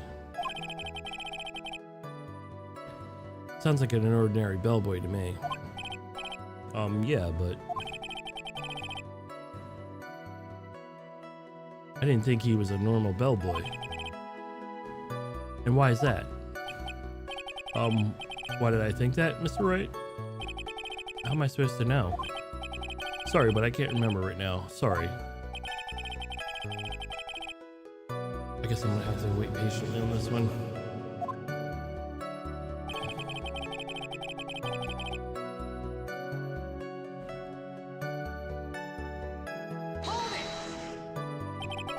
You saw the two of them? The bellboy and the defendant together, correct? Yeah, the bellboy just wanted to say congrats. Now, while you were watching the two of them, did you notice anything strange? You know, I do feel something weird. I think it was because of Matt. Well, he gave the bellboy a tip. A tip? But that's a perfectly normal thing to do. So how long did you watch the two of them?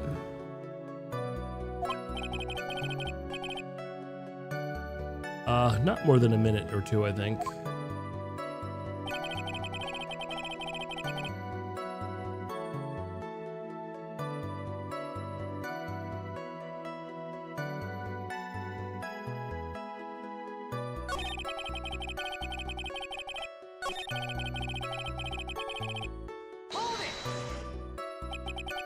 At first?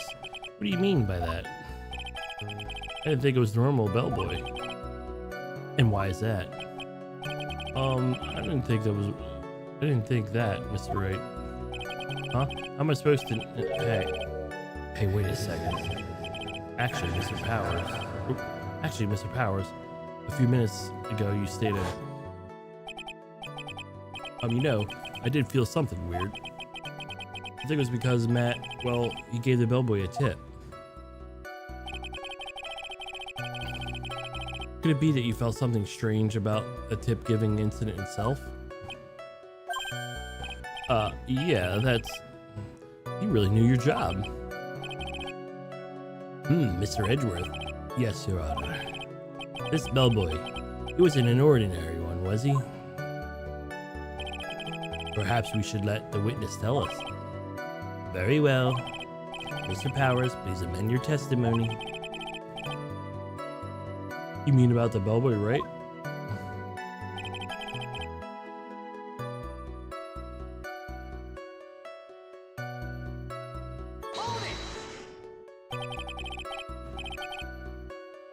So he gave the bellboy a tip. What is so strange about that? Well, you see, it's not the poor penny pigeon like me. I was trying to figure out how much it was because the tip really shocked me. How much it was when something even more surprising happened. The bellboy was putting the tip in his pocket, and that's when it got me first a good look at the guy's face. I was really shocked. I'm afraid I don't follow at all. It sounds like Mr. Powers surprised twice by this event. I wonder if it's shocking moments I should ask about. The bellboy's face. What was so shocking about the bellboy's face, Mr. Powers? Well, it wasn't exactly a boy. It was more like an old gramps. Ahem. I hope you know that discriminating towards old men is a no-no in my court. No, it's not what I meant at all. In fact, smack in the middle of the guy's face, there was a line of stitches. A line of stitches? Yeah, it went straight from the tippy top of his head to the bottom of his chin. Almost like a thread snapped. All the stuff in his face would come spilling out. He was there, at our guard's house. He was that butler. What is it, Mr. Wright? Nothing, Your Honor. So that means a guard was talking with the killer then. The fact that they were exposed by a guard would be declared guilty in a blink.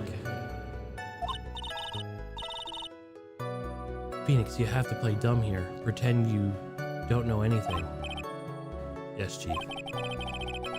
Are you sure you don't have anything you would like to say, Mr. Wright? What did you just say, Your Honor? Nothing, Mr. Wright, nothing. We're just going around and around in circles. Now then, Mr. Powers, please continue for testimony.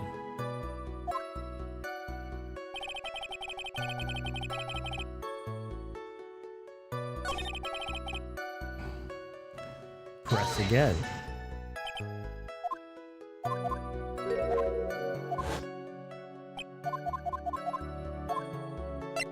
On guard's tip. The The defendant was a huge star. He can afford to give generous tips, wouldn't you agree? Sure. But giving him much was a little too much, I think. A little too much. Would you please clarify for the court? How much would you say the defendant gave the bellboy? Honestly, I don't know. Even I can't even begin to guess. And why is that? He gave the bellboy a really fat roll of cash. Roll of cash? Well, how interesting. That certainly is a very generous tip, wasn't it?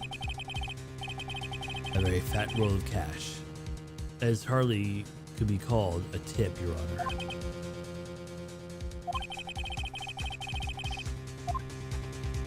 The judge is beginning to look awfully suspicious of us.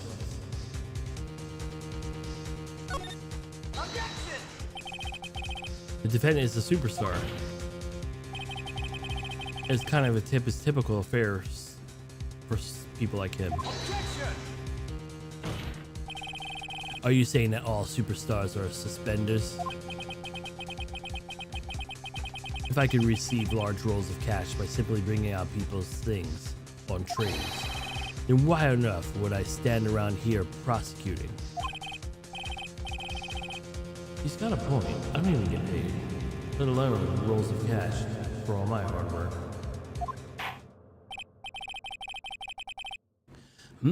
Supposing all that roll of cash was not a tip, then what was it? Payment. Payment, Your Honor. Payment? Isn't it obvious? For the sale, for the murder of Juan Corrida. Then the bellboy's witness saw, yes, the assassin.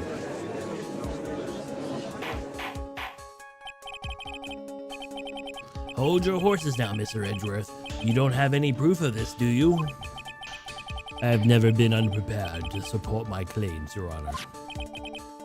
I have here the card Shelley the Killer left at the scene of the crime. Shelley the Killer? He's the person the police special investigations team has been chasing for ages. I am certain that the person's witness saw was the very assassin, Shelley the Killer. Really? What's wrong, Mr. Bowers? No, nothing. Something just clicked in my head when I think I figured out something out. Oh? Actually, I saw the bellboy again later that night. What?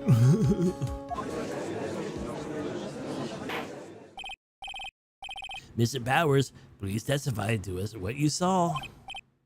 Yes, sir, right away.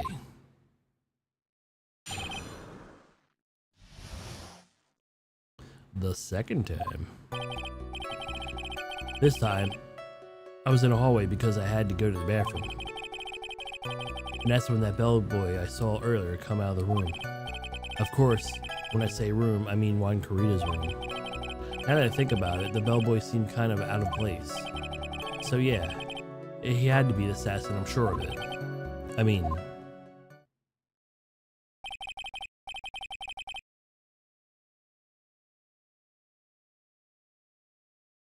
Thank you very much. That's all we need for now. Huh? But I'm done? Not done. There's still more. Let us first establish that the bellboy was truly Mr. the Killer. And then now, shall we? So the bellboy came out of the victim's room. And then the bellboy was really the assassin. Then I think the answer is fairly obvious. That would be correct, Your Honor. Well, Mr. Wright, I believe it's your turn to entertain and make us laugh.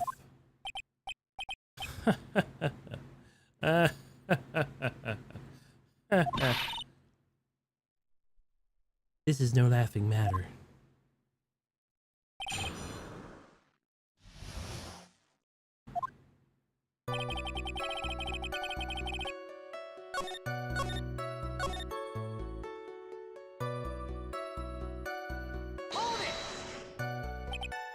So exactly was so out of place about him? Right. Why do you why the accepted grin? Maybe because I have no idea what's damaging thing I was going to say next.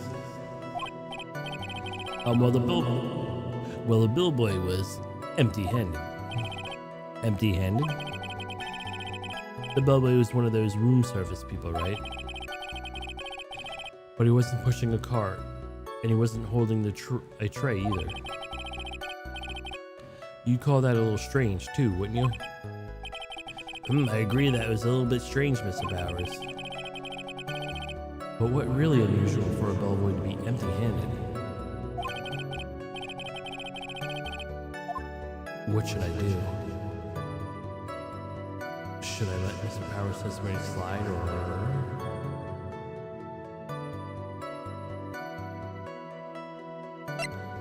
Try pulling a fast one, because that's Mr. Wright, the fastest fast boy. There's nothing strange or unusual about empty-handed bellboy.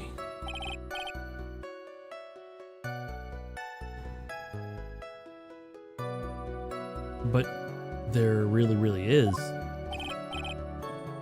There really isn't. If you two are done being school children, bellboys are for room service. There's no reason for them to be empty-handed ever. Your Honor, I ask the witness the previous statement to be supplemented with a new one. Edgeworth, are you going to do whatever you can to make this bellboy look suspicious? I see, very well. The court recognizes the grant the prosecution's request. Mr. Powers, would you please amend your testimony, please? Yes, sir.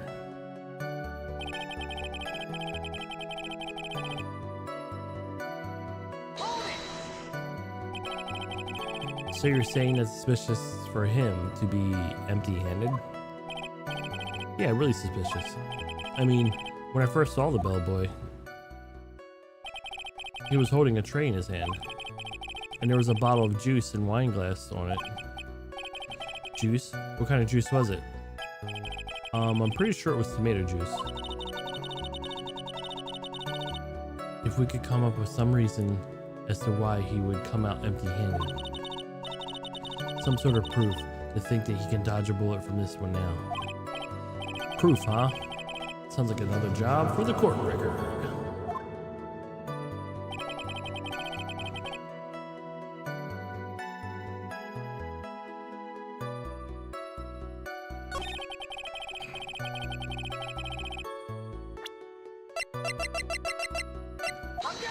Objection. Mr. Powers. Yes? You're easily influenced by other people's words, aren't you? As soon as you heard that bellboy might have been the killer, you got caught up in believing it to be true. But, isn't he really suspicious? He's got all those stitches and so a baseball has stitches. Are you saying all baseballs are suspicious because they have stitches? Nope. Well, there's also, I mean, about him being empty-handed. I would like to ask the court to please take a look at here. This is the crime scene. There's a wine glass sitting next to Mr. Kurita's body. The liquid inside the glass is tomato juice. And now, if you would look at the top of the table in the lower right corner, you can clearly see a tray with a bottle of tomato juice on it. The bellboy had just brought this to Kurita's room. He left the tray in the room, which is why he was empty-handed when he left. But that would mean that the bellboy has been left a dead body in the room. But can you prove that Mr. Kurita was already dead at the time? Mr. Edgeworth? Yes. I blame you for leading me down this route. I'm terribly sorry. What is with him? Why is he laughing? Witness, isn't there one more thing you would like to share with us? Is there? The bellboy was empty-handed, of course. I say empty-handed. If I recall something interesting to say this about his hands. Oh yes, I almost forgot. Huh? What? That bellboy, he was wearing gloves. Gloves? Yeah, pitch black leather ones. All the other bellboys don't wear gloves like that, right? Black leather gloves? Why didn't you mention them earlier? Sorry, it slipped my mind. Boy, does this make the bellboy look really suspicious.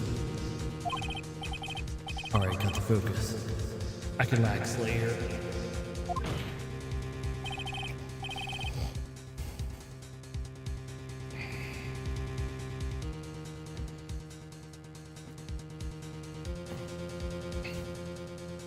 So if they had gloves, a lot of bellboys wear gloves.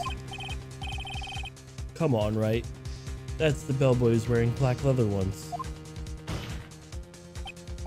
So, a football is made of leather. Are you saying that all footballs are suspicious because they're made of leather? Ugh. But that man received a large roll of cash from the defendant. And then it seems leaving the crime scene wearing black leather gloves. I don't think that even someone like myself would believe that he was just another bellboy.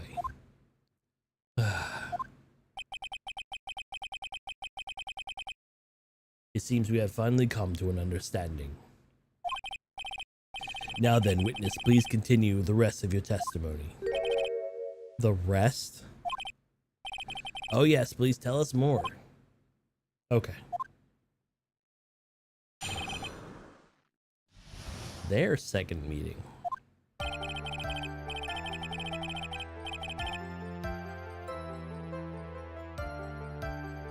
After leaving Juan's room, the bellboy went and knocked on Matt's door just like that. He gave something to the person inside the room. Then the old guy just left without even going into the room. After that, I went to the bathroom and back to my seat.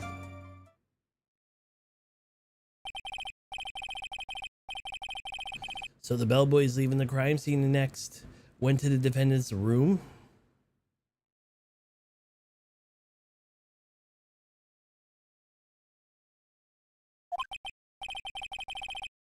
Yeah, I kind of saw all that by accident. Some accident, you say? It's all too much. And all of it was suspicious. To high heaven. I think it's safe to say that you can no longer consider this bellboy to be normal. Now then, let's get started, shall we, Mr. Wright? Your cross-examination, please. Yes, Your Honor.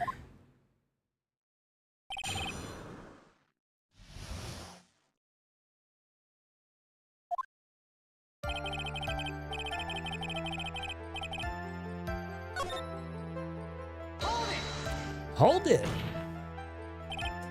I said hold it. Okay. That's better. Ahem. What kind of statement is that? Please elaborate and give us a few more details. Okay. I should probably ask one question at a time.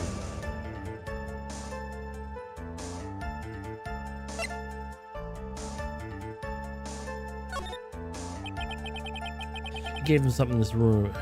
He gave something to this person. Yeah. And what was that something? Ha ha ha ha. If I remember what it was, I wouldn't be calling it something, would I? But that implies that something was removed from the crime scene. Are you sure you really can't remember, Mr. Powers? I think it was something kind of small. This is an incredibly crucial piece of information. Please try to remember what it was. I'll try. In the meantime, let's talk about another point, namely the bellboy next. So after he gave the person inside the room the thing,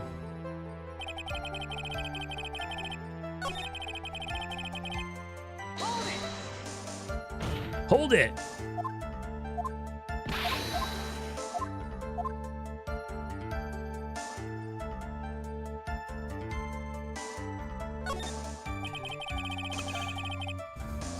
So who took this something the bellboy handed off?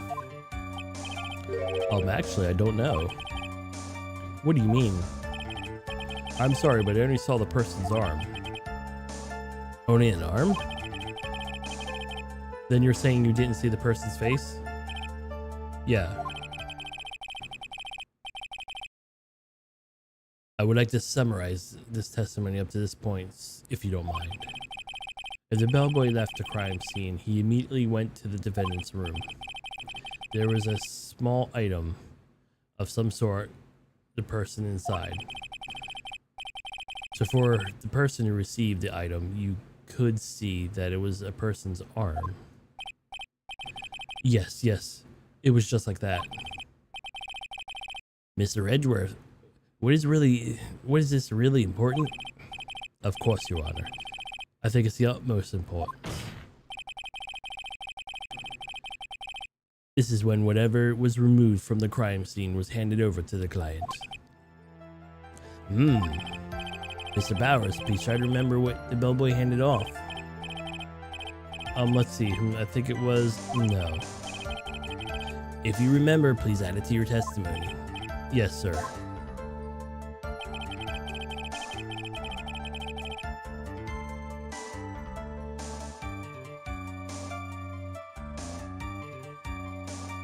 I saw it again for sure, but I think some sort of wooden statue.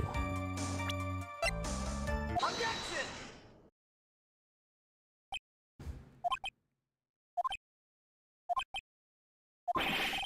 What was the point of that prenated pause? Where did that objection come from? Well, speak up. It was me, Your Honor. Was it Phoenix? I have a bad feeling. I feel something bad is going to happen when I show this.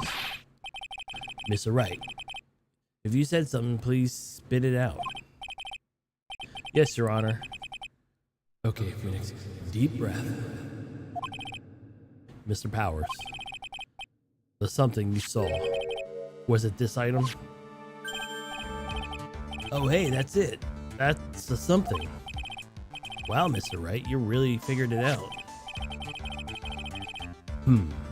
I recall this at Matt Ungard's mansion. The defendant's house? What does this mean? It's simple, Your Honor. Shelley the killer assassinated Juan Carita in his room. Then he stole this wooden bear from the scene of the crime. When the bear was found at Mr. Ungard's mansion would mean... It goes without saying, Your Honor. Matt Ungard is the killer's client.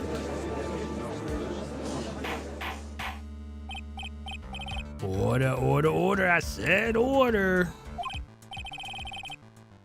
Mr. Wright, your most unfortunate turn of events for you. Yeah. Sorry, Mia. No, it's alright. Your judgment was sound. Actually, I figured the bear would come up. So if not now, it would have later on. If you haven't shown it to court, I'm sure your friend Andrew would have. I almost forgot he knew about it too. I think it is clear that there were no need to continue this trial. I can't let this happen. I have to do something.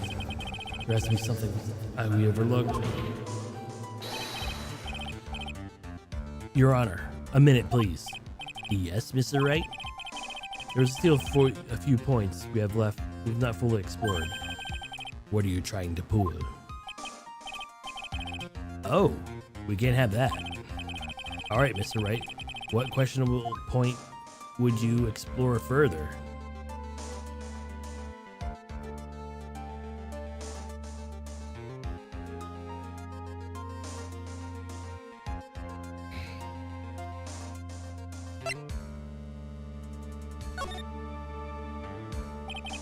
There's one thing in Power's testimony that was very unclear, and it was the identity of the person who received the bear.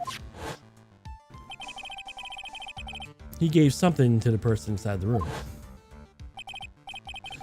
I'm sorry, but I only saw the person's arm. As long as we don't know who it was who took the bear, we can be sure of.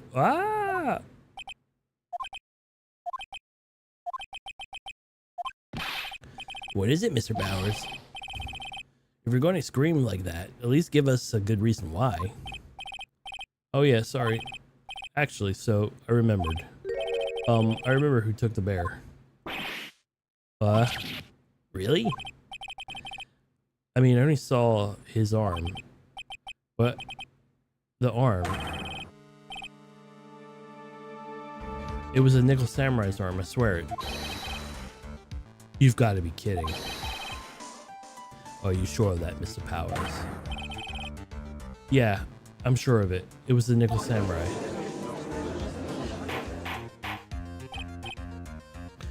Order, order. It looks like you have dug yourself your own grave yet again. How many times is that today? I lost count.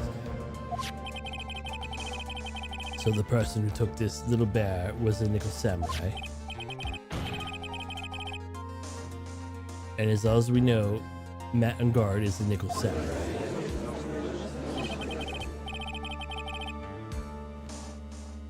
Thanks to the defense, we've made that all the clearer. What am I supposed to do now? Mia, help. You don't have time to act lost. We've got to find another attack form. Hurry. Now. It'll bring the cross-examination to the hold it. Your Honor. Again, Mr. Wright, we have already removed any unquestionable areas of this testimony. It's about time we removed from the court, Mr. Wright. I have something even more little point will do. There are still questions left unanswered. What are you trying to pull? Oh, well, we can't have that. Mr. Wright, what is a questionable point you would like to explore further? How about the bear itself?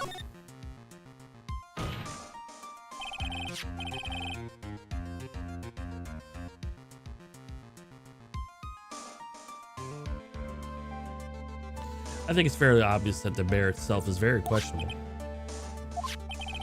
The bear, Mr. Wright? This was found at Mr. Ungard's mansion.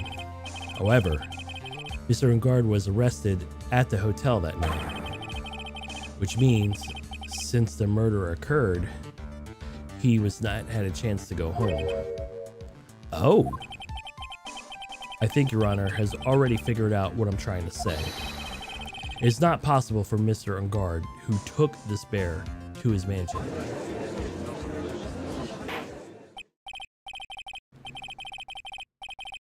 Why, that's very true.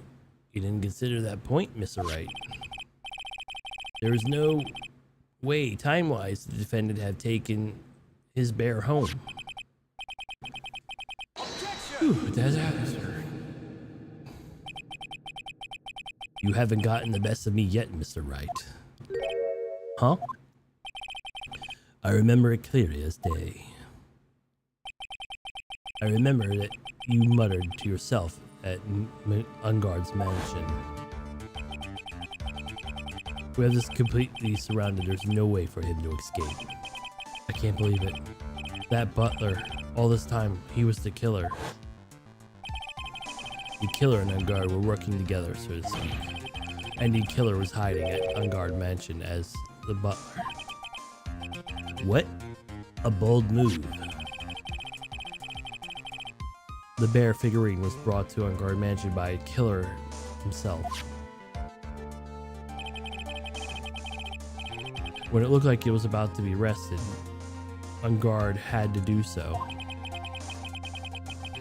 I assume it would have been bad if the police found it during the investigation.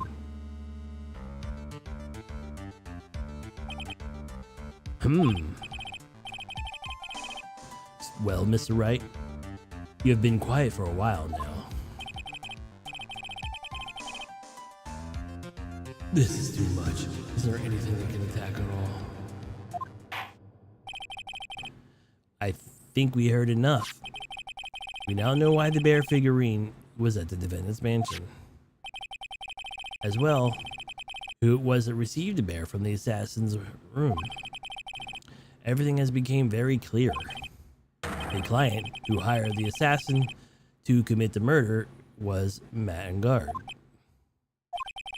I see no reason for this trial to continue, therefore I will now hand down my verdict. Thank you, Your Honor, for your understanding. You see, Mr. Wright, you could not win against the truth, could you? I knew it would turn out this way. After all, what Edgeworth has stated is the truth. Any last objections, Mr. Wright? Well, what should I do? Raise an objection. Well, okay. There is only one way for me to drag out this trial. There's only one thing left. It just faded away. Your Honor, right now, we have these two reasons to believe that my client is the assassin's client.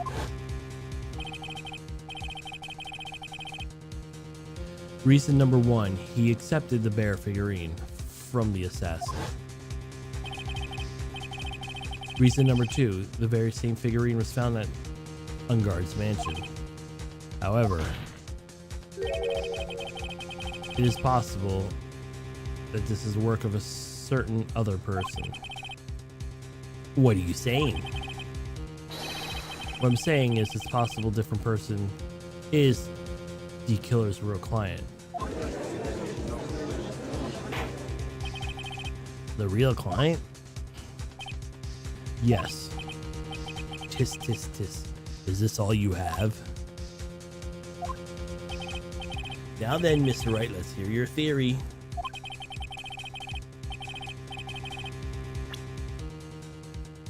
Who do you say the killer's real client, therefore the real murderer? Adrian Andrews? Or Adrian Andrews? Yes, we already know that she tried to frame Matt Ungard for the crime. They're wearing a spare nickel samurai costume. Ah! Then the nickel samurai's arm that I saw, that would have very well been Miss Andrews.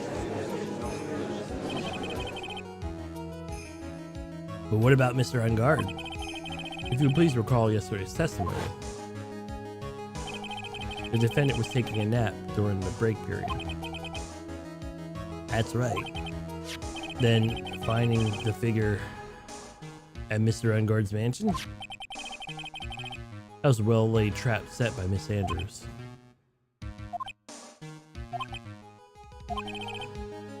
Mr. Edgeworth, what is your opinion on this? I can't even begin to count the flaws in the defense's logic. Besides which, there is no evidence to support it. However, I can't fully discount its possibility either.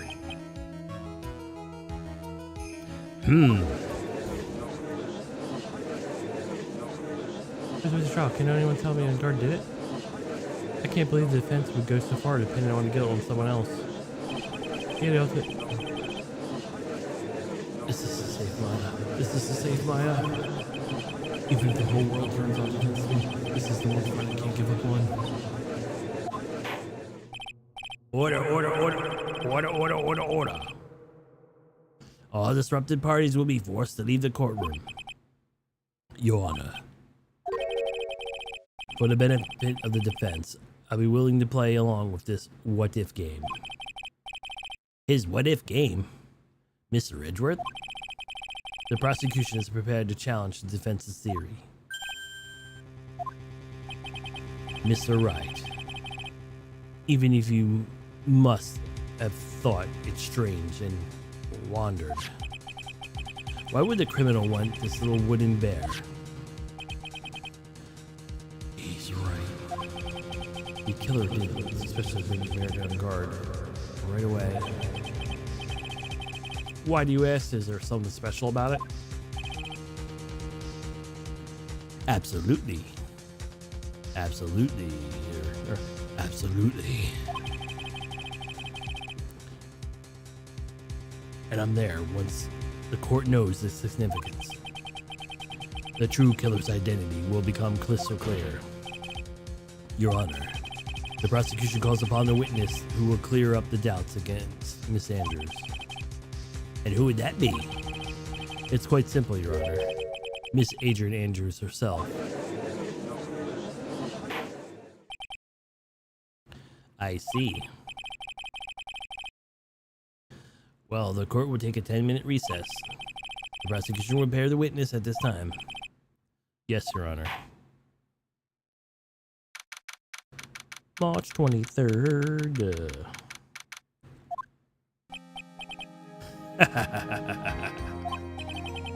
Oh, I knew this was a good idea to hold her hostage. Don't you agree, Mr. Lawyer? But I never thought in your desperation you'd try to pin the guilt onto Adrian. I swear this demon will pay! Mr. Nick. Pearls. Where's Mia? I don't know. A really strong suddenly power shouldn't call her away. A really strong power?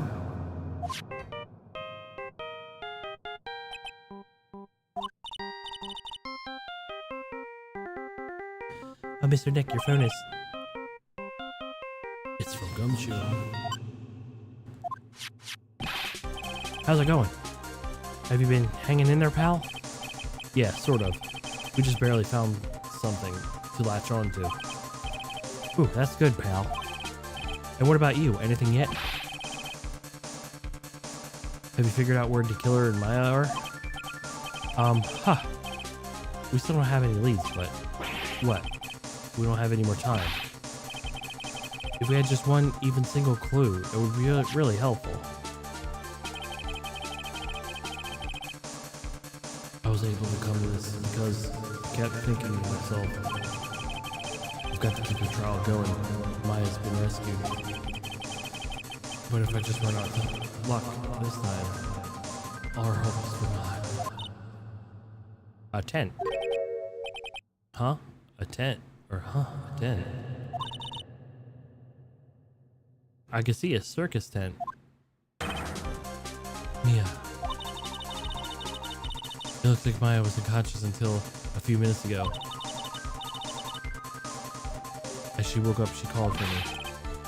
So Maya called you away? It's locked, dusty little room right now. I can see a circus tent outside the window, about 300 feet away. Gumshoe. There's a circus in town right now.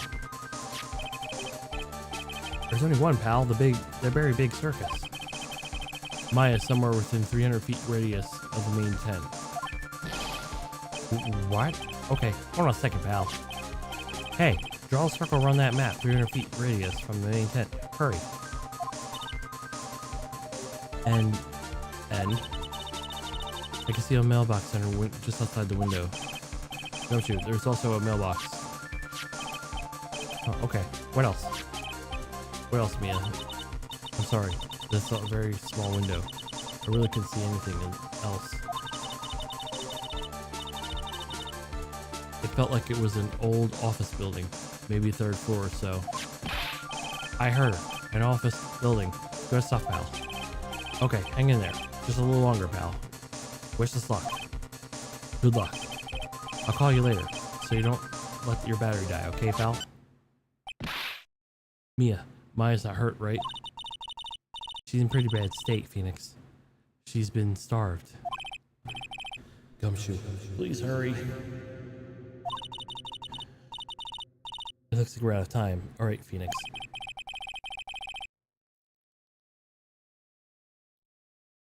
It's only a matter of time before Maya's rescued. I can do this. I just have to make the last trial a little longer.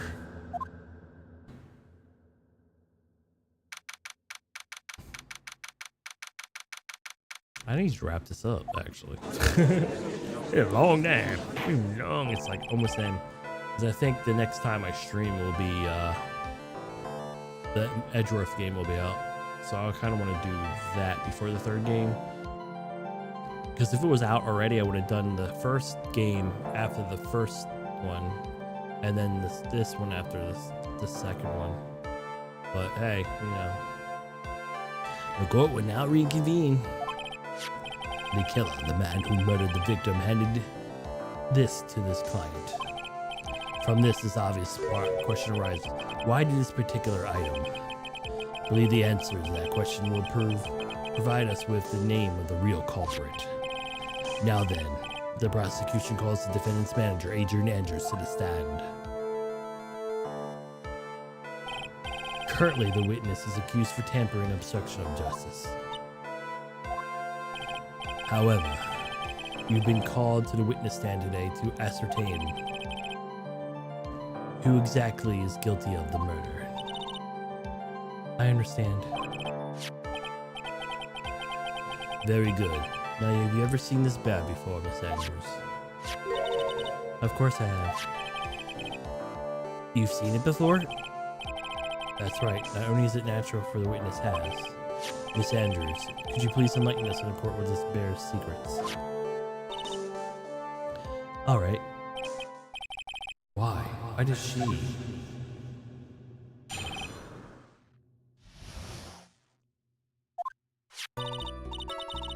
Actually, this is an elaborate puzzle. If you know the correct order, it can be taken apart one piece at a time. It's the center small cavity, just enough room to store a small item. Because of this complexity, you don't know its order, you can't open the bear. You really can't tell that it's just a small jewelry box just by looking at it. So this figurine, it's a container of sorts, is it? Yes, it looks deceiving. Wouldn't you agree? Yes, superb craftsmanship. Oh yes, I nearly forgot. You begin your cross-examination, Mr. Wright? It looks like there really was something to that bear after all. Yes.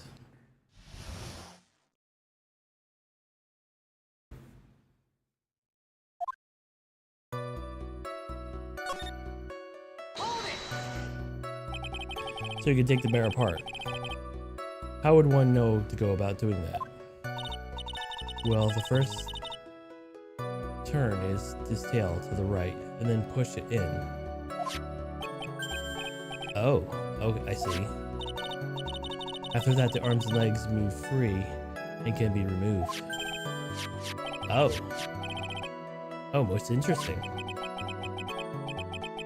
Hey boy, with a 5-year-old toy, it's like he's 5 all over again.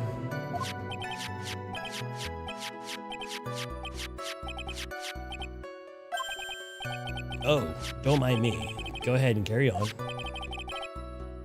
I think he's lost it. I think he's lost it. So what do you find after taking the puzzle apart?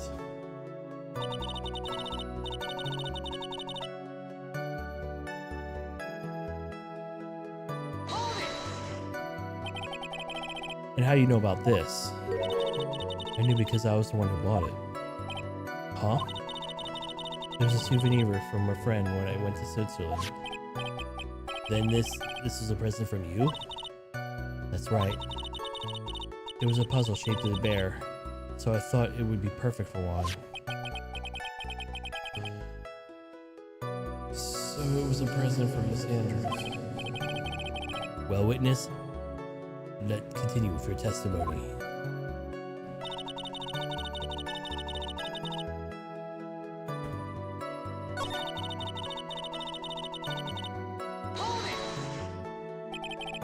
Who else knows about this bear is actually a small container or a jewelry box?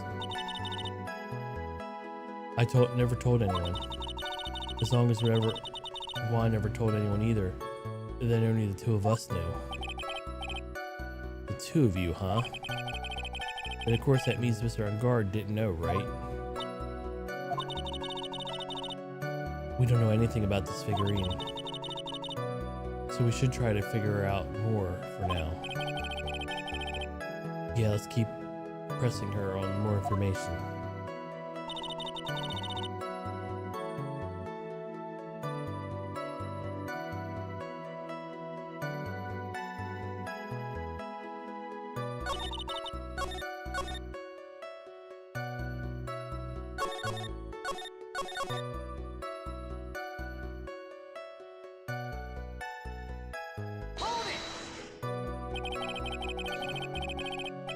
Who else? Or I did it. Oh.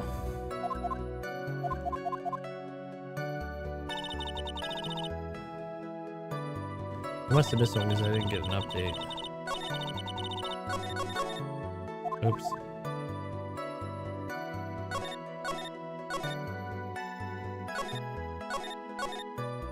I think it was this one. So exactly who knew about to solve this puzzle? Only two of us were Juan and myself. This is here from Switzerland. So I thought there were as many people that knew same people with the same bear in this country. But it looks like it can be easily broken. Especially if someone wanted to get what was inside. Well, it's a toy. But it could never be the same again once it's has been broken.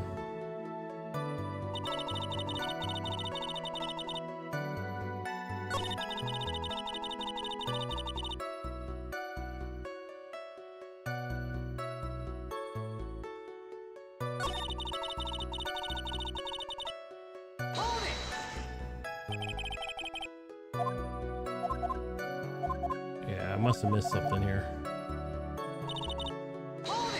I'll do that one too. A puzzle? That's right. It looks like an ordinary figurine. True enough. To people who don't know, I'm sure they would never guess it was a puzzle.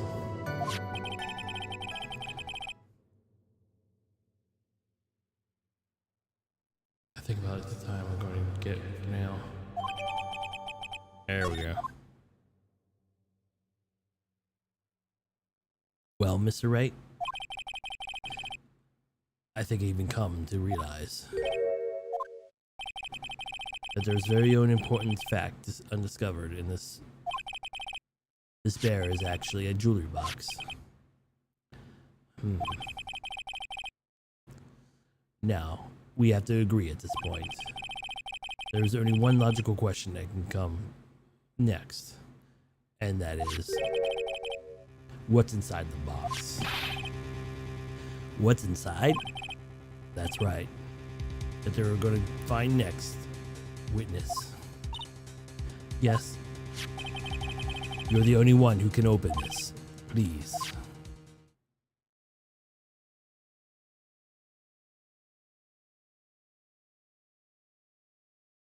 There's a painful silence. Eyes are open on Mr. Andrews. Solve the puzzle. It takes the bear apart. Click. I've opened it. This is what you wanted. What is that? It looks like a note. I don't think we need to guess at what this is. Do we, Mr. Wright? It's the special note. The special note? The special note left by Juan Carita's former manager, Celestin Box.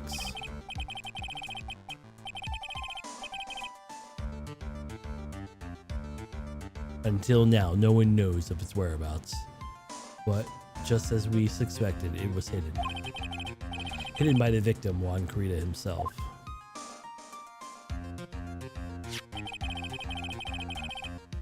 And it seems that Celeste Impacts had a beautiful handwriting. She was as beautifully signed her own name in stock. This is most definitely the note she wrote before committing the arrival.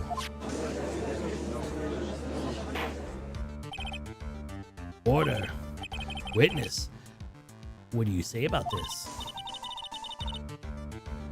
Yes, I did. I heard it all from Juan. When I discovered his body, I looked for the bear. I wanted to destroy the note before it became public, but I couldn't find it anywhere because it had already been taken by the killer. Everything's going at Mr. Edger's pace. Now that adventure note has been found, what is the next logical question? What is written in that note? That's right. At least, that's what I would think. Now that I believe it's only appropriate the contents of this note be known. I can't stop you, can I? I went through so much to get my hands on it. And I was going to burn it for her sake. I am deeply sorry, but I cannot allow you to persuade me to stop. Your Honor, if you could please read the contents of that note aloud. Very well.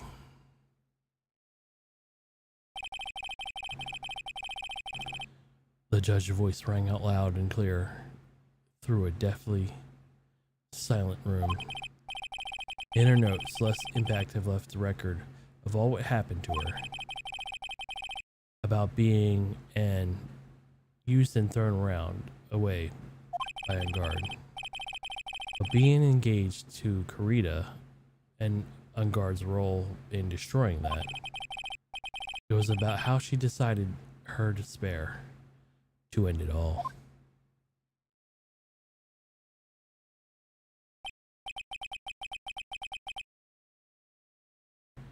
And that's all Miss Impacts had to say.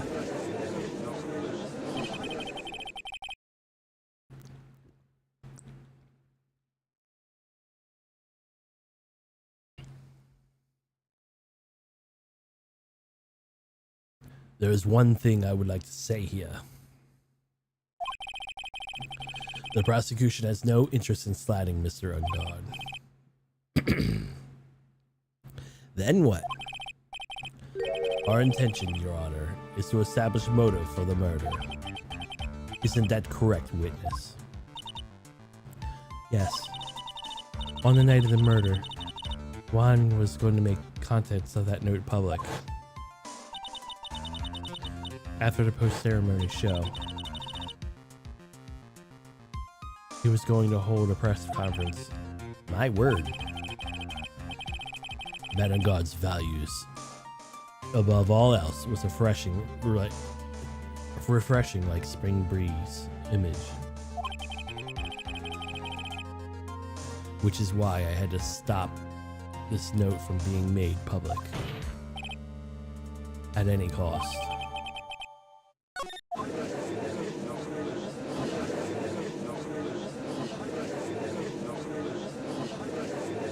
This time I waited to kill someone and stop her revealing that. How terrible. I guess some sign lawyers who defended creeps too. There's no room for doubt here. Mr. D. Killer's client's goal was to obtain the adventure note. And the only person who needed that note that badly is the defendant. Let's not forget that the bear with the note inside of it was found at the defendant's house. It seems we have come to the truth at last. The defendant's motives were merely selfish. He deserves no sympathy from anyone. How am I supposed to escape this one? Why the hesitation, Phoenix? Gumshoe hasn't called yet, so you know what you must do. I know. I have to carry on and buy him some more time. Okay. Okay, there's two pieces of it. Deadly pieces of evidence. To figure out the special note.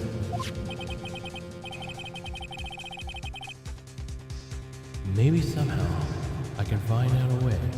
This situation through those.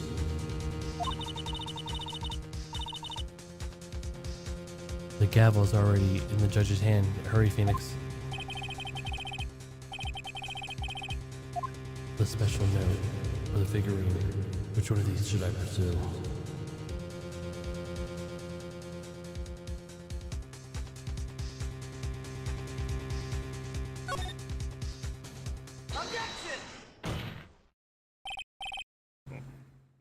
Please wait, Your Honor.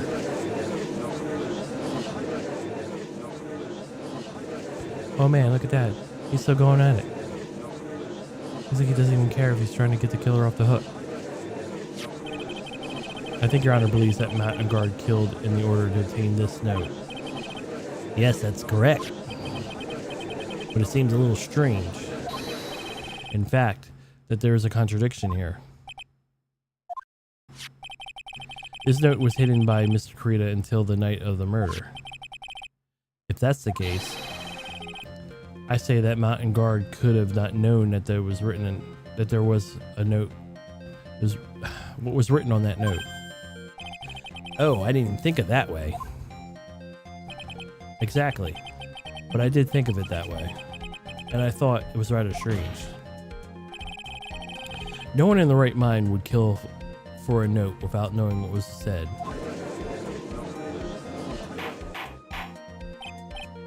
Order, order, order. You make a valid point, Mr. Wright. Mr. Edgeworth, what is your opinion? It was just a flash. I think I've rather well on this one. Unfortunately, I think he believes differently.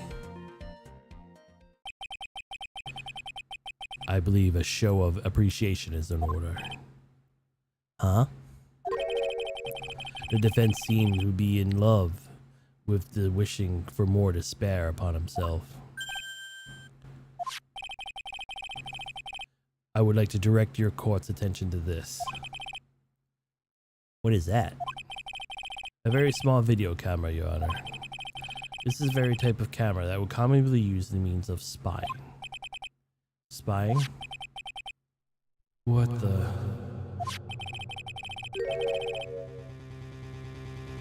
I thought the spy camera was in my possession. Matt and Guard and the victims both thought the other was their biggest rival. They went as far as to use this type of item to find out each other's weaknesses. And the victim, Juan Kurita, was being spied on. His personal life is being watched, none other than Matt and Guard. Order, order, Mr. Wright. Yes, Your Honor. You don't tell me you knew about your client's spying activities? Well, sort of. Sort of is not an acceptable answer, Mr. Wright. I see you are confused, Mr. Wright. You are probably thinking, but I have the camera that was in the stuffed bear's eye. But this camera, I have not the same one. Last night I searched the victim's house on a hunch, using this. Gumshoe's bug sweeper. By the way, Mr. Wright, the defendant's fingerprints were found on this camera. Matt and Guard's fingerprints were there? Well, Phoenix, it looks like those cameras are hitting all over the place, huh? What am I supposed to say to that evidence? I think this is the end. I think this is the end. It's very obvious that Mr. Ungard learned of the special note inside this. He was watching the victim all along.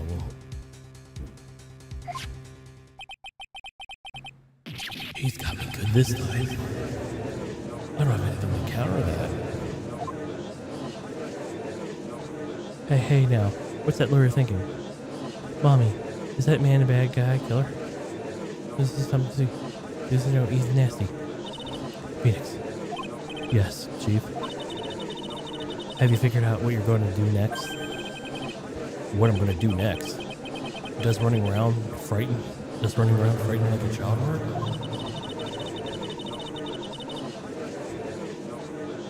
I know it seems like Mr. Edgeworth is very close to putting the lid on this case, but in his eagerness to provide his point, he forgot one very important thing. Well, what is it, Mia? There's a piece of evidence that really should investigate. Something he should investigate? I would really hate to see the good prosecutor get scolded for not remembering to look into the item when he had the chance. Why are you speaking in riddles all of a sudden? I think it's time we finally understand everything. Well, Miss Wright, you don't have any further objections, do you? What is this piece of evidence Mia's talking about?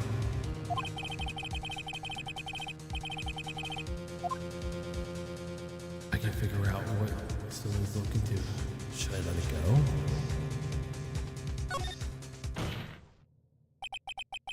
I have an objection, Your Honor.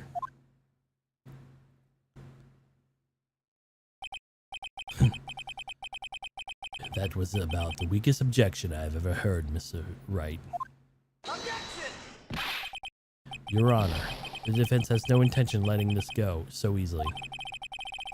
You're beginning to sound desperate. That's just your imagination, Your Honor. Mr. Wright, this is not like you at all.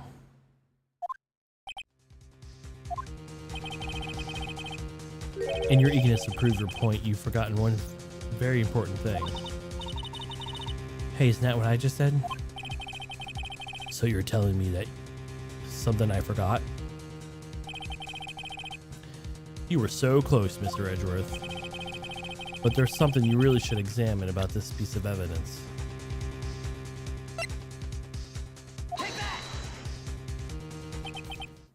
This is Mrs. Impact's special note, right? Who knows? I mean, sure, this special note was found inside this bear. But this bear was in my possession not only until a few moments ago.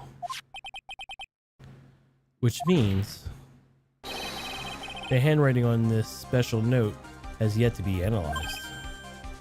Oh. So,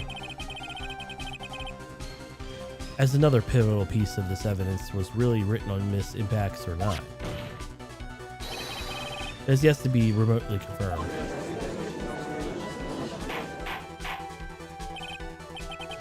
Mr. Wright, you can't be serious.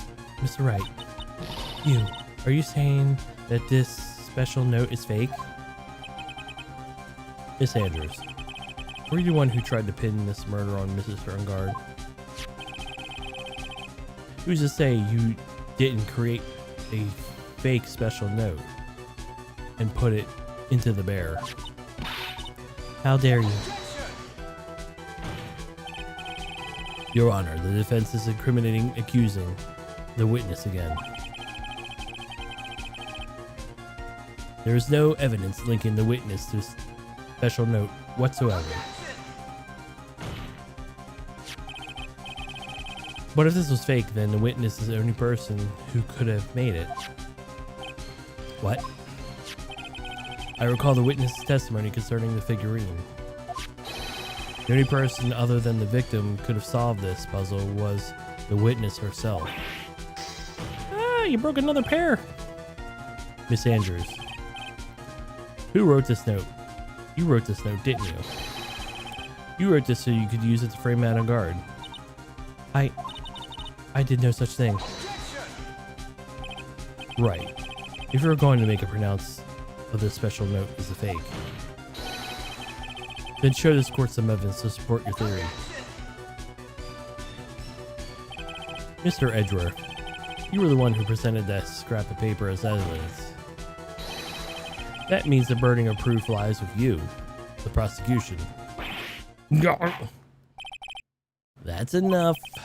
Mr. Edgeworth, can you confirm the handwriting on this special note? It is the defense that has stated the handwriting has to yet be analyzed. If that's the case, it seems yet again we have reached a point where the verdict is impossible. That's impossible. This isn't good, Phoenix. The judge is going to carry the day's trial for one more day. I don't think my old physical would be able to make it another day.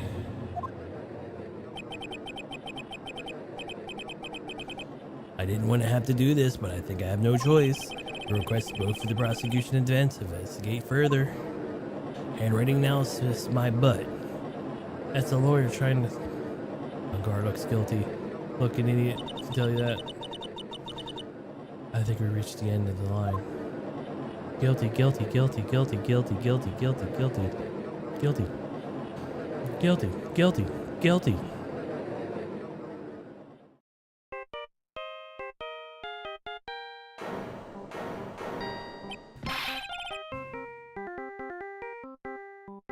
What is that sound?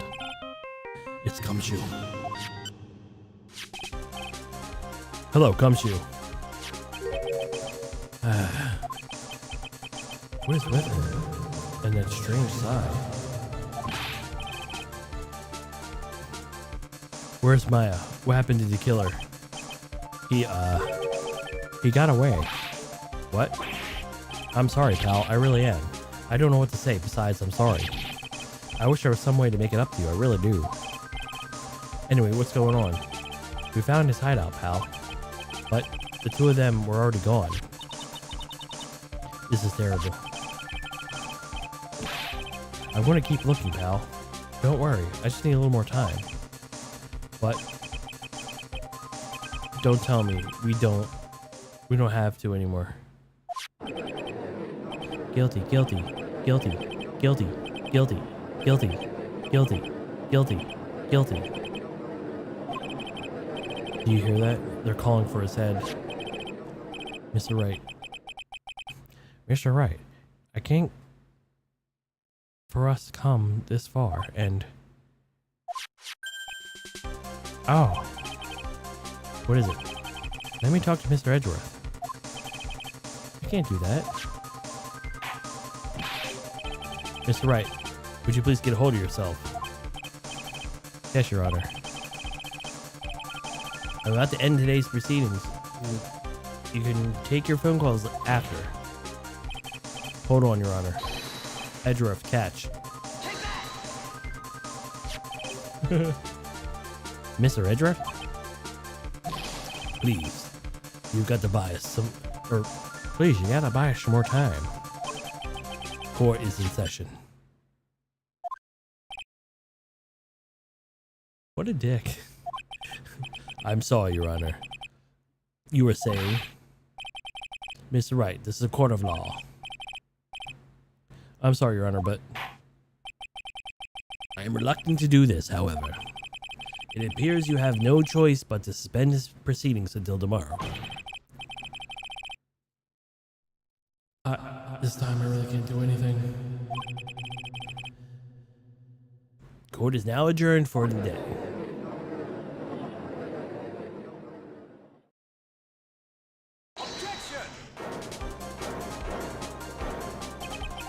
Please wait, Your Honor.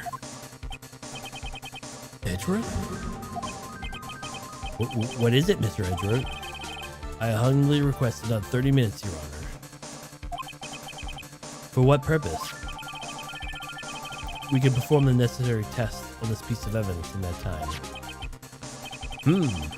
But you can really obtain results in 30 minutes?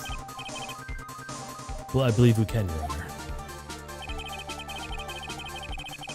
It wouldn't be better if we adjourned for the day and reconvene tomorrow? 30 minutes, please, Your Honor. That's all I'm asking for. Please, Your Honor. Very well. At the prosecution's request, the court will take a 30-minute recess. But be advised, I will not allow another recess today. I'm sure this is helping. Or however it does. Now the court will take their final recess of the day.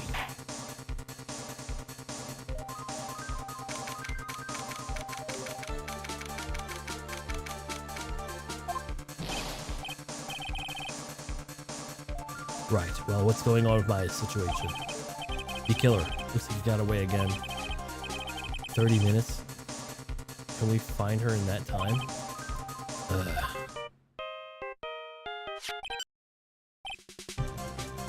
Report. Ah, is that Mr. Edgeworth?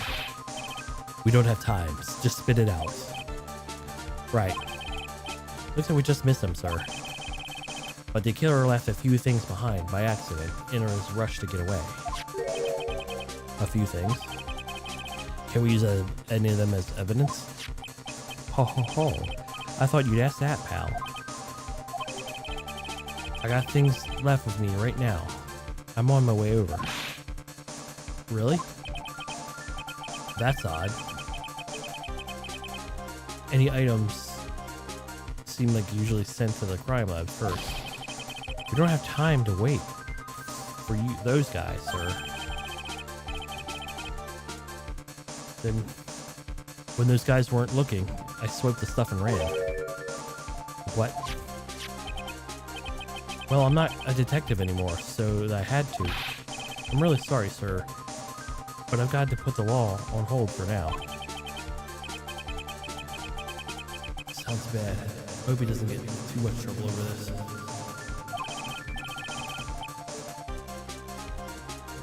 With my hunk of junk car, I say I'd be out there in 20 minutes, sir. Don't worry, I'll be there. Just wait for me. Alright, just get here in one piece. I'm on a mission. No one can stop me now, sir. No one. I'm pulling out of all the stops, running every red light. Items left by the murderer, huh? Maybe there's something wrong with him. I'll be decisive at the end of this.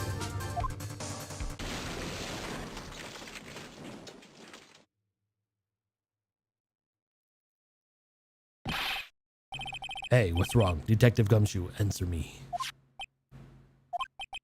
No one can stop me.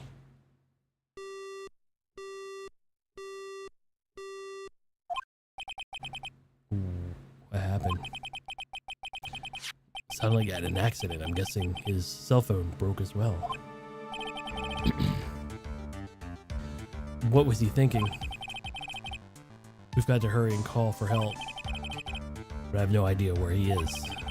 His cell phone is broken and he hasn't been driving a patrol car, so no radio either.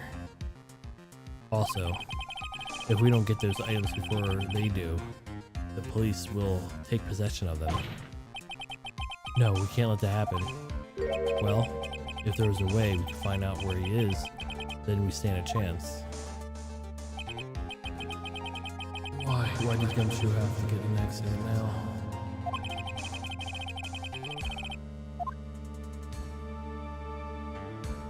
Is there a way to find out exactly where he is at this moment? That's right, there is a way. What? How? I'm sure you can find out where the Detective Gumshoe is, though. A certain lady that can detect him from wherever he is. Are you bringing up Franziska at a time like this? Oh, I see. I'll try to get into contact with her. Their chances are slim, but she's all we have. Francisca, will she even want to help us? Edgeworth. What is it? I don't have any right to judge anyone ever again. I know my client is guilty. What am I going to do now? I'm pinning the guilt onto someone totally innocent and using evidence to do so. It might be my turn to say defense attorney Phoenix Wright chooses death. Right.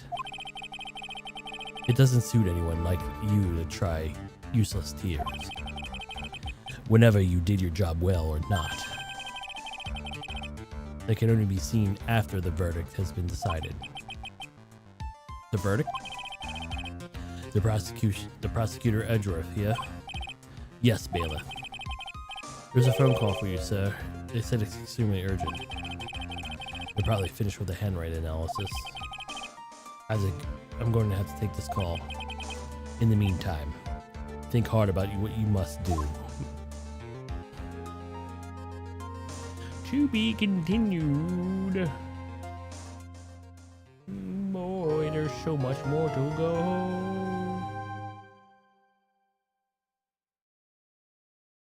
Oh man, oh man, oh man, oh man. Oh man, oh man, oh man. There's so much more to go. So much more to go. So much more to go. There's so much more to go. There's so much more to go.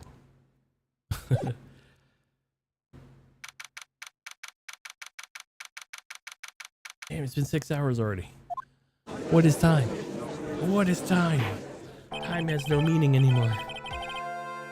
The court will now reconvene. I assume both sides are ready? Yes, Your Honor. Yes, Your Honor. they feel how I feel right now. Like, but I want to get this done before the next game. Because I would like to play the next one before this one's finished. I'm saying this one finished because there's 3 games in this little trilogy. That is nothing, Your Honor. What's wrong with Edgeworth? It looks like something unexpected happened to him. Now then, Mr. Edgeworth, if you could please tell us the court the results of the handwriting analysis on Miss Impact's special note. Yes, Your Honor. Unfortunately, we have discovered that this special note is a forgery. What? What do you mean, Mr. Edgeworth? It's not real. This note, it was written by Miss Impacts herself. It was not written by Miss Impacts herself. It's a fake.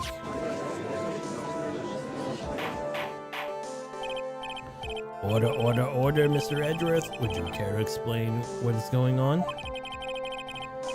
If it was not written by Miss Impacts, then who wrote it? We would need more time to do a detailed analysis, however. It appears that the handwriting matches that of victim Juan Carida. Mr. Carida? Well, well. It looks like Miss Impacts never left a special note after all. She never wrote anything about Ungard. However, Your Honor, even though that the special note is indeed a fake, Mr. Ungard could have not known about that, and so the facts remain unchanged. Acting under assumption that it was real, he had plotted to pose as. That does sound very plausible. The theory that Ungard had no idea that special note was a fake. Something seems a little wrong with it.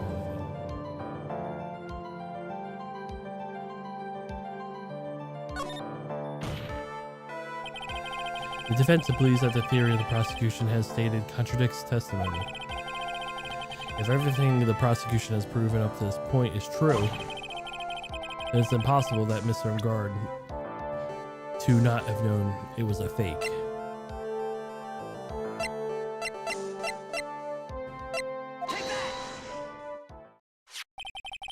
What's this little item called again? A video camera, Your Honor. A very small one, but... Oh, that's right, a camera. Ah, you kids and your fancy toys nowadays.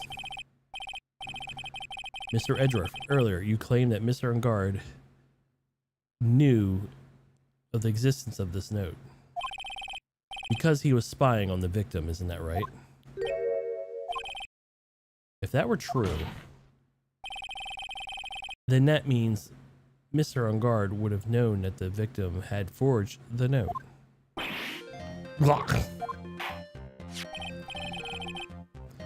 So then the defendant knew the special note was a fake. If that were true, then the situation suddenly changed in a very dramatic way.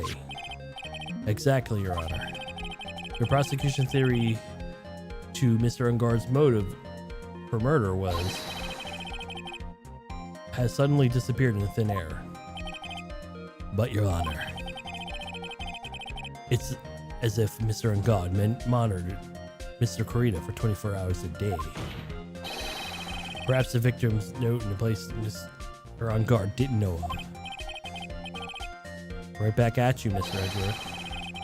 Why don't you show us some proof that the victim made the forgery at an unknown place?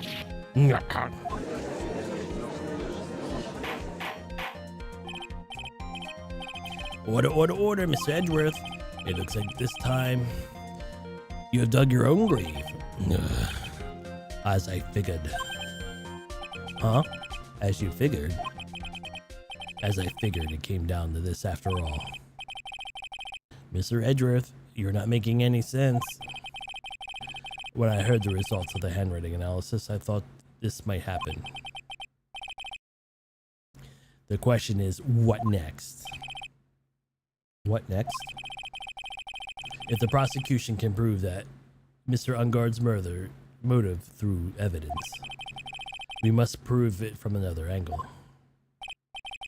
Well, I agree with you there, Your Honor. The prosecution would like to call a witness to the stand at this time. Oh, well, that's fine. However, this witness is a little unusual. Edgeworth is shuddering. This is not like him at all. Unusual? Well, what sort of witness is this person, Mr. Edgeworth? This witness is the one who's perfectly fit, once and for all, the question of who was it who hired Shelley the killer to commit murder? That's impossible. Who in the... No such person exists. To answer that question with certainty. Yes, Mr. Edgeworth. Who is this witness? It is, Yes, go on. Who is it? The man himself. Mr. Shelley the killer. Oh, Mr. the killer. Wait. Shelley the killer? You mean the killer? Assassin? Yes, Your Honor. He's coming here to the witness stand? Yes, well, in a matter of speaking. I recognize this very unusual circumstance, so I ask your permission. Well, Mr. Wright. Yes. Is it all right with you? Do I have a choice here? Or do I have a choice here? I can't really do much else to drag this trial out. The defense has no objections, Your Honor. I wonder if it's really alright to do this. Very well then, the prosecution calls to the witness stand. Edgeworth, there's no other way left to us. Now then, witness. State your name and occupation, please.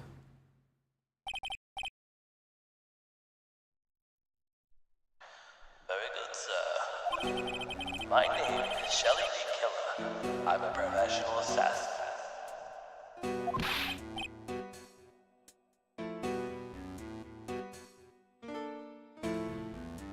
I say, what is going on here? Your Honor, how can you remain so calm? And what is the meaning of this two-way radio? Actually, Your Honor, it was delivered to me just now. It came with a condition.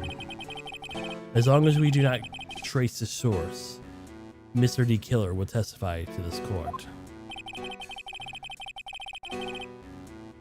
So this must be the urgent phone call I got about earlier. Oh no, this will not do. I cannot allow this in my court. First of all, we can't even be sure that this is really Mr. D. Killer himself. Witness, please present some proof that you're in fact Shelly D. Killer.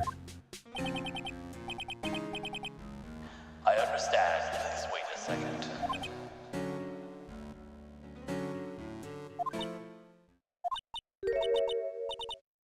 I'm so hungry.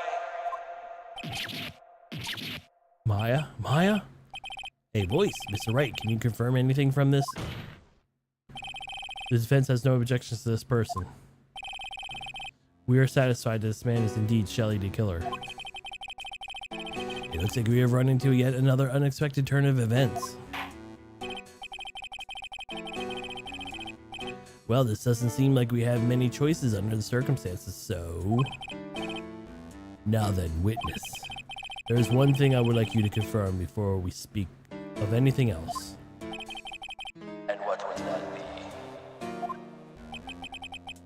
At the request of the client, you killed Juan Carita. Is this correct?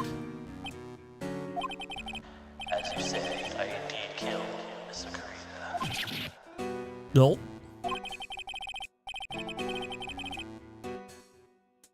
Now that we've answered that, let's move on to the name of your client. Very well.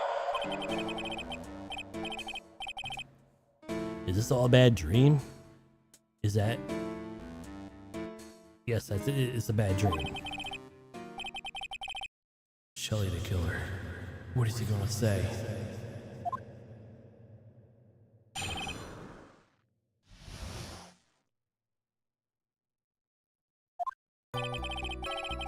There is something I must first state. To the assassin, nothing is more important than to trust with the quiet in himself. And that is the reason why I'm here today to make this sound. It's my wish to grasp the concept before I give my name of my client.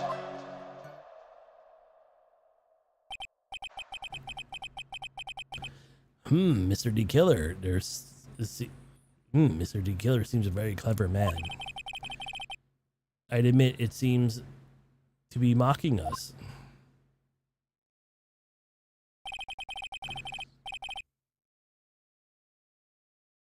Well, he may be our enemy, Your Honor.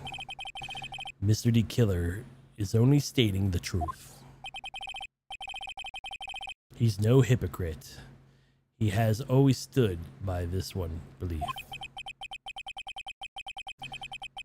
You mean this trust between his clients and himself thing? It seems that the level of trust beyond what the people can comprehend. Well, Mr. Wright, are you ready to cross-examine the witness? Yes, Your Honor. There's no way to know what's coming next, so stay cool and collected, Phoenix.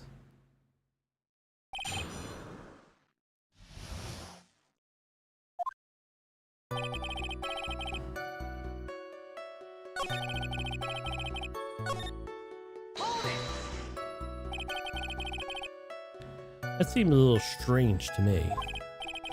I mean, you're about to tell us the name of your client. I think this would be very bad for them. It doesn't matter to me. This client has already broken the rules and acted outside of their prescribed role. Their role? This person tried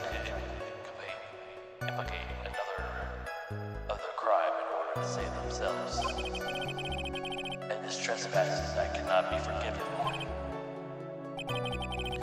You, who gave the right to be so high and mighty. To be the gentleman who spoke just now.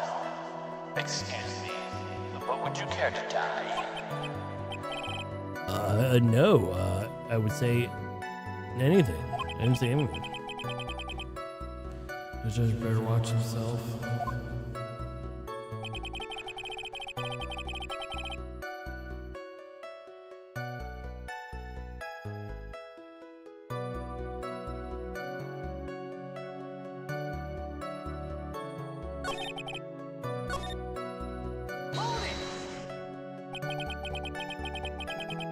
And trust between you and your client. I provide services in such a fast, efficient manner. In exchange, I trust that the clients are discreet about me and my identity. If too many people knew my face, it would be quite troublesome. And that's why you're testifying in this manner. This is the first time one of my clients has ever been accused of murder. I must preserve the killer name so my clients trust me.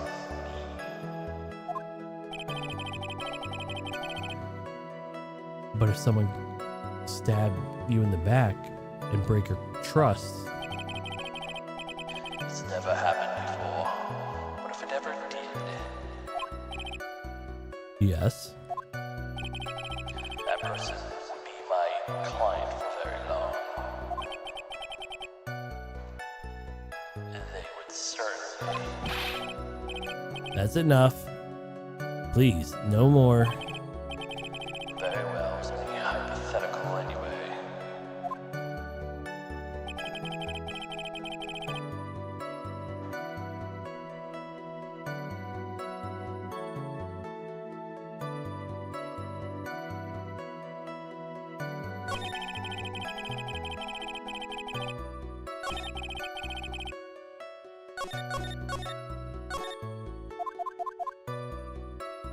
Oops.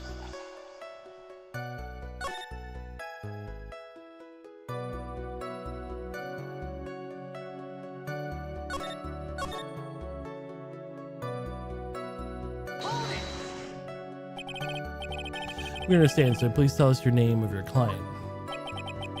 I'm afraid I cannot do that. I still have a few things to say before I do. That economical. It's not good for your health to be so aggravated. You won't live for very long. You let everything bother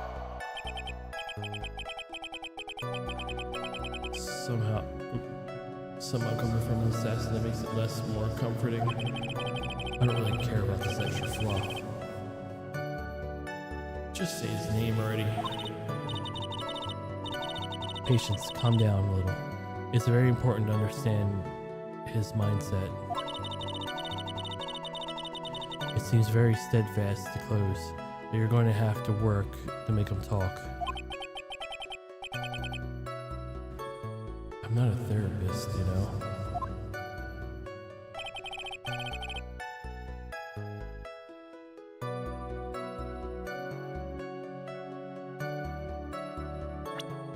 I don't think I can.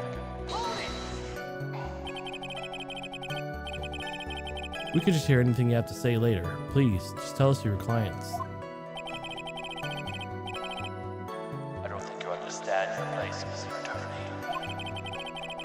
I said there's something I must state first. Do you know what the word first means? Sorry, go on. Well, it appears this witness, you can badger Mr. Wright. That's only because you don't know about my situation.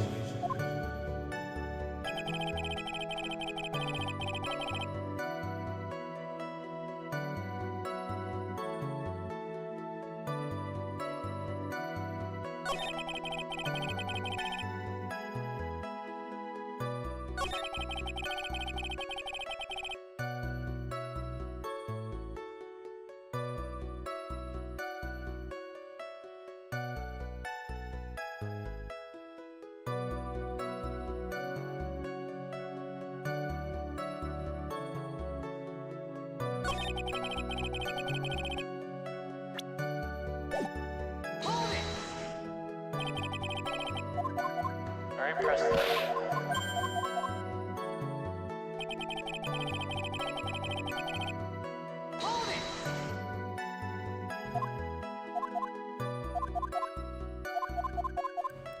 I already pressed all those.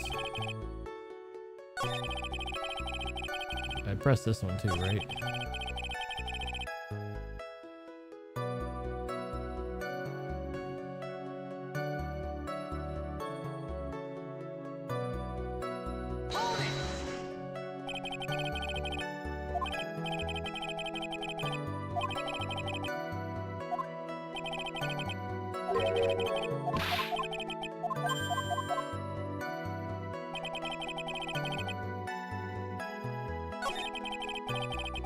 Is there one I missed?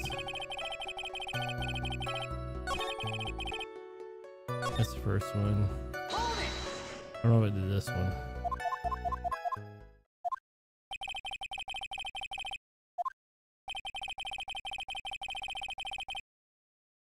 Oh, maybe this is the one I missed.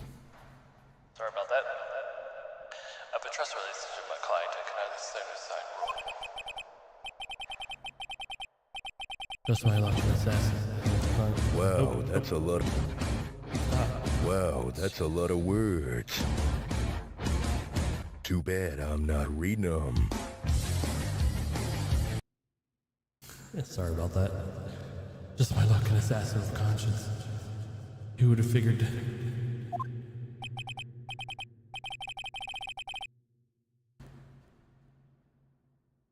Now then, everyone, do you think you can stand by logic?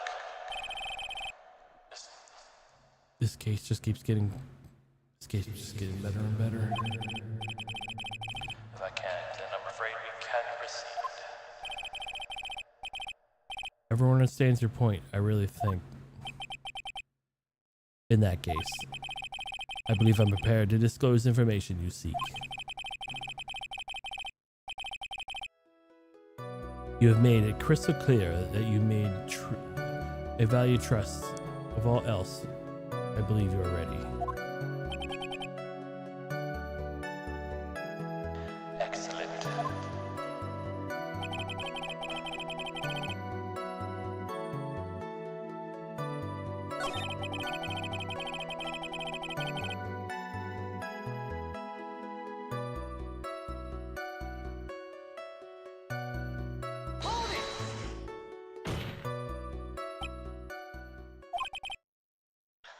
What is it?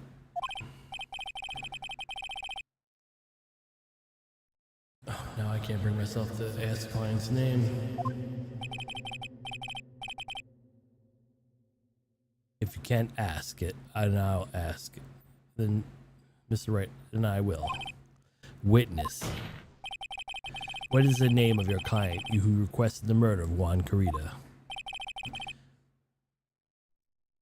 That person's name is...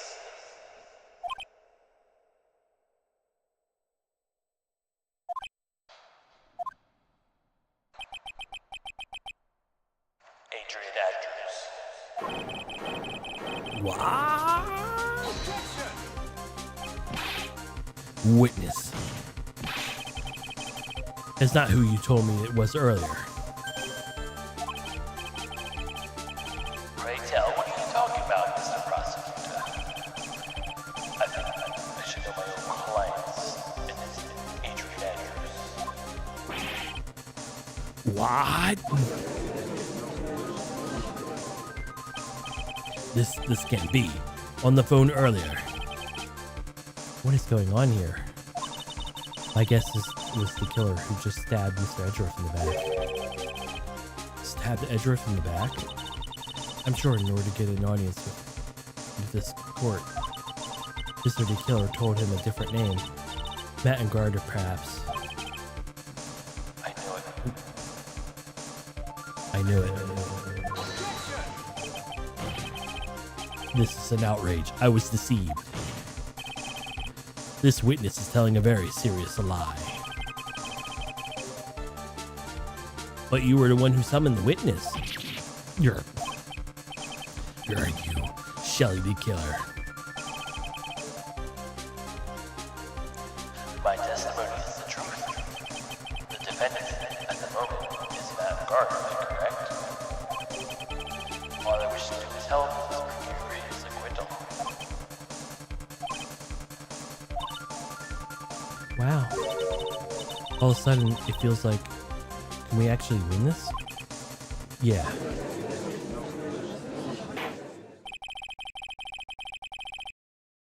The prosecution has failed to provide motive of his and has instead provided his special note, which is a forgery created by the victim.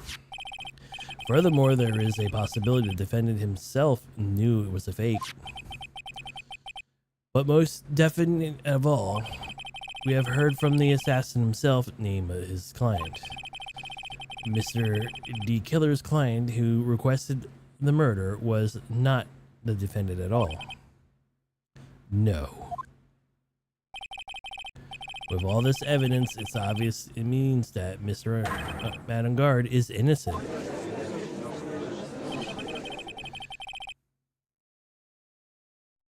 seems I have caused you all a bit of confusion. Please continue your discussion and call me when you have reached a verdict. Bailiff, please bring Miss Adrienne Andrews in immediately. What now? With the way all this is going, Matt Guard will be found innocent. This may be our last chance to save Maya. Yeah, but Mr. Edgeworth is right. The killer is lying. And Guard is my client. I know he's guilty.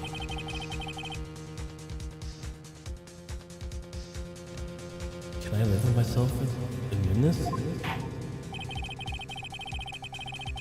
Who would believe in the prosecution's own witness would absolve the defendant?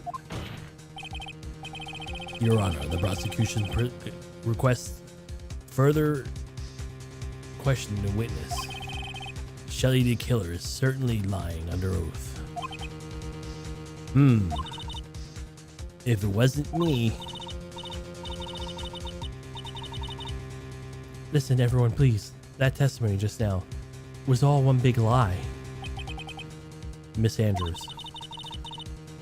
The special note may have been a fake, but that man, Matt, he's the reason Celeste died.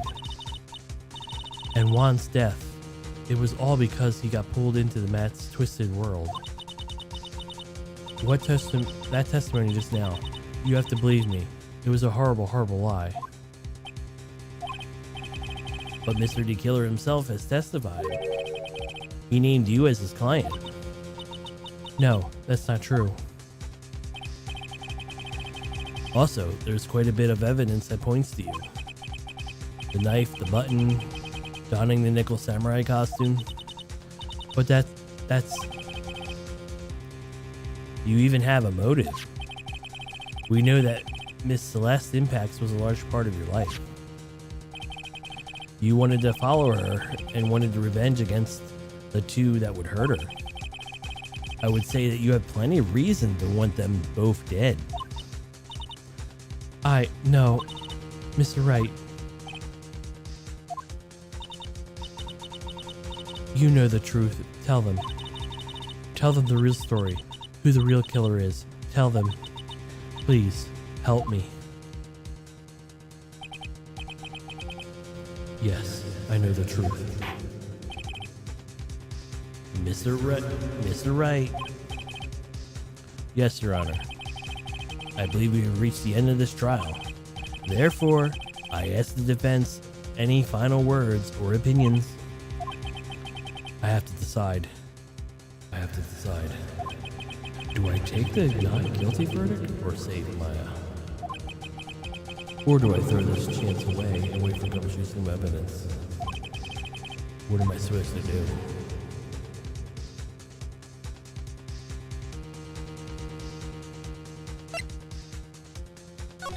Request this trial to continue. Phoenix. I can't do it, Maya. I can't accept this not guilty. You're a lawyer. I know. But Matt and Guard is a killer, a murderer. I can't let him get away with this. I can't let someone take the fall. If I let Miss Andrews be convicted, then I am no better than on guard. Even though I don't want to admit it, I have to face the fact. That is because of it's because of Edgeworth, and I know the real truth. He could have gotten Unguard convicted so many times over, but I never took a single one of those chances. If I take this verdict right now, I'd be betraying his trust. His trust? I never thought about it till now. I trust him. Yes, you do.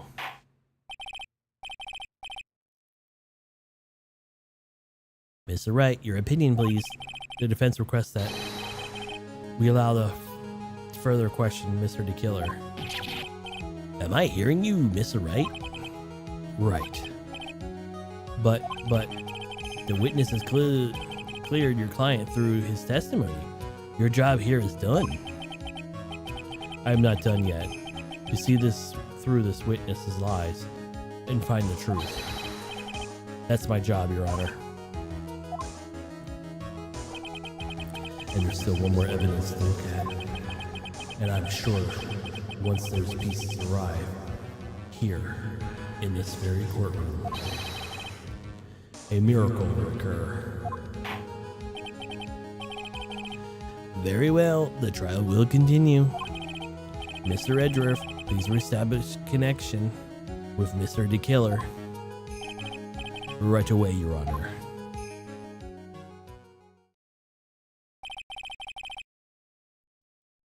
Has a verdict been reached? Before that, we would like to talk to you a little more. About?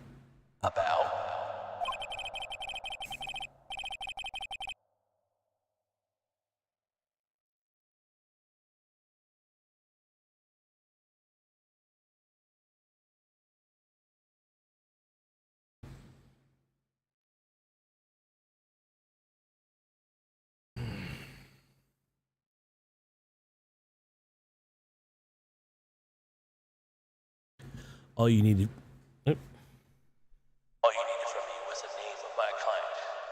What else do you need for? Well, actually, we would like to hear everything you know about this case. That's how things are usually done. What is he talking about, usually done? What shall we have him testify about now? Mr. D. Killer, if you don't mind, please testify about your client in more detail. You legal people and your procedures. Is there any other? No one likes to go to court.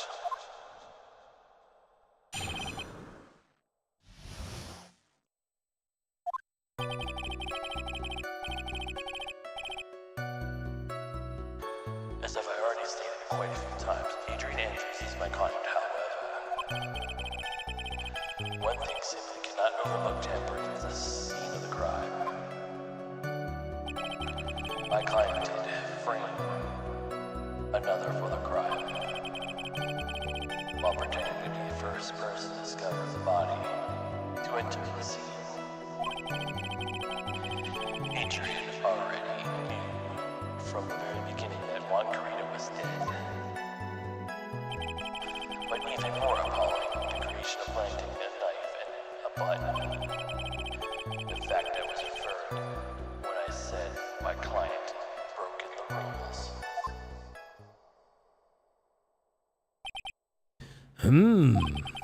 This is most unexpected turn of events for the 5th time now. However, this time everything has been revealed. Just wait a second, Your Honor. Yes, Mr. Edgeworth, we still have the cross-examination to do. But we don't need to question the testimony like this. Do you, Mr. Wright? Your Honor, the defense will question the witness. As if I had a choice here. Huh? Why? What would the witness said been beneficial to the defense's case? If you scrutinize the testimony, then expose lies in the not so beneficial testimony, I suppose. I don't understand what's going on anymore. That makes two of us.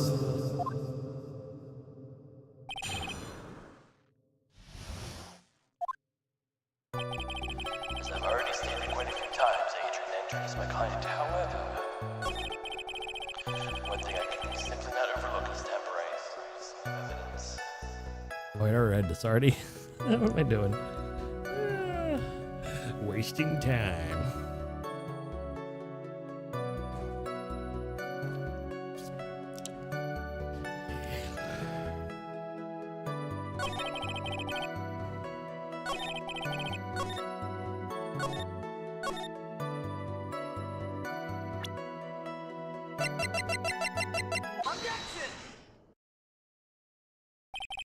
Thank you so much for taking the time to testify, Mr. DeKiller.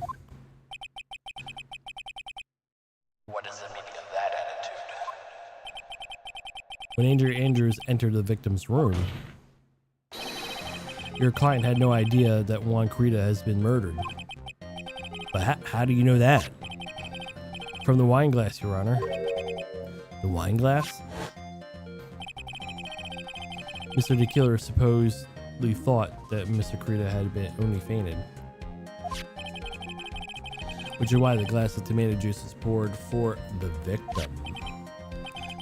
But hasn't this just been a part of Adrian Andrews' calculated plan? It's not possible, Your Honor. This glass bears fingerprints of that person. And had been planned, they would have never left their fingerprints behind. I see your point, Mr. Edgeworth. What is your opinion? Strangely enough, I had the exact same thought just now. Witness, how do you explain this strange phenomenon? Isn't that a waste of time to ask such a minor detail? It's not an important point. Correct.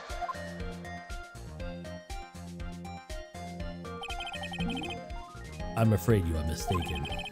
If Adrian Andrews is really your client, as you claim, then your client should have not had the knowledge of Carita's death.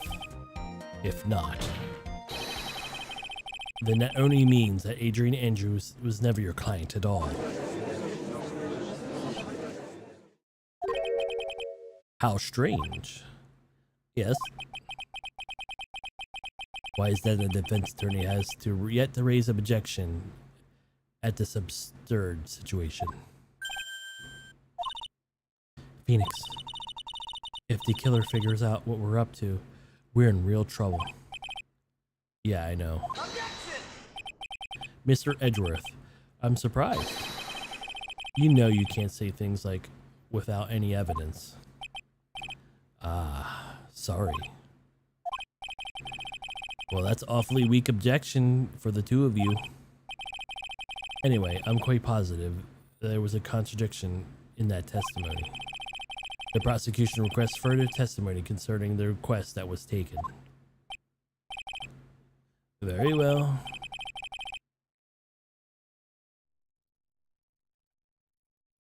Right now I have to buy more time. While we wait for the items the killer left behind to get here. I just know that the very outcome of this trial lies with those items.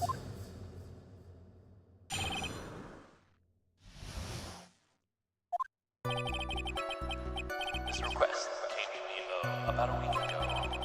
This request for my services the night of the award ceremony. We met at the surgeon bar and discussed a finalized matters.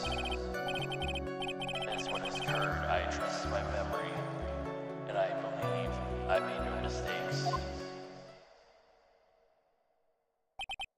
So you physically met your client, huh? That's correct.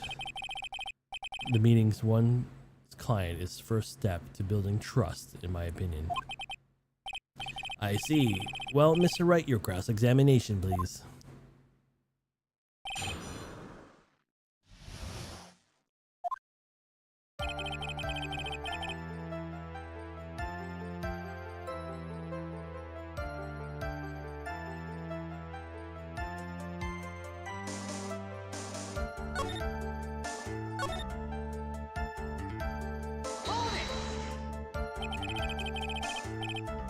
So you physically met Adrian Andrews, right?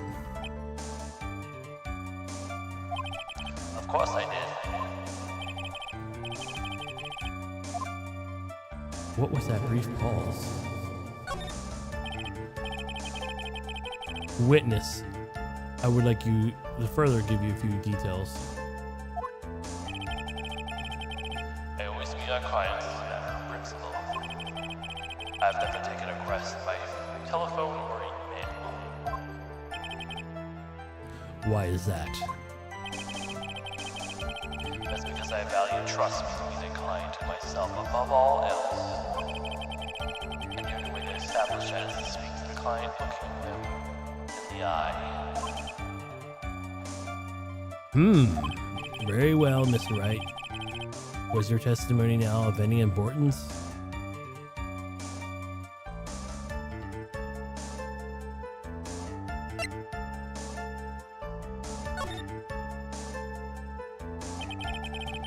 Why he meets his clients is not of importance, and that wasn't the point. The witness, please stop sidestepping my questions. What do you mean by that? My question is, did you really meet Adrian Andrews in person? I've already told you, Mr. Wright, I did. It was only through talking I met him face to face and began to trust him. That's when I thought I can trust the person as my client. That's true. They say about talking face to face. Well, Mr. Wright, was the testimony just now of any importance? Very important.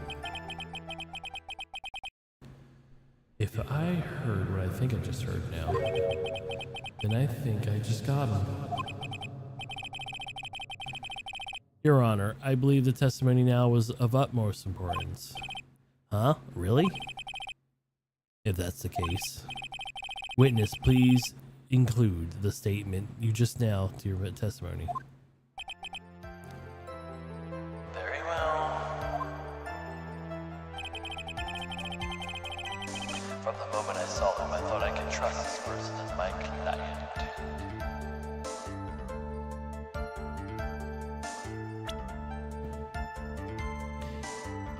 Him, you say?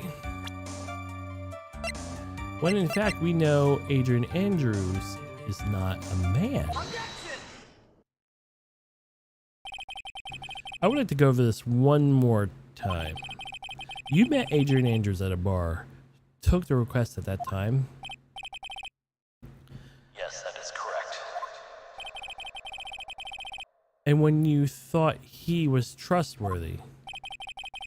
How many times must I repeat myself? Yes, that is correct. I'm sorry, but that is an impossible tale. What? Shelley the killer. You have never met the real Adrian Andrews. Why would you say that? Because you made one very big slip up about her. So what's the issue? What did you just say now? About her? If you have ever met Adrian Andrews in person,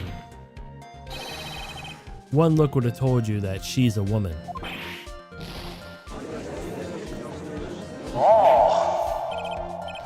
Order in the court. Mr. Wright, what is the meaning of this? Judge, are you serious? The witnesses testified the following. that he would always meet face to face with the client, taking a request. But he never met Adrian Andrews in person? Yes, Your Honor. That is what exactly the point. That means Mr. DeKiller's client could have not been Miss Adrian Andrews.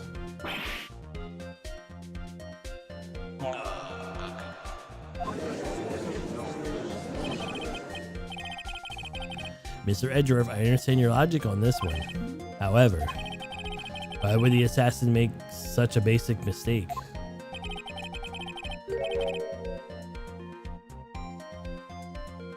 I believe he has to do with her name, Your Honor. Her name? Yes, Adrian Andrews is without a doubt a very androgynous name. I don't think I know any males with the name Adrian. But in fact, the only name I've ever heard, Adrian, is actually the Rocky movie, so I don't know. That's not a common name, I guess. Or at least not where I am at. Unlucky for Mr. DeKiller. The entire time he was on the stand, no one has stated Adrian Andrews' gender. So simply pick the wrong gender to go with. What? What's going on? Shelley DeKiller, this court demands an explanation. I think somehow I must have mixed up the client with another. So does that mean you remember something different now? Yes, of course. Please allow me to testify once more.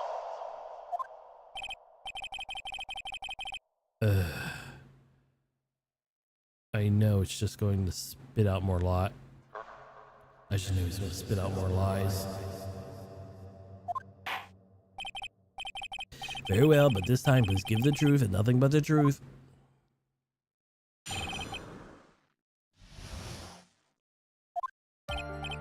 Yes, now I remember I took that request by mail. There have been times when I took my job without having met my client. The request was for Florida, margarita, and 2, 3 small other things. When I saw the name at the end of the letter, I thought my client could be a man. But you just said you don't take mail. You go to face to face. Which one is it? You're starting to look very bad. On the stand. Okay. Do you think his job... So do you think his job through a letter?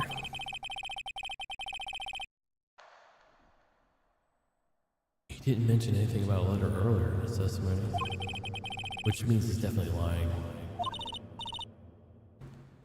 Be careful, Phoenix. If you break the assassin's testimony completely, it's all over for us. I know, I can't make him suspicious, but I think we're okay. Like, we can do this. As long as he's standing over there across from me. No matter how strong of a punch I throw, he'll counter it. Now then, let's begin this cross-examination. I gotta go home and eat my bananas. Or whatever other... oatmeal. I don't know. I don't know what I eat.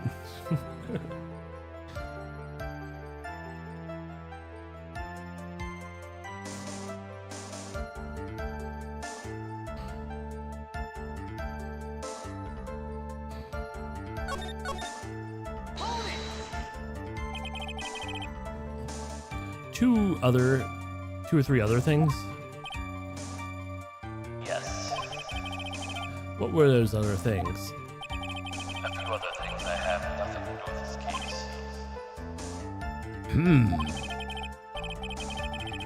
What should I do? Let him slide with this or that? It'd be really bad if I pushed his buttons the wrong way and got him mad.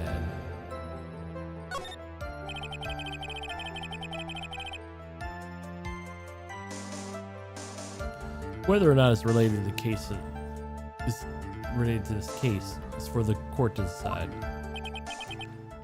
Mr. Attorney, Yes. everything I said from the beginning has been nothing beneficial to your client.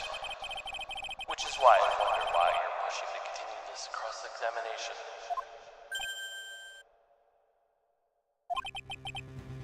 Could it be that you're planning to betray your client? That's I smell a stench of backstabber. And that would turn out to be one. wait. Uh-oh, he's looking really bad. I shouldn't press my luck. Alright. What I have to think is worth pursuing. Witness. This is a very important matter. Please cooperate. Tell us, what were these other jobs your client requested were? If it's truly that important, I suppose I do not have much of a choice. The bear figurine. After the assassination, the target I was to find that figurine. I was told that the job was important as the actual killing. And where was that figurine? It was in Mr. Kurita's suitcase. And what did you do next? I handed it over to my client right away. You gave it to your client? Interesting.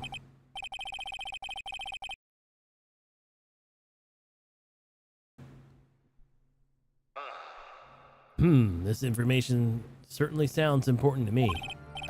Witness, please include what you just stated to your testimony. As you wish.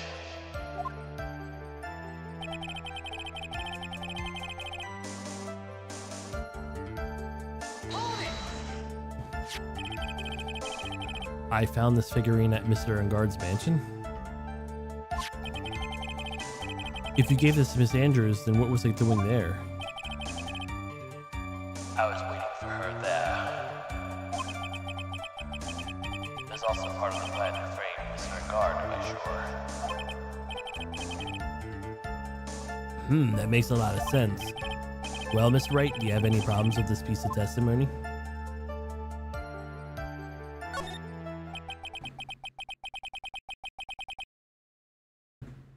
So the killers gave the figurine to Miss Andrews. But I know somewhere in that statement there's a contradiction. And yet, I know that if I prevent something trivial here, he will cut the connection on his end. If you wanted to make a strong point, Phoenix, you have to present something strong evidence. She's right. So now what do I do, Dr. Wright?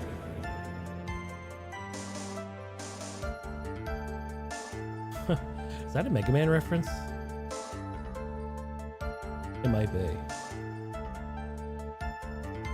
So I'm not sure if, I don't know. It might not be.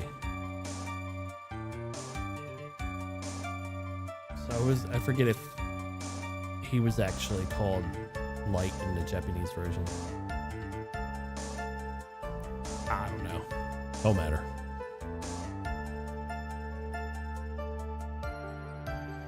Well, present evidence. Let's go over this one more time. You gave Miss Andrews the bear figurine, and she told you to take it to take the bear and wait at the Engard mansion. Is that correct? Yes. Where are you going with this? Well, I think maybe you might have remembered a few things incorrectly. What? This is a battle of the wits. I can't let up on him. I don't think it was possible for Andrews to have been the recipient of this bear.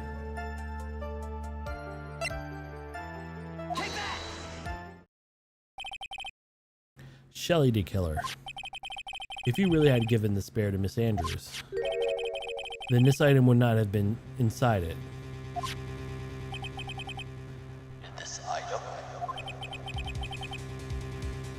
see where you're going. Yep, that's where I'm going. Where's everyone going? Do I need to back a suitcase? Your Honor, please think back to Miss Andrews' testimony. And I was going to burn it for her sake. Even if a single minute. This bear actually been in Miss Andrews' hands.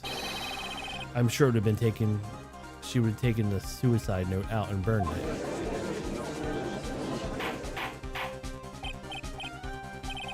Order, order, order. So where in the world were you two going? So by the very fact that the suicide note was still inside the bag. Tell us your client didn't know how to disassemble the puzzle. Which means? It means, Your Honor, that it's impossible for Adrian Andrews to be the client.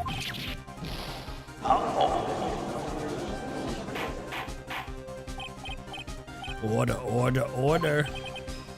Mr. Phoenix Wright. I'm sure I mentioned this before. Now Adrian is above all else. I think it promises him just clearly demonstrating something to me. You must wish to break your end of the agreement. No, that's not. That's enough. If that's what your intentions are, the only thing maybe you need to do. Wait, please wait. Gentlemen, ladies, please excuse me. I have a matter I must attend to. No. Please, not that. Please wait. Mr. Attorney, bring this trial to a speedy end, and may stay my hand otherwise. Ugh. Ah. What not? Miss Wright, are you? Mr. Edgeworth? Yes, Your Honor. I didn't understand this witness outburst just now. Do you think there is a need to hear more testimony, or is this enough? Well, it should be. Edgeworth, we can't do this. If we keep this up, Maya, she'll... The prosecution, What is of us come early? Even you are. The prosecution, rest. What is going on around here? The prosecution has no further questions, Your Honor. Who? What? What is going on with you two? Well, I never thought I'd see the day. This is the most unusual situation. The prosecution rests with no further questions.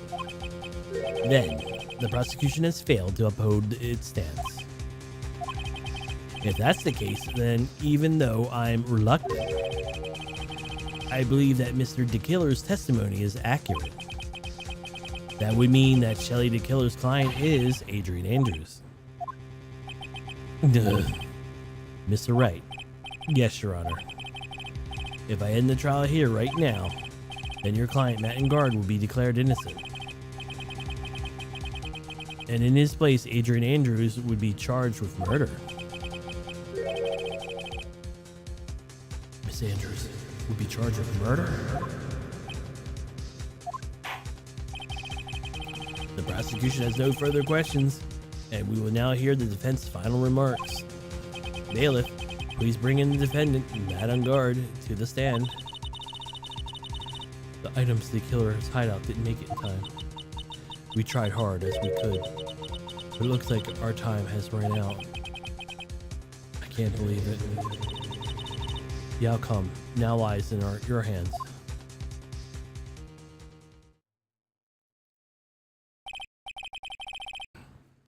Dude, did the old guy finally decide? To be honest, I can't think as truly innocent as a good person. Have you done evil to drive a woman to suicide? But at least on the charge of the murder, it would appear that you are innocent. Huh. So, I guess even the old fuddy-duddy figured me out. Mr. Ungard? What an atrocious lawyer I have. Giving his own client up like this. And that refreshing like a spring breeze crap is just an atrocious. It's just atrocious, don't you agree? Anyway, get on with it and pronounce me innocent already. Right, Mr. Lawyer.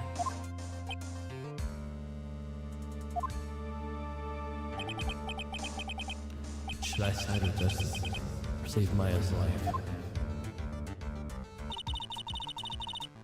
You better get Miss Ungard a guilty sentence, okay? But if I had that, Maya would die. But if I say he's innocent, then Miss Andrews will be charged with murder.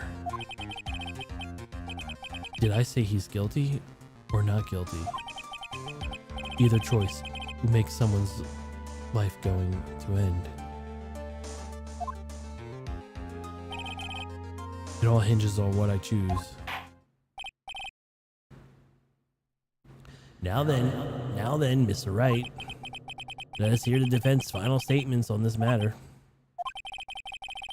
If the person who hired the assassin was Adrian Andrews, then your client Matt Ungard is innocent. There's no need to ask, old man. After all, the lawyer is going to say what he wants, aren't you? Right. I can't do this. But I have to decide something. I can't want evidence to help me anymore. I have to listen to the heart. My client, Matt Ungard is...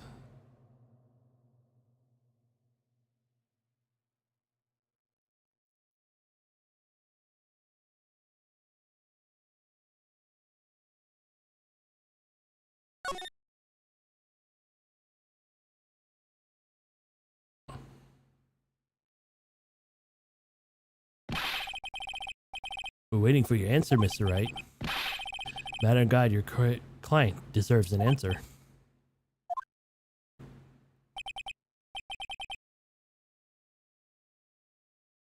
Maya, I'm sorry. Matt Ungard is... Objection! How'd you whip him that quick?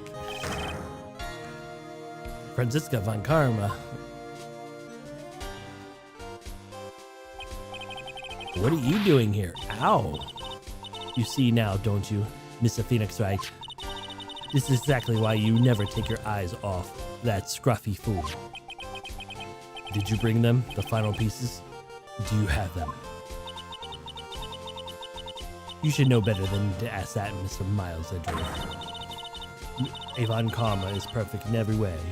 The evidence is here is perfect condition.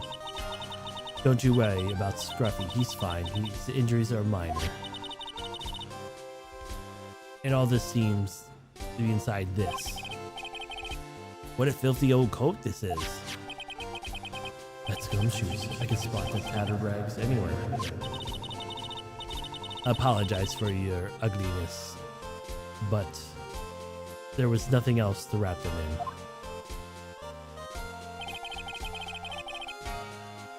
I fought long and hard for this trial. And for all that's inside that raggedy coat. I'm sure inside that is a good crucial piece of evidence.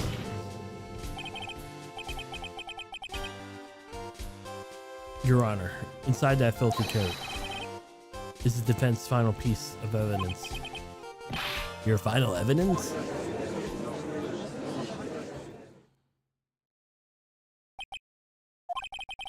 This trial is already over. All that remains for me is to hand down my verdict. Do you believe that any evidence presented now would change the outcome of this trial?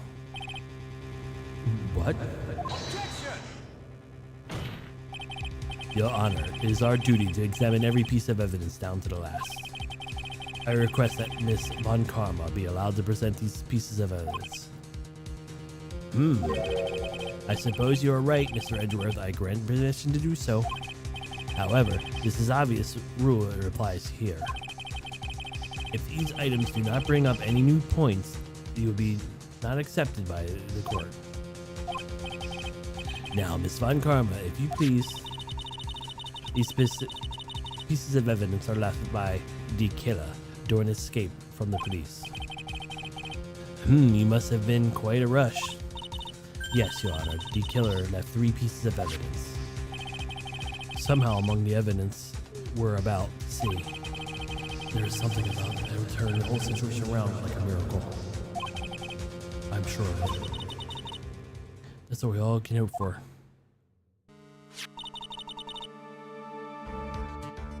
First item is a pistol.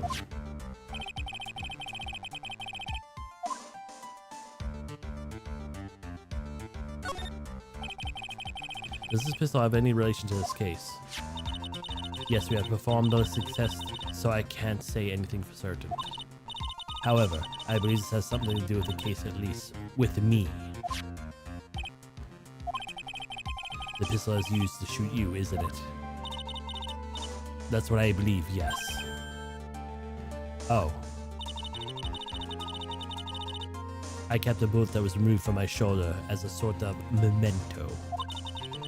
I'm sure it would be an excellent sample for the test.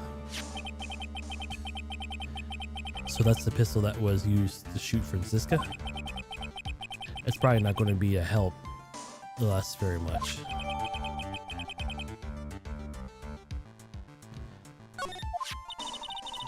The second piece of evidence is this videotape. I bet the killer took that from a guard's mansion.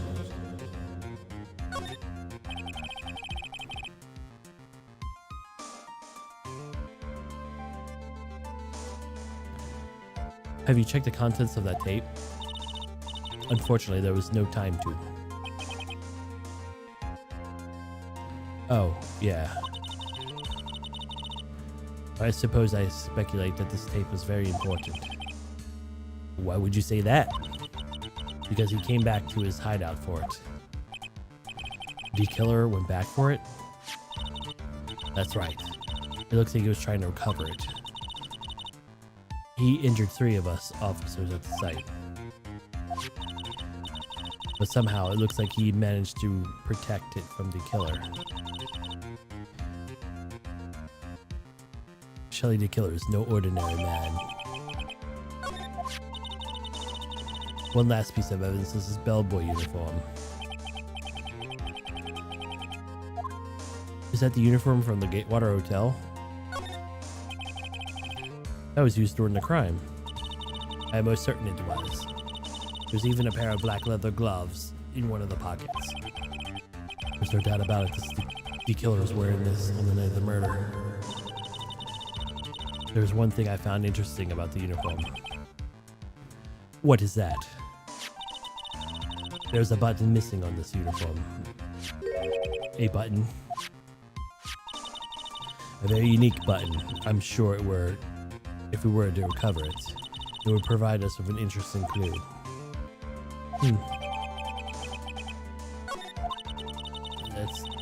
That's all I have to present, Your Honor. It's just as I thought. And what was that, Your Honor? I'm sure that under normal circumstances, these items from Shelly the Killer's hideout would be very important clues. However, is our question not who did it, the killing, is who the client. Yes, that is correct. And these 3 items do not tell us anything about that.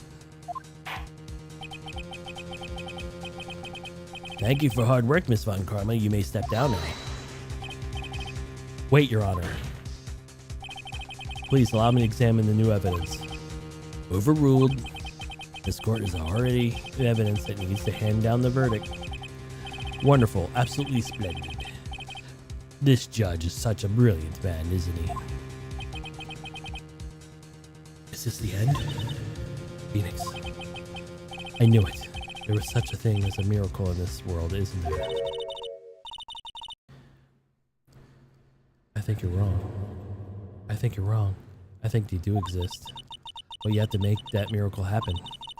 You want to come this far? I can't give up now. But no matter how you think about it, it's not try. For my sake. Just think about it for a second. There are two ways out of this situation for us. Two. The first. Make on guard wish from the bottom of his soul for a guilty verdict. Huh? The killer is always in the place his conscience wishes first. If on guard himself wishes to be convicted, then he'll let go his hostage go. That may be true, but that's asking for me to do the impossible. The second way is force the killer to end the contract with on guard. If the killer were no longer to think of on guard his client, then he would let Maya go. Mia, that's even more impossible. The man who values the duties towards his clients above all else. I know both of these seem impossible feats at first, but you could either make one happen or truly be a miracle. But the bigger is a problem. The judge has already said he doesn't need any more evidence. The pieces he just were shown he's not accepting them at all. Phoenix, think things through from the other side. Isn't that what he always worked for us? The other side? Wait, does she mean... You mean turn things around? Phoenix, the judge, he says he doesn't need evidence. If that's the case, then who does need it? The person who needs evidence. The defense, prosecution, and the judge, we've all seen the pieces of evidence. And that's how we know the truth. But there's one person who has yet to see all. The one person who does not know the truth. The truth, what will bring a miracle in the end. There's no objections this time, correct? Now then, I will pronounce my verdict. I'm gonna save right here. For a reason.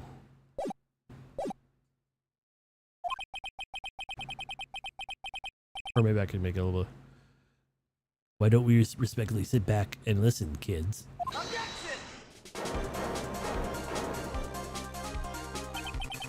I've already told you, Mr. Wright. This court does not need any more evidence. I'm not saying that it is not us that needs your evidence, Your Honor. Then what do you want to show evidence to? That person? Yes, Your Honor. Please, Your Honor. Mr. Wright, you asked for such a passion, I will grant you this one chance. I guess I'll save here real quick. That way you don't have like a million lines. Oh, one chance. Please show us your evidence. You think the right person. That's impossible. Turn the situation around in one try. One try, that is all that would permit. I have to remember everything that has happened up to this point. Think, Phoenix, think. There must be a way to save Maya while taking her guard down this time. Alright. Alright, we'll save here too. My God, it's fast. Who would you like to show evidence to? My attorney's badge. I see. And now, tell us the court of that one piece of evidence that you would like to show that person. We'll present Maya.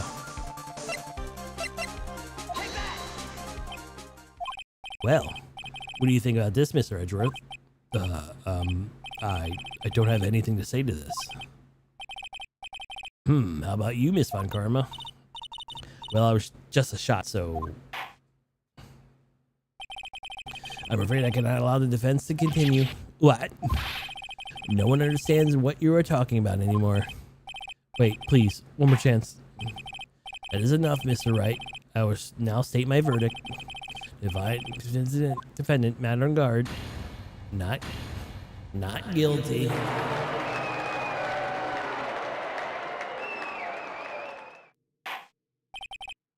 That is all. The court is adjourned.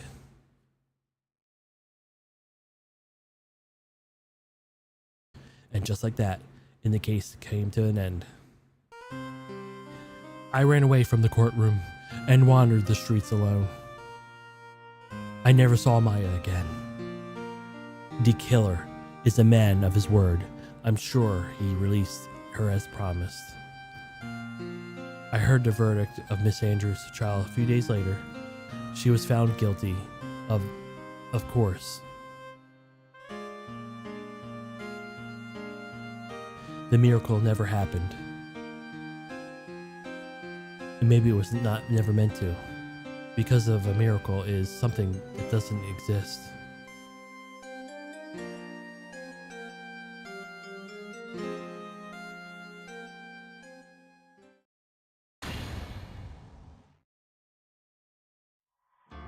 Okay, now for what really happened.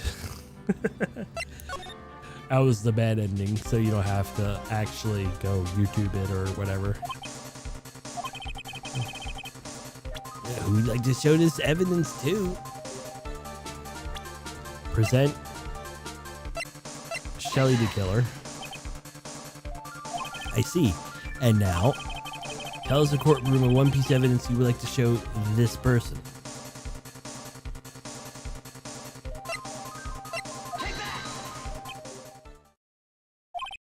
Well, what do you think, Mr. Edgeworth? I think there is some merit in showing this evidence to the witness. Bailiff, please bring in the transceiver from earlier. All right, it looks like I managed to convince them.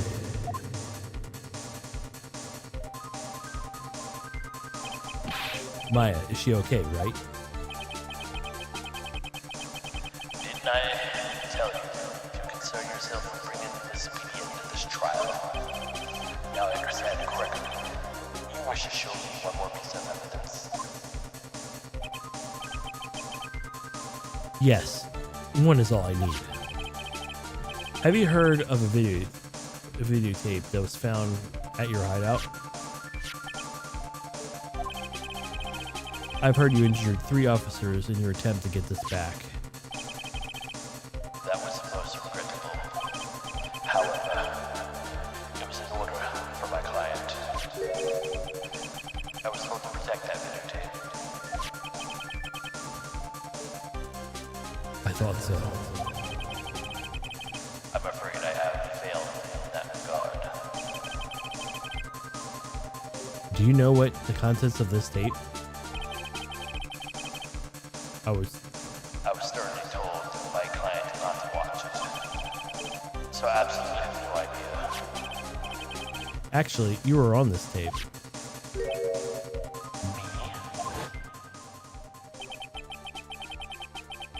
There was a video camera hidden at the crime scene. Your attractions were being recorded. What? Is this true, Mr. Wright? Who planted that camera?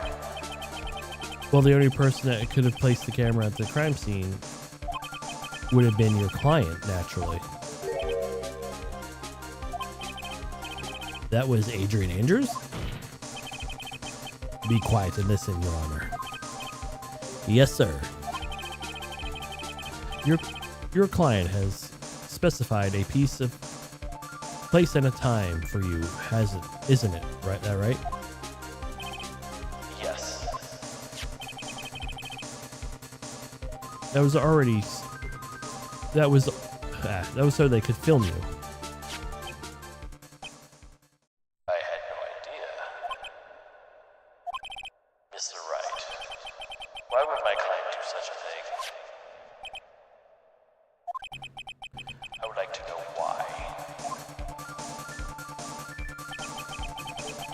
Why did Matt Ungard film the crime?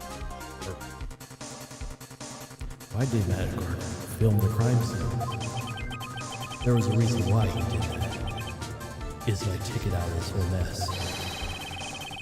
There's only one reason your client could have secretly filmed the crime scene. They wanted to blackmail you. Your client once told me something very interesting. We were talking about you, and this is what they said. But I'm no weakling. I don't believe anyone, at least of all assassins. Oh, calm down, Mr. Wright. Assassins aren't above blackmail. Yes. That's where the video comes in. With that, I can keep him at bay, even blackmail him if I want. Your client did not trust you at all. They were thinking of using this tape to blackmail you.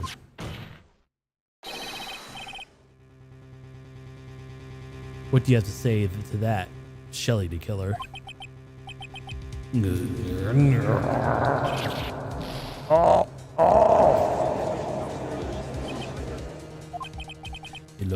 It looks like I was being deceived from the very beginning. Yes, by a natural. That's the kind of person they are. Your client is a person who only thinks that plots to throw them around, to protect themselves from any and all dangers that may arise. That person's true nature of your client. I have one question for the witness. Yes.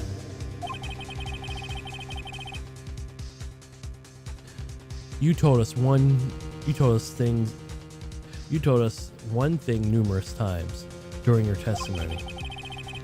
You said that you detest traitors most of all. Yes, that's right. But what if your traitor was your own client? What would you do then? That's obvious. I would break our contract in that case.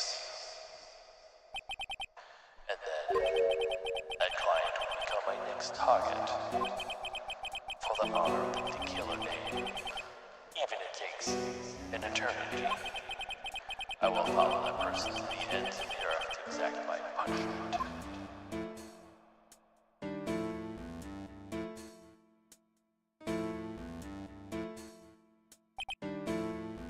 I see.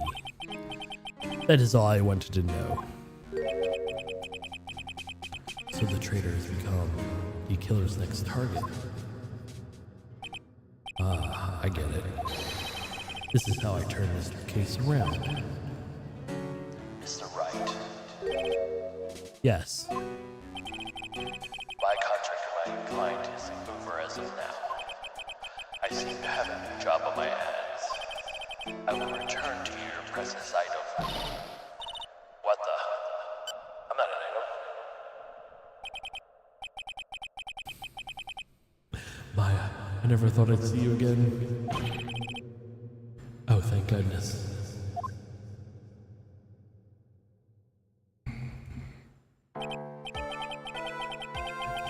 The trial appears to now have come to an conclusion.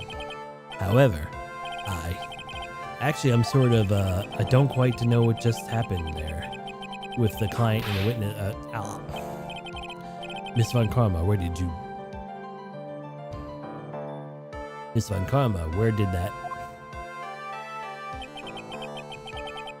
She always has you in your sights. Now, I believe it's time to finally hand down a verdict.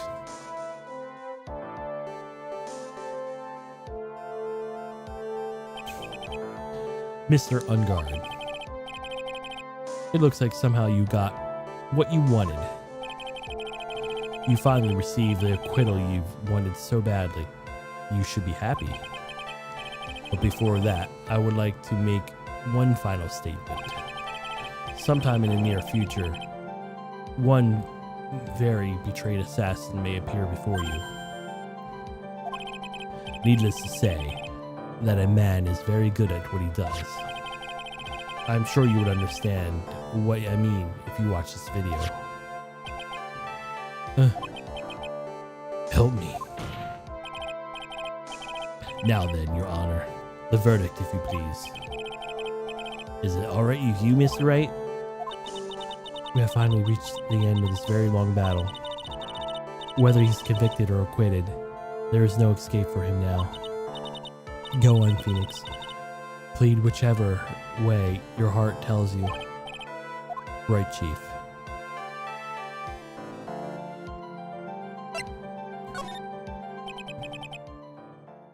Matt on guard. Even though I'm a lawyer, I cannot make your crime disappear. I think guilty verdict is appropriate here. Me? My wonderful self? Guilty? Even if you're acquitted, the instant you set foot outside of the detention center, your life would be in danger. No matter which way you look at it, you can't run away from your crime anymore. No! Guilty, guilty, guilty, guilty, guilty, guilty, guilty, guilty, guilty.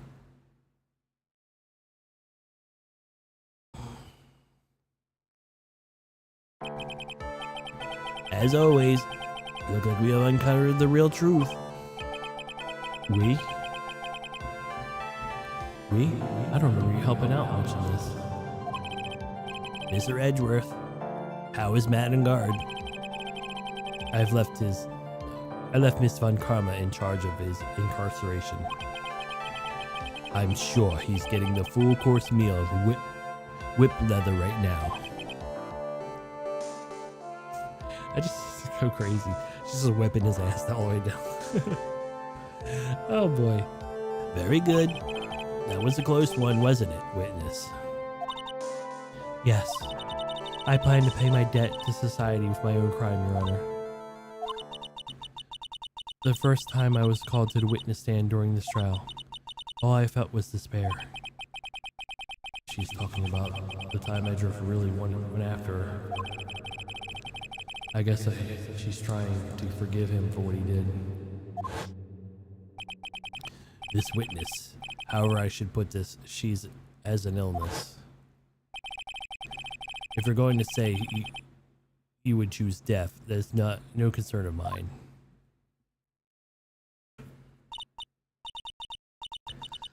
But after that, when I was alone in the detention center, this is the first time I really saw myself for who I am. And today, when you two used your combined strength to convict Matt, I felt like I've finally been saved.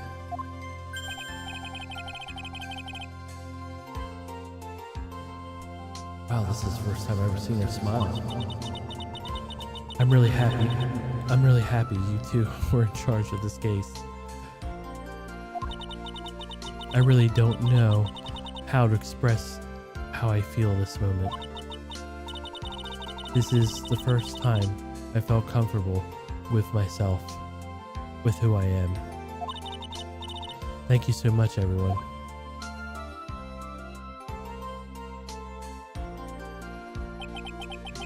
It looks like we have resolved everything at last. As for myself, there are still a few things I'm confused about, but everyone seems to be in good spirits, and that's good enough for me. And that's all. This court is adjourned.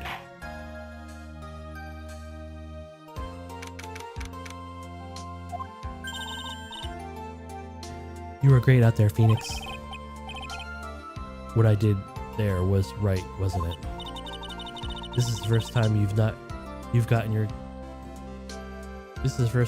gotten off your client. You've gotten your client off. Man, they probably should have rephrased that.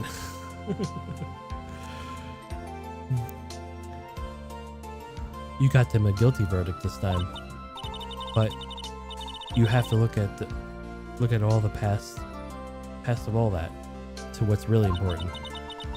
Now you realize there is something more than just getting a not guilty, right? Yes, I understand now. Phoenix, think back for a second. I think the moment before Miss Von Karma arrived with the final piece of evidence. I think about incredible decision you had to make.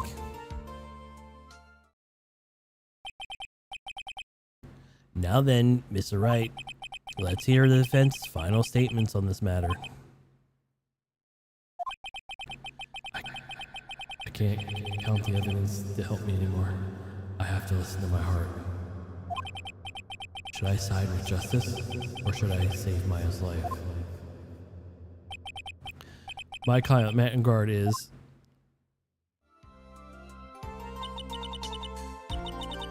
Is he guilty, or is he not guilty? Those were your choices then, and your answer. Your answer spoke to being a lawyer that means to you. Right. Edgeworth, I have good news. Maya is now safe in the police custody. Really? Pearls, you're telling the truth, right, Mr. Edgeworth? Yes, she's quite safe. Like, does anyone notice that she goes from Mia to Pearls? Does she like deflate? Like, what happens?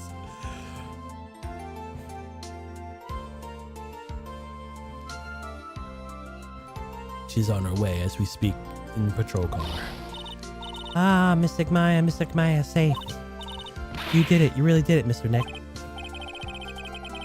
Ow, she punches this really hard for a kid. I believe in you. I kept saying this to myself, Mr. Nick will save her.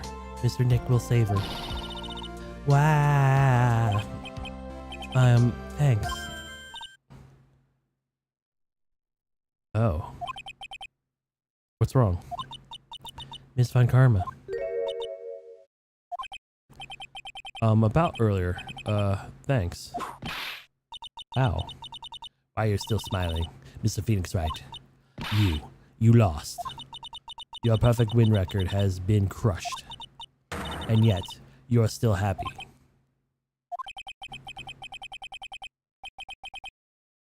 Did he really lose, though? I don't know. It's hard to say. I don't think you'll ever understand Miss Von Karma. How dare you?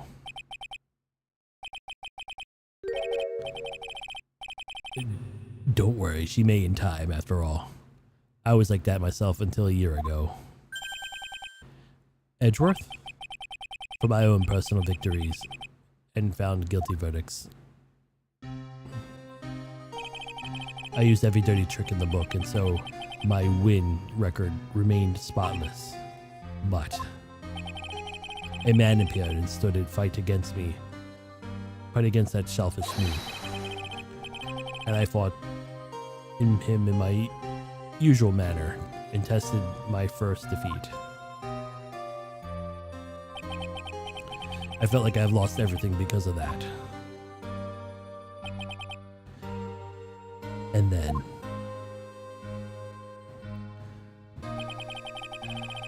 it was my turn to sit in a defendant's chair. And then I was saved by that person I call my enemy. I could not forgive myself for all that happened, so I left the prosecutor's office.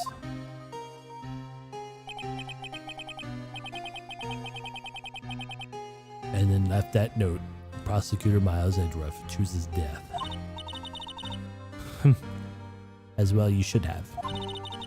A prosecutor who is ashamed of himself with defeat should crawl in a hole and die. But that's not what happened. After the prosecutor's office, I finally came to realize something. In that moment of clarity, that everything began to change. What was a fearless nonsense? We prosecutors use anything that we can attack the defense. But every time we did so, No matter how desperate the situation, instead of giving up like most people, that man would hold strong with his undying faith.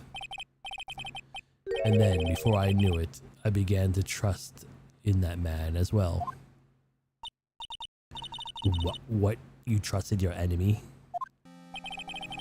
It doesn't matter how many times you underhanded tricks a person uses. The truth will always find a way to make itself known. The only way we can do this is to fight the knowledge we hold everything we have, erasing the paradoxes by one. It was never easy. We clawed and scratched every inch. But we will always eventually reach the one single truth. This, I promise you. The truth. Yes, that's the reason why the prosecutors and defense attorneys exist. But I'm sure you knew that already, didn't you, Wright? That's why you couldn't forgive me. This is the man who went into hiding, isn't that right? This is the man who only had his sights set on victory, who ran away into the night. Ah. Is that Mr. Edgeworth, right, Nick? Mr. Nick?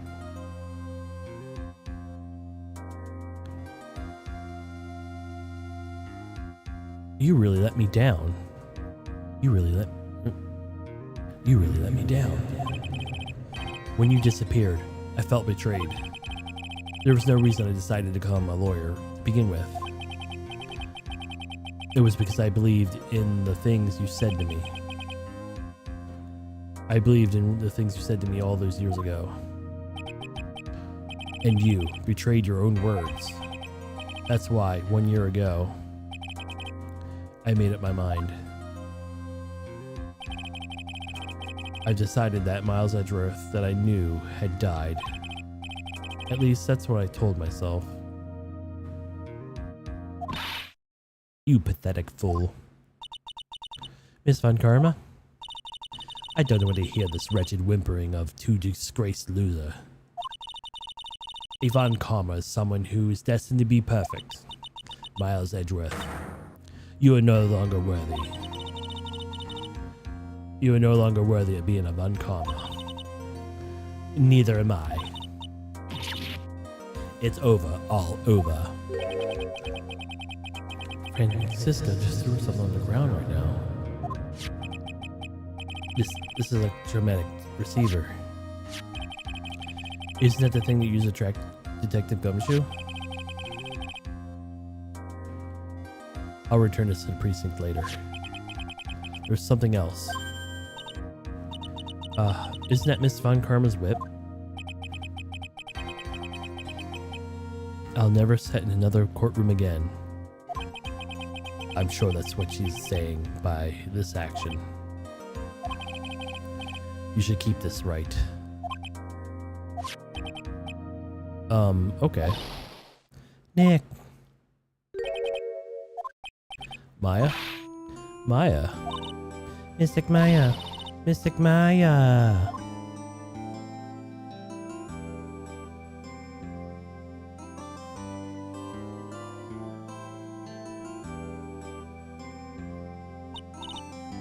Oh, Nick, I knew you would come through. You got in guard convicted, like I knew you would. But on top of that, you even rescued me. Well, of course I did. Oh, well, of course I did. You know I would never desert you. But you pressed your luck on this trial. You were really lucky to be standing here. Whatever. Looks like it's all over. Besides, did I croak? It would come back and haunt you like a bad ghost. Through Pearly. How did I like to say? Is it really easy to do something like that? Actually, funny you say that, actually. Well, that'll be for a later stream. Thanks a lot, Nick. Don't mention it. Maya. Mr. Edgeworth? I'm relieved you're all right. Hey, it looks like you've made some real progress, Mr. Edgeworth. Well, I suppose a little different from who I was a year ago. Growl. Alright. I think it's time we got out of this depressing place. Huh? Where are we going? Food, Nick. Food. Grub. Chow. I'm starved. I'm so hungry. You even look like a nice juicy burger on a bun to me, Nick. You'd think I'd look like a burger? I'm prime rib at least. Come with us, Mr. Edgeworth, please. If you insist. Alright, so how about we hit up the usual burger joint? Don't be silly, Nick. Huh? This case is messed up. That awesome evening and got in the way of my gourmet food. So now I decided we have to make up by having another feast. Another feast? Come on, Nick. Food. Now. I haven't eaten in like 4 days.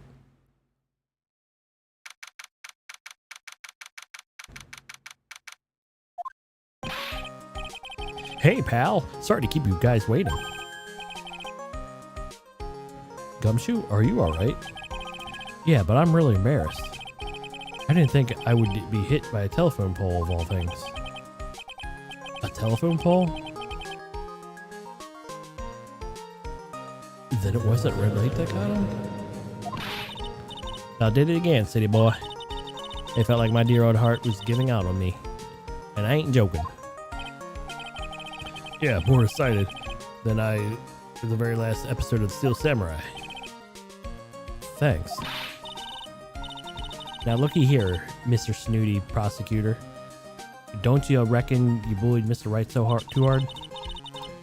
If you don't start being a lot nicer to him, he might just kick it tonight even. I'll keep that in mind. Well, come on now, everyone's gathered around.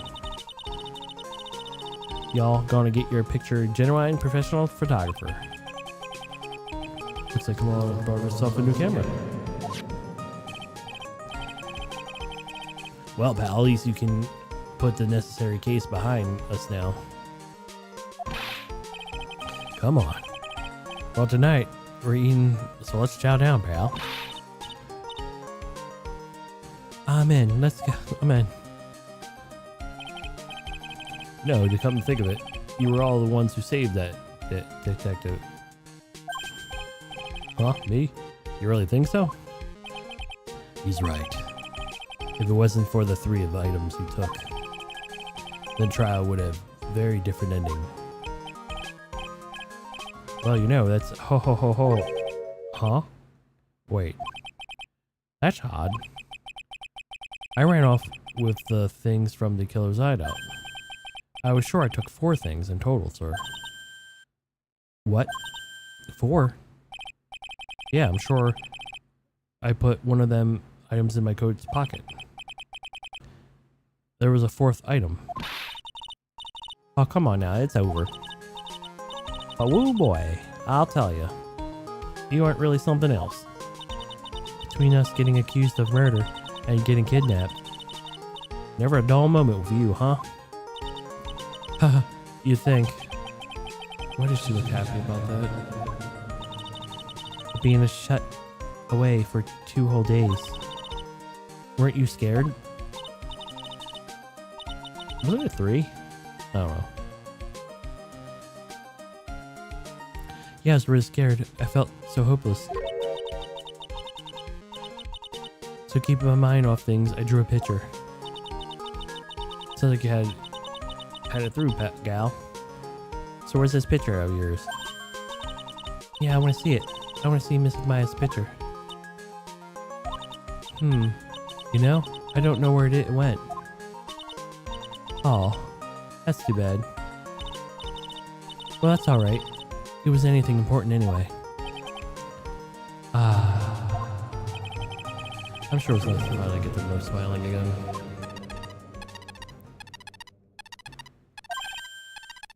Huh? What is it, Edgeworth? This thing's picking up something. Ah, that's Miss Von Karma's receiver. Thanks to her, I had the most awful experience of my life, sir. I can't believe she stuck a tracking device on me. That's odd. Even though you're standing right here, the tracking device seems to be in a different location.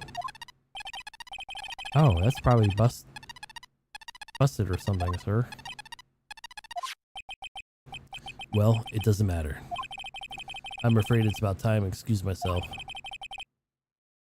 I have some work to do. But Mr. Edgeworth, haven't eaten anything yet.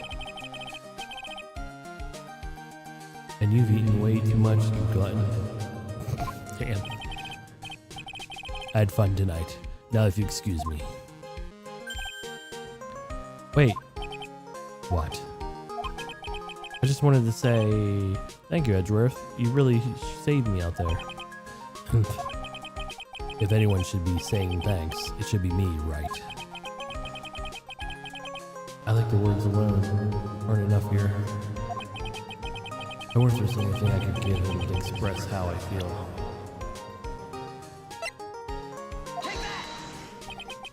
What's this?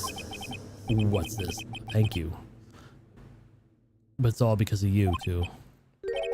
You and her. You don't need to thank me. I was only doing my job.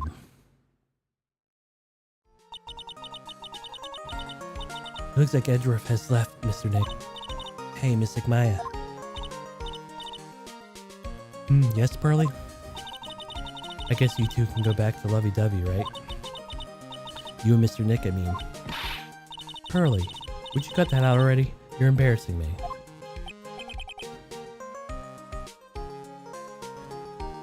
Anyway. So who's paying for this lovely dinner party? As if you need to ask. Everyone say thank you to Nick. Huh? Ah, yeah. Kind of the point. I can't even buy instant noodles, pal. So kindly, put your name on the bill. Huh? Yeah, I got me a situation like that myself. If this camera shop in this hotel, see, and this, I bought myself this little beauty here, and it better be anyhow for 3,000. Huh? Actually, I reckon you bought it for me since it was on your tab and all. Huh? Isn't that great, Mr. Nick? Yeah, Nick. Why do I feel suddenly like I'm screaming? Don't you need your back? Don't need to hold back now, you hear? Yeah, pal, time to let it all out. This is going to be the first time I hear it for real. Go on. It's been a while since I heard you say it. It's been busy and hostage and all. Alright then. If you say so. Objection. Oh, man.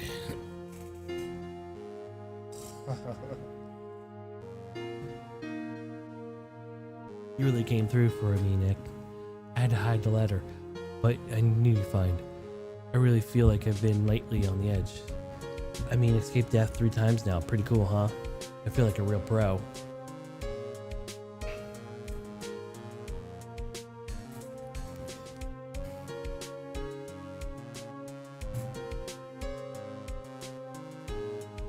I'm so happy that you could save Miss Maya, Mr. Nick.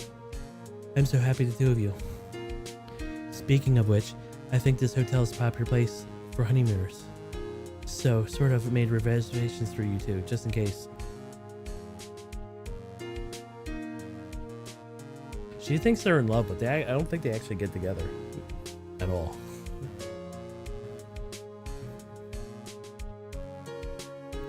Well, pal, looks like I'm back on the force again. Mr. Edgeworth had a long talk with the chief and he got me reinstated. So learning the things like letting a hand go at all society, I knew, crashing headlong into everything. Way to live, pal.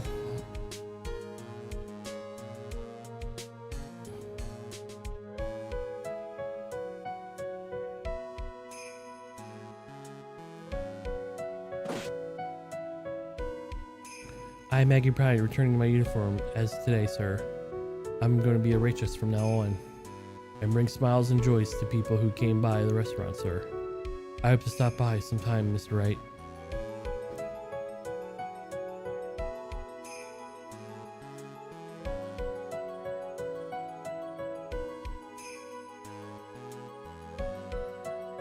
Yes.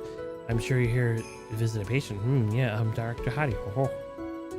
Recently, I've yes that girl, you know. I haven't seen her around. Yes. I remember, even if I laid much eyes on her, I would crack. I didn't even matter whip though. Yes, her.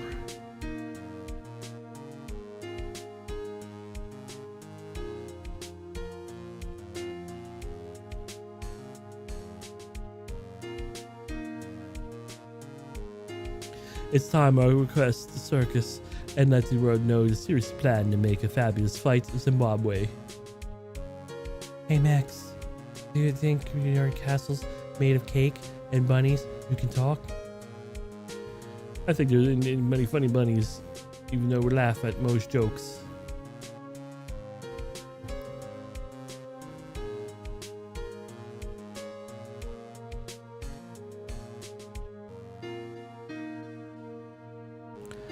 I'm ready. I'm here to make these jokes. To fail the deaf ears. I'm gonna go more contemporary around this humor. Mo curls represent. We got a new way to act and perhaps the Hallelujah chorus. Say something, will you? You're supposed to start us off. Get with this, will you?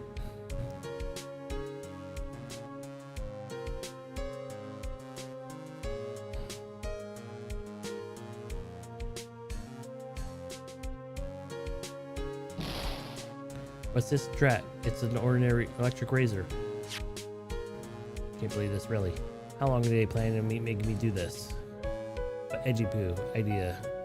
So it means I have to be deep meaning. But that's why I do it, feeling it wouldn't forget about it, would they? Whenever like this, the old days, everyone thought the world. They call me Queen Wendy and treat me like something because she talks too fast. Burn and pray of fire, dangerous to our houses, something the scenery burned.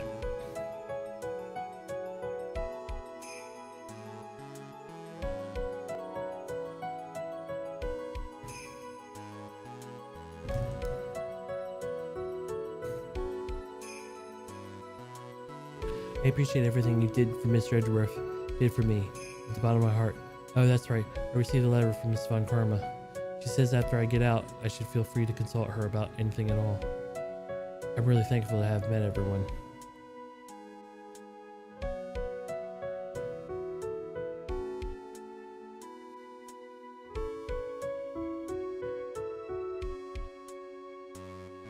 It has been difficult for me for this country of late. As such, I will take a short leave of absence. I would like to request services. Please be sure to visit my homepage. I may both be blessed with.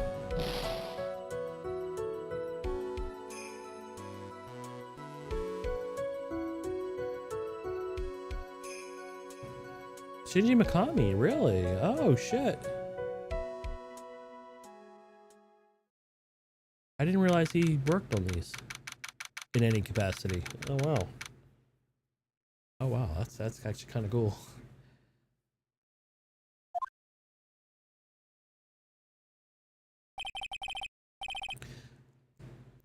Where are you going, Franziska? How did you know I was here? With this. That's... I heard you were planting things on certain person. Things like tracking devices in his coat, for example. That's just like you. I've only planted it there because he was always wearing it. This filthy drab coat of his. I don't know why how it ended up in my luggage. But I'm going to trash. It's going to the trash, I promise you that. Oh, that's right. Speaking of that man, he told me something very interesting. When I ran off with the things from the killer's hideout, I was sure I took 4 things in total, sir. 4 things? It Seems the last one is in his coat pocket. You put it in here? It doesn't matter anymore. This case is already over. What are you going to do now? It's none of your business. Are you running away? Shut up. You don't understand a thing. You can't possibly understand what it means to be Manfred von Kamma's daughter. Franziska. It may be expectations from around me, expectations I must fulfill. Expect to win no matter what, and failure, such a thing is not an option for me. My father is a genius, no doubt about that, but me, I'm no genius. I've always known that. But I had to be the one. I had to. You may not be a genius like your father, but you are the prosecutor and I've been always will be. No, I'm just not anymore. Not even that to throw my whip away. Speaking of that, Wright gave this to me to hold on to. Right? You knew something that would happen, didn't you? I'm going to say this again. We prosecutors not fight for personal honor or pride. I hope you will think deeply about what is supposed to be striking down with that whip. You haven't changed a bit. You have always left me alone and walked on the head of it without me. Miles Edgeworth, I've always hated you.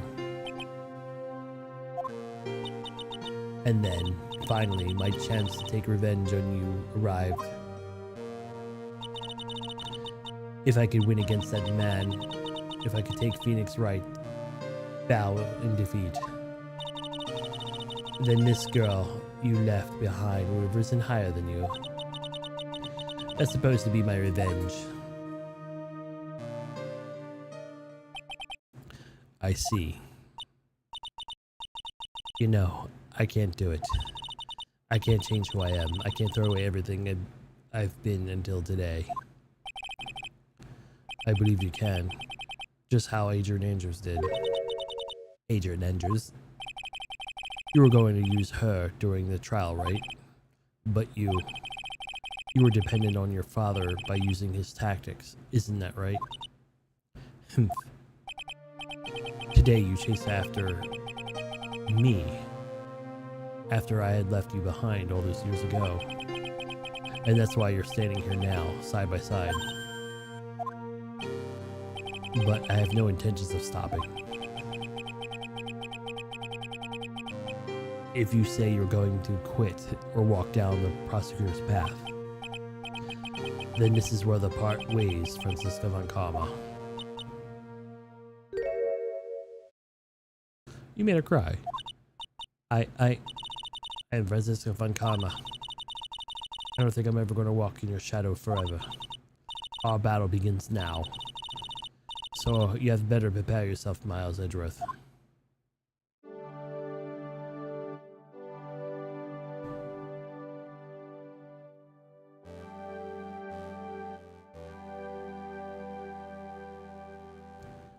Phoenix Wright. One day, someday, I'm sure we'll meet again in that battle. Until then, this is my last piece of evidence that will never made it to you. Take good care of this fourth piece, so I can give it back to you when we last meet again.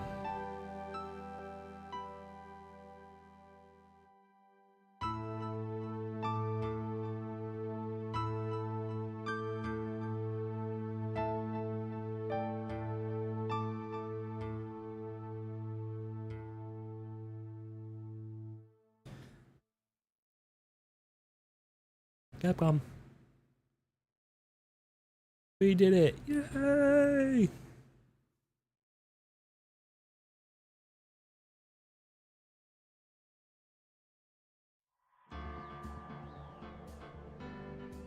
Alrighty, guys.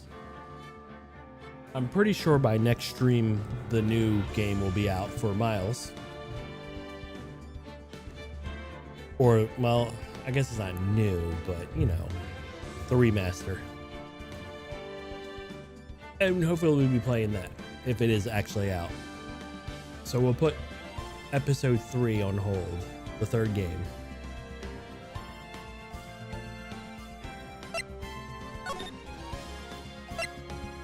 We'll put this one on hold because this one's a doozy, and oh man, oh boy, oh boy, reoccurring characters galore. Ooh boy. So yeah, I want to play through Edgeworth's first game, which I kind of wanted to do after the first game. I'm not sure if it exactly takes place after the first game, but that's what it would make sense.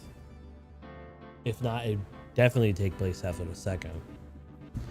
But since his second game has Shelly in it, I would assume it would take place after the second, at least. But we'll see. I don't know. We'll see. Alrighty, guys. I will see you. It could be further out than I know. I don't know the actual timeline of the series. Outside of Phoenix Wright 1, 2, and 3, Apollo 1, 2, and 3, you know, those actually go in a straight line. But anyway, guys, thank you all for watching, and I will see you next time.